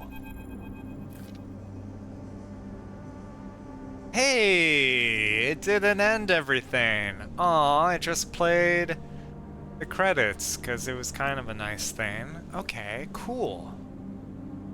Cool. So, stuff like that doesn't have to be... Okay. Sleeper? Rico's voice comes wavering through the dark. Are you still with me? You sit up, the lab a bright green glare that fades as you gather yourself. I'm here. Rico smiles. Good. She squeezes your hand. I thought you'd left me for a moment. What? She pauses. Who? She smiles. Tell me about it. Tell me everything. I'll tell her the truth. You tell Rico everything. You tell her about the gardener, that strange farm administrator AI that has grown to be so much more, about the chorus, that impossible configuration of networked plants, and finally about the choice the gardener offered you. She listens attentively, but her responses are hard to read, and you wonder if she might have made a different decision had she been in your place. Well, I think she's at a different point in her life. And I think that decision was understandable. Thank you, Sleeper, for telling me. I know it isn't easy to say such things. People so often do not wish to hear strange truths. She looks away. And thank you for returning to me. Though I know you had your own reasons. She squeezes your hand reassuringly. Something passes between you then. A kind of shared sadness for the impossible choice. The choice to escape your body, or to stay and suffer it. Her smile is warm and generous, and whatever the wisdom of your choice, you're glad to feel welcome in this moment, in this place. Then suddenly she stands and walks a little way as if trying to escape an unpleasant thought. You worry that she knows all too well what it takes to make a choice like you did. Rico sighs. So, Sleeper, do you plan to stay in the commune with us? For a while. I like it here. I'm glad to hear it. Rico crosses back over to you and takes one of your hands in both of hers. Haifa needs new blood if it wants to survive, and...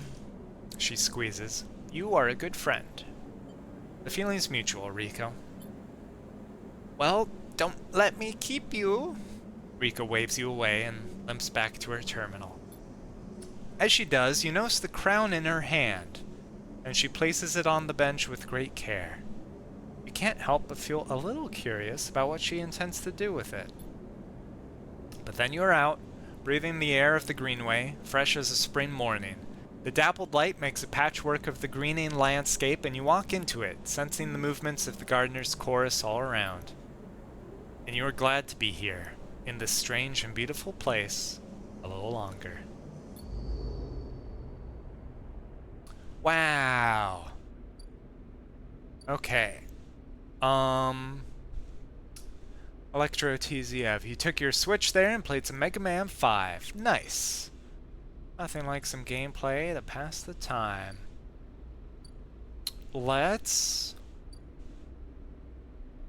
get some energy with a 2.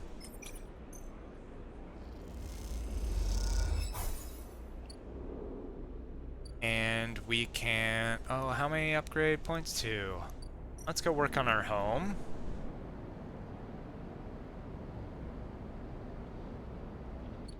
Or wait. That's gonna be ready tomorrow. So let's get the spores ready.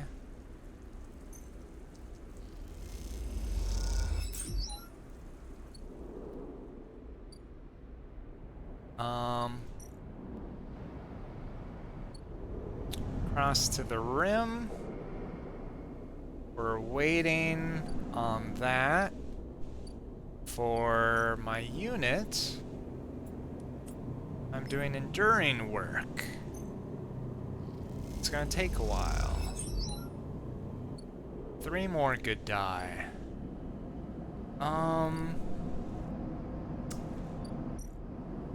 You're here. Oh.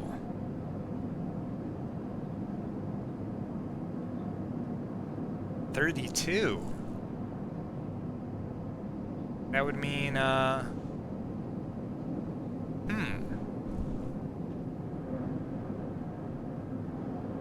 my money's getting pretty sustainable too. Yeah, I might as well buy what they've got at those prices.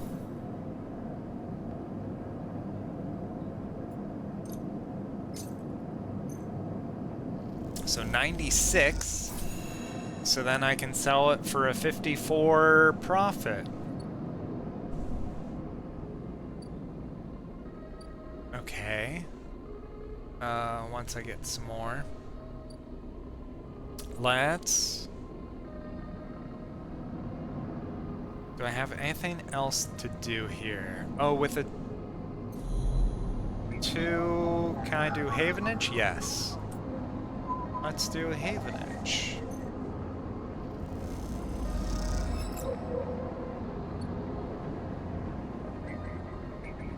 Okay.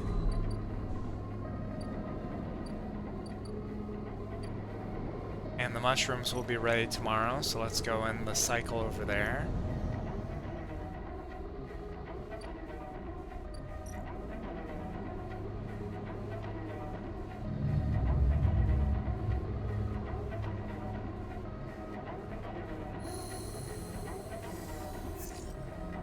Okay.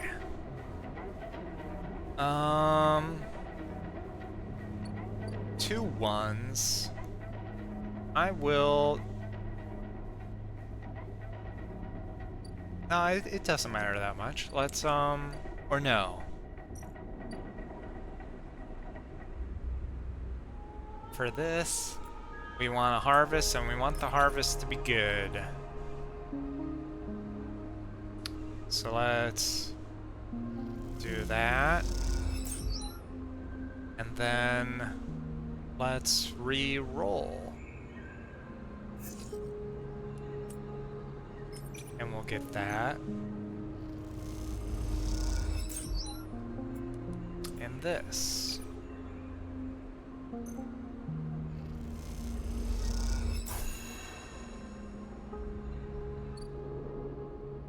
Okay. So then we can go back. And we can spend the spores.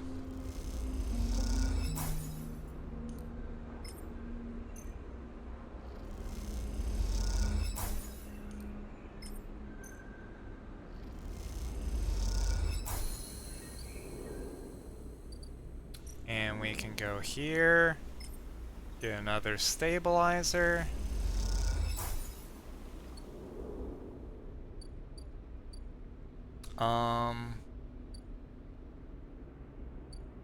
So that's all good.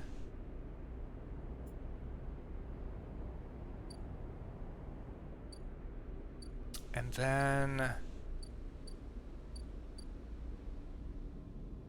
let's go across. Do we have enough to sell? Yeah. We can sell these.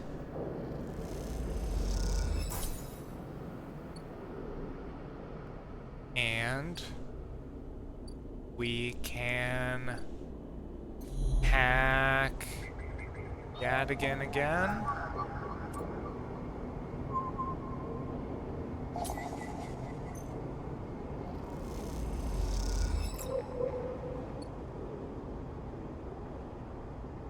Okay. And with that, we can visit Caster.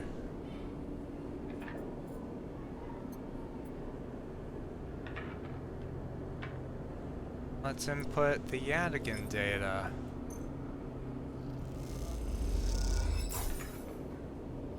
Oh, he gave me stabilizer for it. Interesting. Was not expecting that. Oh, and he'll give me a oh, it probably said on there, and I guess I didn't read it. He has a ship mind if I get him that. Well, that'll... Oh. Interesting. Okay, let's...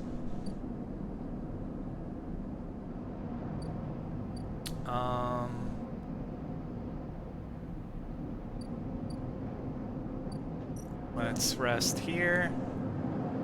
End the cycle.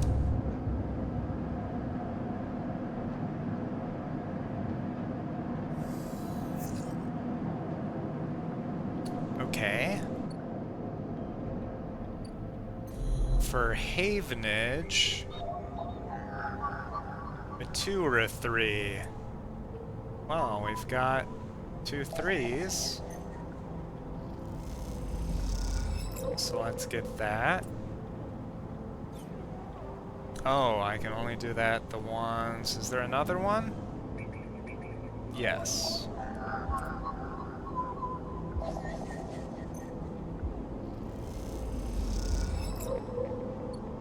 Okay. And then I can go back to Caster and put this data.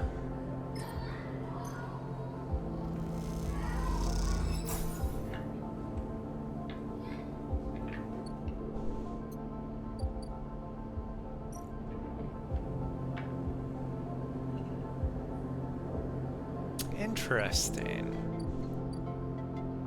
It doesn't have a scene after that. Okay.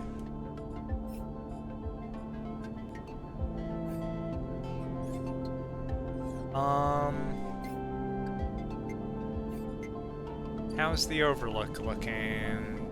3 more cycles?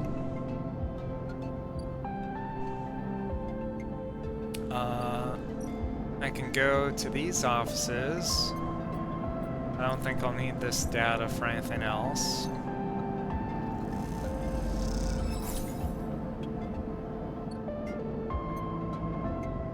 And then I can go to the unit, spend the 4.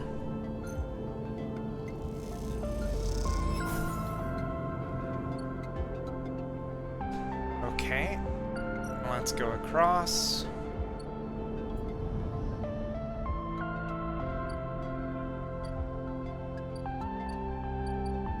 Spend the one here.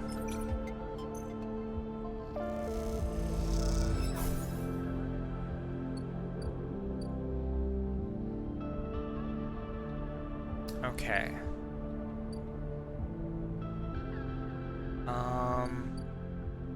3 cycles on that. And that's really all I'm doing.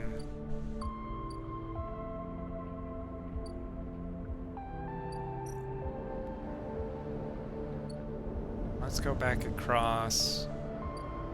Oh, we can sell a ship mine here.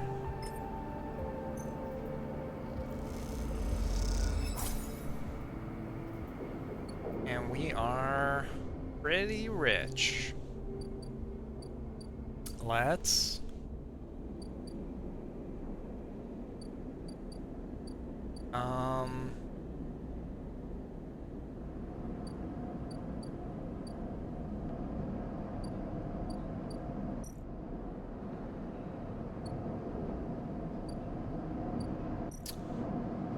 let's end the cycle here.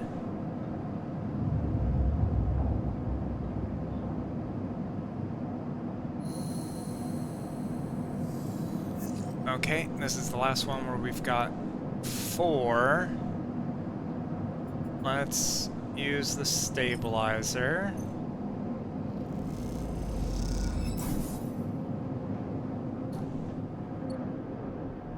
And don't need to do any more hacking.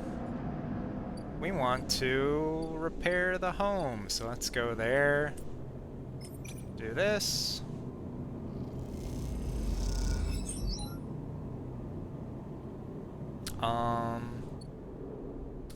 Then with these rolls, let's go get some energy back.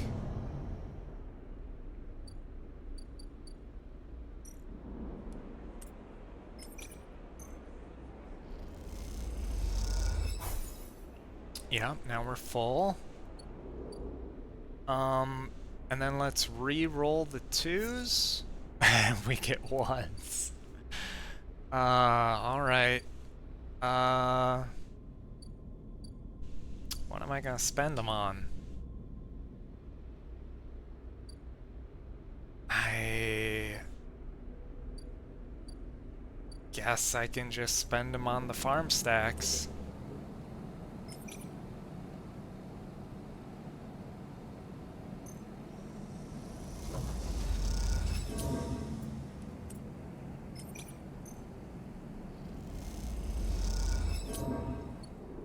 Okay, so then let's rest, end the cycle.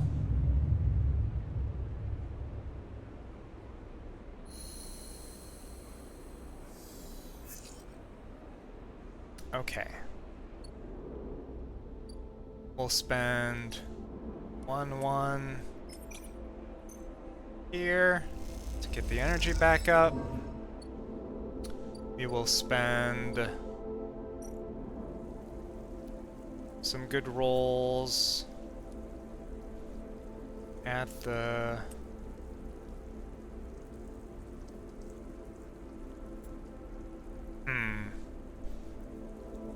yeah, we'll spend the 6s here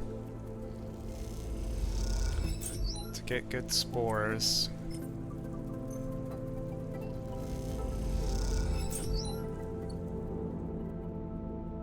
Now we've got the spores for when the harvest is ready tomorrow.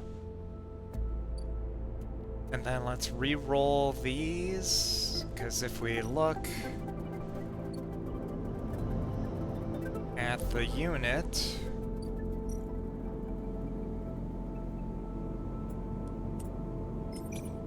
yeah, I don't want that. So let's try re-rolling. Nice. Let's put them both in.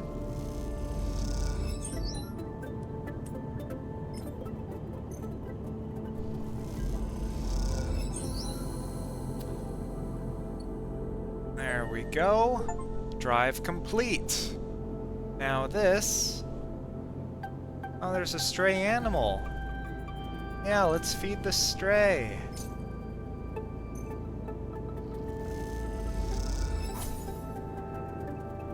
stray has been fed. Okay. The stray hops up onto a work surface and looks out of the unit's small window. It doesn't acknowledge your presence, it just sits there beside the tray of crumbled crackers, staring out at the low end. What is this cat's story?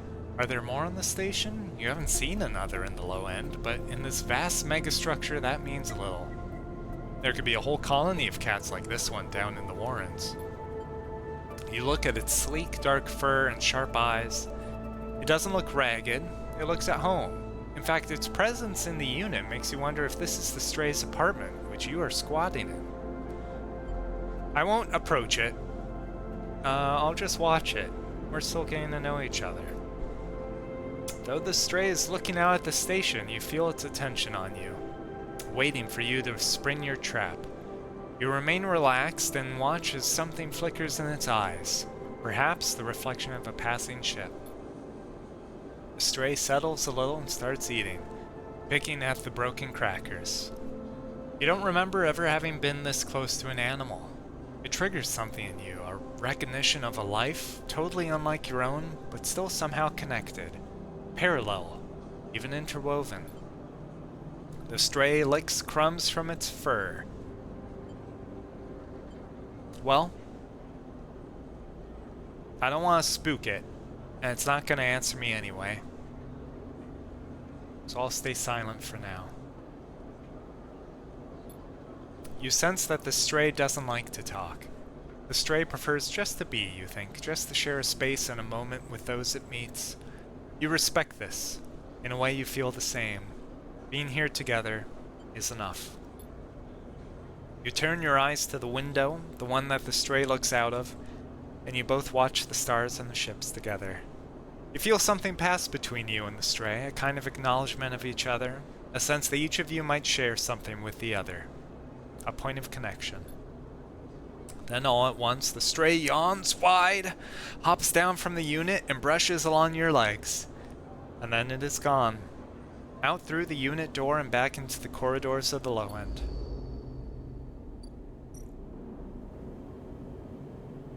Oh, I can feed it again.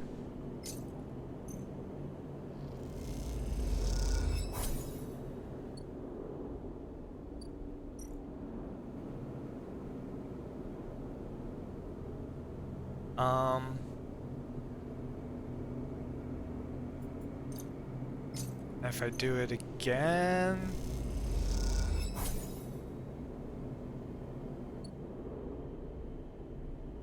Okay. We have 3 upgrade points. I feel like we're mostly done with interfacing. And we're mostly done with engineering. Intuit is used for all the farming stuff. So I'm inclined to put 3 points on that. And if we go back there... No, I'll see tomorrow. Okay, let's do that. And what other goal? Improving the overlook. We're waiting on that. So let's end the cycle here.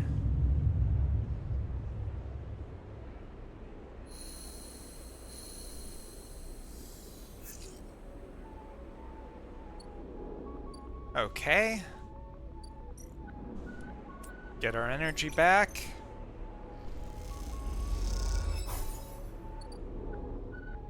And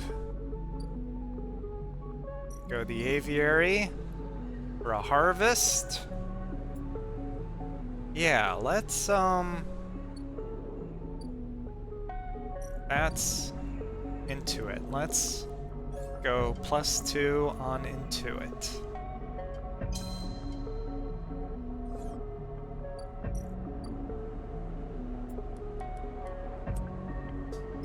This is what keeps me alive.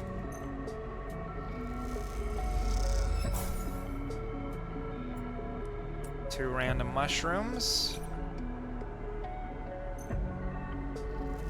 2 random mushrooms.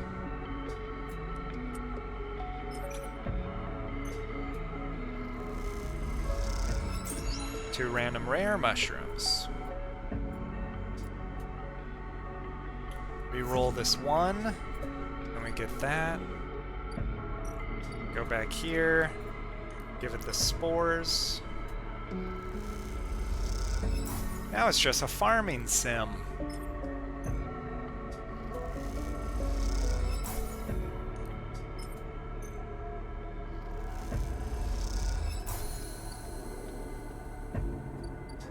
Okay.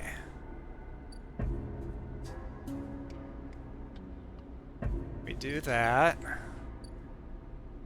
And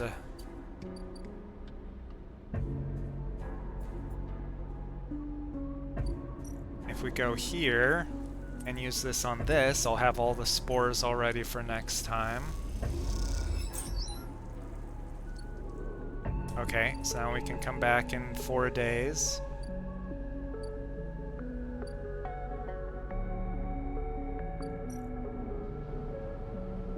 Let's cross. We can sell the caps. Twice even.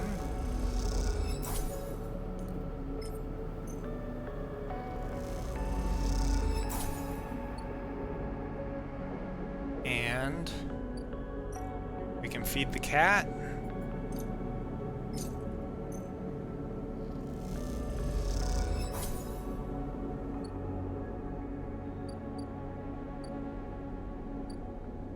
And Tala's ready.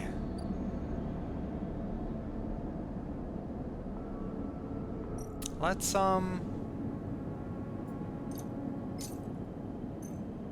buy all the scrap. Oh, there, we got a ship mine fragment. That'll pay for this scrap.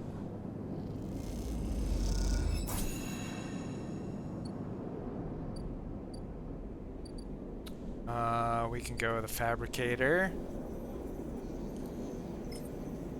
Build a ship mine.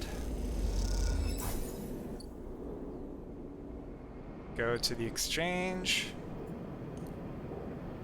Sell it.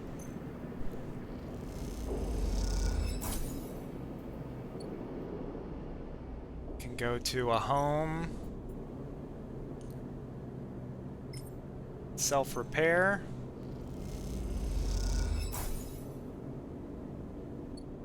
Okay. Now let's see what's going on with Tala. Tala comes to you one shift when the bar is empty, tapping you on the shoulder as you clean the bar. It's ready. She's grinning from ear to ear. Can I try? Obviously. She grabs you by the arm before you can ask anything else and drags you into the back room. The smell hits you immediately when you enter, a cocktail of rich fermentation and chemical sharpness. The room is warm and bright now, the newly installed lights making the place look clean, whether it is or not. Tala has already pulled up a couple of stools around a metal crate, where 2 glasses with a few fingers of pale Gerol sit waiting. She smiles. I haven't even tried it yet. You can see she's nervous. You both sit at the makeshift table, the slight strangeness of the situation making you both jumpy. Tala hands you a glass. Cheers! Sorry, cheers, she says solemnly, and knocks the glass back. You do the same. The first sensation is burning, a sharp, nose-clearing blast of alcohol that has your frame querying whether you would like to activate safe mode. You gulp the drink back, and it is only then behind the burn that you taste the earthy tones of the mushrooms, the wood and the soil, left behind like sediment. Barely there. That's strong. Tala nods vigorously. Woof, that was heavy.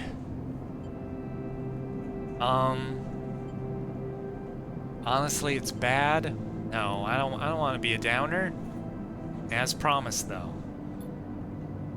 You think? She swirls the glass and puts it down. Wait, I have an idea. Tala grabs a metal bottle from the newly installed work surface and adds a few drops of water into the Gerol. Try again. This time the burn is a warming glow, harsh but fading off, and the woodiness less heavy. You taste something floral in among the marshy decay, something fresh and bright that you never expected to find. Both you and Tala meet eyes. It's really good, right? Definitely better. She nods and takes another sip. Damn good. Tala pours out some more Jarol and then adds some more water. The action's already taking on the quality of a ritual. You both drink. Tala tucks her feet up beneath her on the stool, folding her legs. She looks down into her glass and swirls the liquid thoughtfully. What's on your mind? Tala looks up at nothing in particular. My father opened this place, you know, she says out of nowhere, a thought suddenly becoming words. It was his attempt at making a life for us, for my family, when we got to the Eye. You were refugees? From Sinza, yeah. It's one of Amber's lesser moons. She takes a drink. I don't remember much. I was only tiny when we came. I was just thinking about something my father told me. When he first set this place up, he wanted to call it the Bantayan, but he was afraid it'd scare off the customers, so he kind of translated it. Hence the Overlook. And these past few cycles, when I've been in here, I've been thinking I should rename the place. She looks at you, the Bantayan. What do you think? What does it mean? She just said it means the Overlook, you dummy. I love it. She looks away. Me too. Tala picks up her glass. That settles it then. To the Bantayan. You both clink your glasses and drink up. Tala hisses through her teeth. Still harsh. She laughs, then suddenly grabs your shoulder. Oh, Sleeper, I totally forgot. She stumbles to her feet. She lurches over to a corner of the room covered with a plastic sheet and whips it off like a magician performing a trick. Beneath it is a neat little kitchen. A sink, a work surface, and a compact oven with a hob. Your kitchen! She doesn't give you time to respond. You can come make stuff here anytime, as long as you promise not to raid the mushroom farm. I need those for the Jarol. I was thinking too that if things pick up, we can start serving proper food at the the Bantayan. She laughs. Do you like it? Thank you. Tala gives you a hug, then quickly stands back. I'm sorry, I'm so glad you're here. She grins. Me too. As Tala tidies away the glasses, you inspect the kitchen, checking that it all works. It's small and salvaged, but after what you've had to put up with, it feels like a dream come true. Later, when she's done for the day, Tala comes back through to the bar, and you share a glass of the good Jarol, the one she didn't distill. And this time, you talk about nothing in particular, sharing stories about regulars or discussing the best place to eat on the Eye, which after everything that's happened, feels like a nice change of pace. When it comes time to leave, you promise to cook for Tala and agree to let her know which shifts you'll be working in the coming cycles, and then slip out into the cool of the rotunda. And in this moment you feel, for once, at home. Drive complete. Okay. The Bantayan. Oh, I can bring and cook Matsutake caps, and I can cook Jarol caps. Interesting.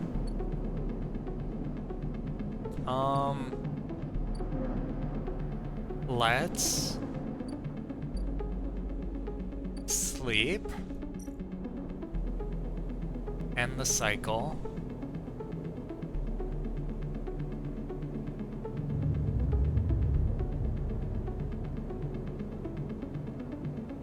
And then, before I end it today, well, let's feed the cat.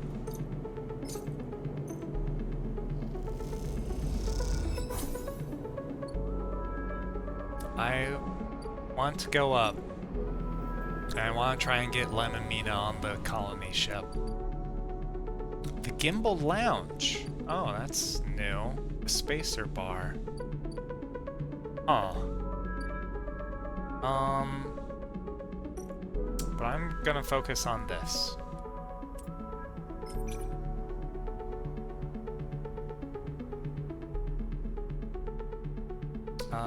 Wait, we don't need to spend the 5, we can spend the 4.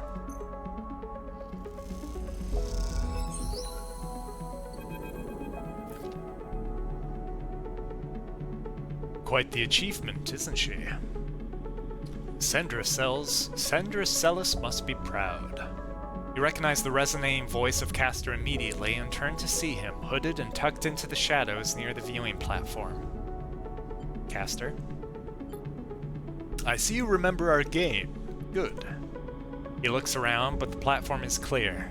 I'm afraid you'll have to wait for a rematch. Microgravity makes Tavla a little difficult. He smiles broadly. Castor walks out to stand beside you on the platform. The telltale clunk of magnetic boots accompanies his slow crossing.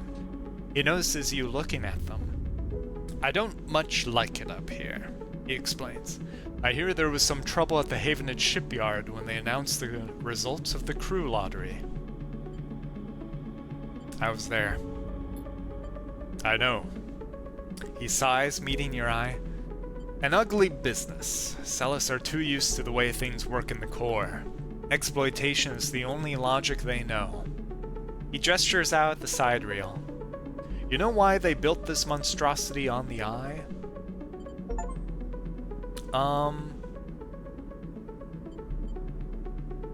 Was it for money? To get cheap labor? Control? I bet they could have built it cheaply in a number of places. I think it was about control. Certainly, there's no corporate oversight out here, but that's not all. He stares at the pristine yellow hull. Celis built it here, says Castor gravely, because they didn't want anyone to know it exists. Okay, so yeah, control. He rubs his forehead. And secrecy is something I cannot abide. He turns to face you. There are people being loaded onto that ship as we speak. Sleeping people, locked in cryosleep like the person that you were emulated from. And there are hundreds of them. And Celis wants to send them out to a planet at the edge of the settled systems without anyone knowing where it is. But you, Sleeper, can do something about that. You're like me. You deal with data. You can read it right out of the air. With someone like you on that ship, secrecy isn't a problem. You can ping back whatever I need whenever I need it, as long as you are on board. With you on the side reel, and with some minor modifications, he pauses. You can be my eyes and ears. I will keep track of Celis's grand project through you.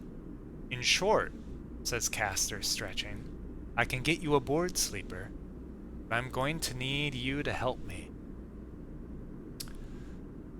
What if I don't want to go? Then I doubt you will find a way onto that ship out there. It's not just me. Yes, your friend Lem. That can be arranged. It is difficult, but not impossible. The condition is, of course, that you go too. Castor clunks closer to the window, watching the tugs wheeling around the side reel. It's a simple offer, and the only one that will get you on that ship. Please consider it. He turns back, silhouetted against the ship. But to make it happen, I need your assistance, as I said. There's a Celis Foundation ship docked in the now-empty shipyard. I need the data from its servers. This will allow me to produce the IDs necessary for your transit. Castor looks over his glasses at you. Celis aren't stupid, though. Their ship is totally isolated from the station. You'll need to get on board if you want access to their air-walled servers. Once you have the data, meet me at your friend's unit so we can give him the good news. He smiles. I noticed his importance to you. And the little one. So cute.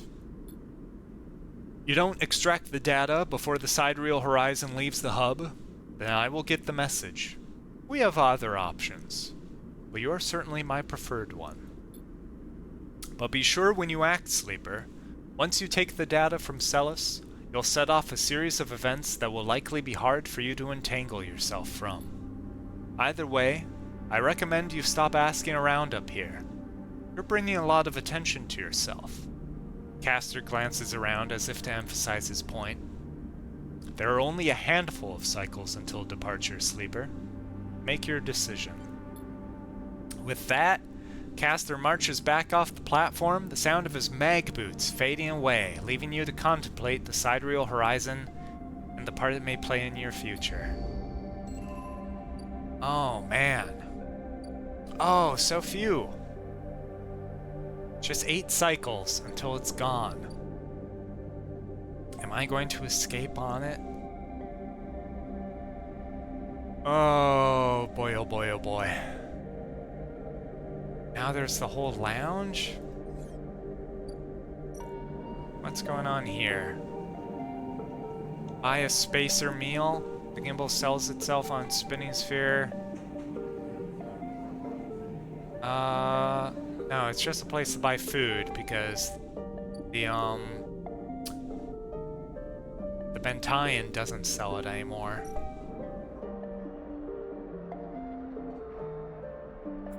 I can explore here. +2 either way.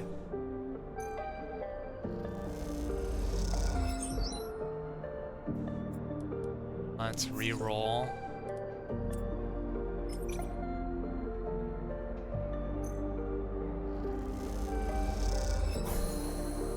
I become a weightless wanderer. There's Bliss, a ship mechanic, Kisho capsules. My oh my.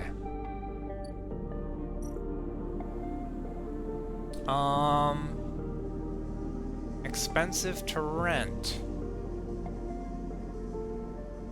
I can rent a capsule? But then, do I just have... I mean, I've got money to find out. Let's...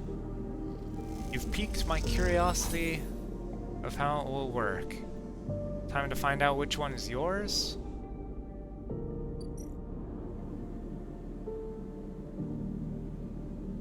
Alright.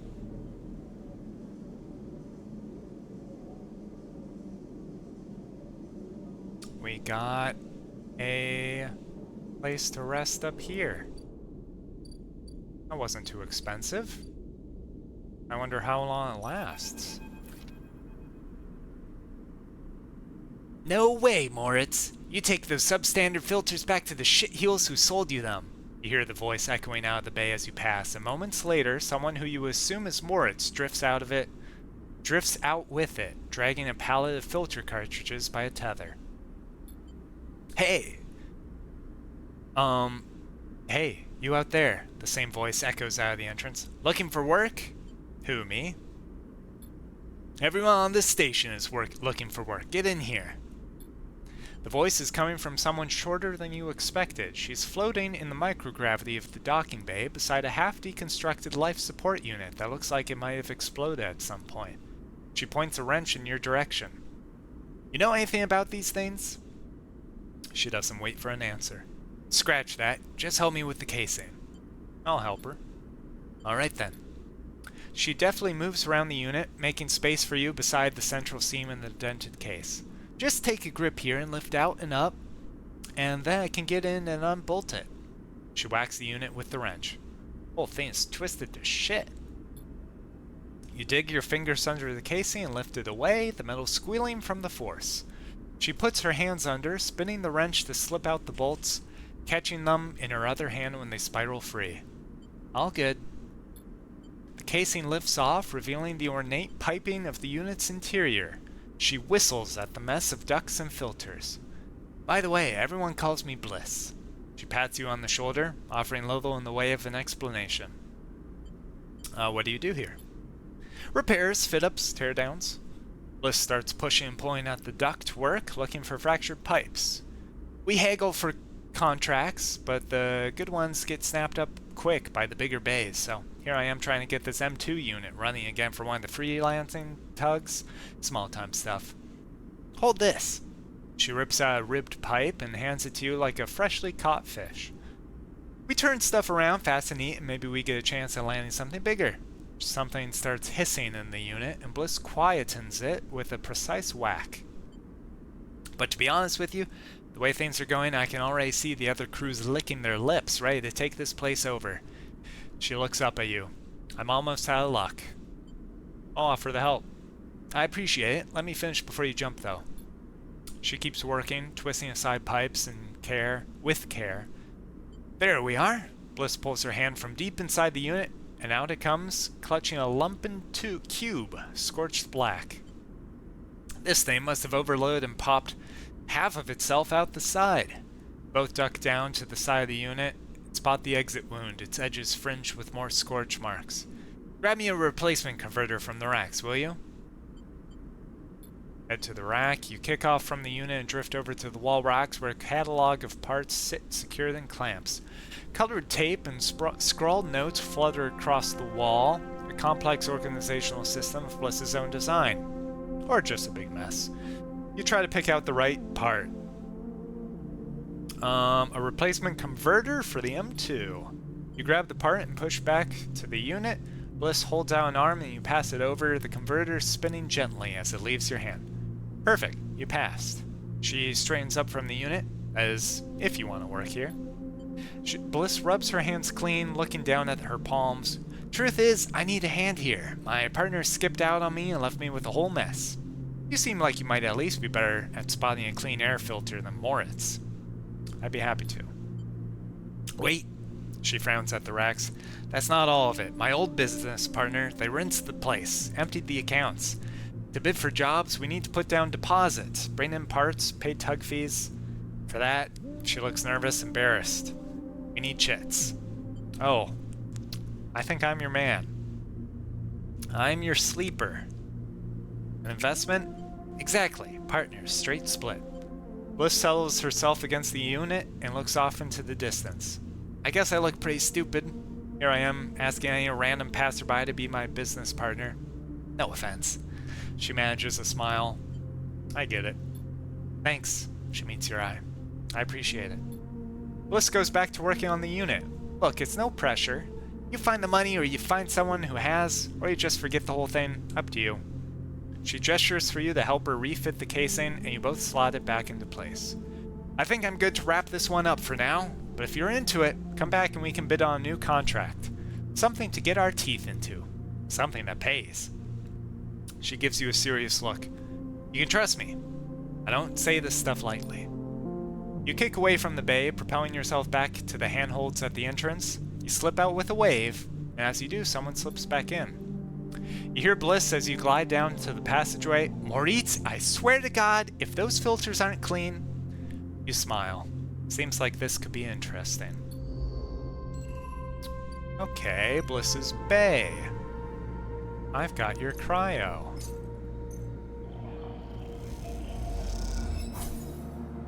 I'm now partnered with Bliss. Gotta wait 3 cycles. Okay. Bliss's bay. Send to the rim. Oh boy. What am I gonna do with these last ones? Have I fed the cat today?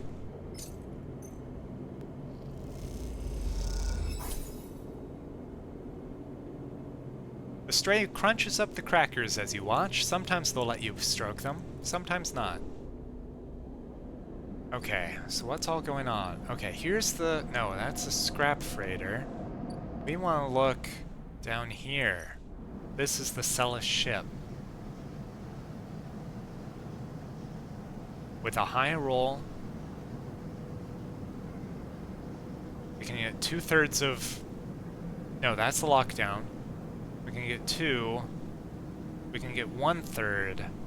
Good roll there. Or we can get half with this.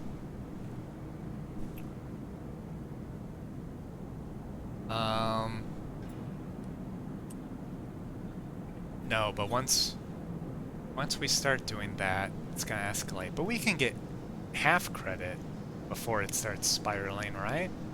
No, that's a critical action. Oh, we can only do that once.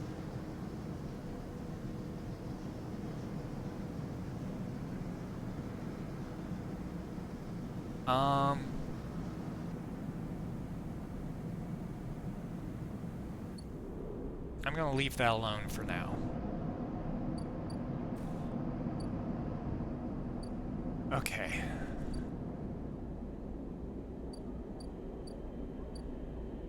So, here we are.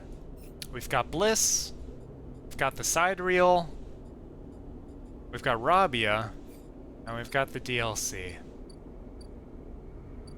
Other than that, the ship is completely explored.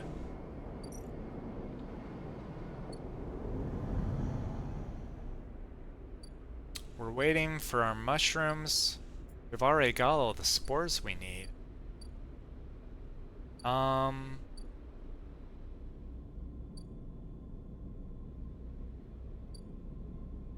I think I'm just gonna end it here in the middle of the day. Because I don't know what to do next. I do have to go.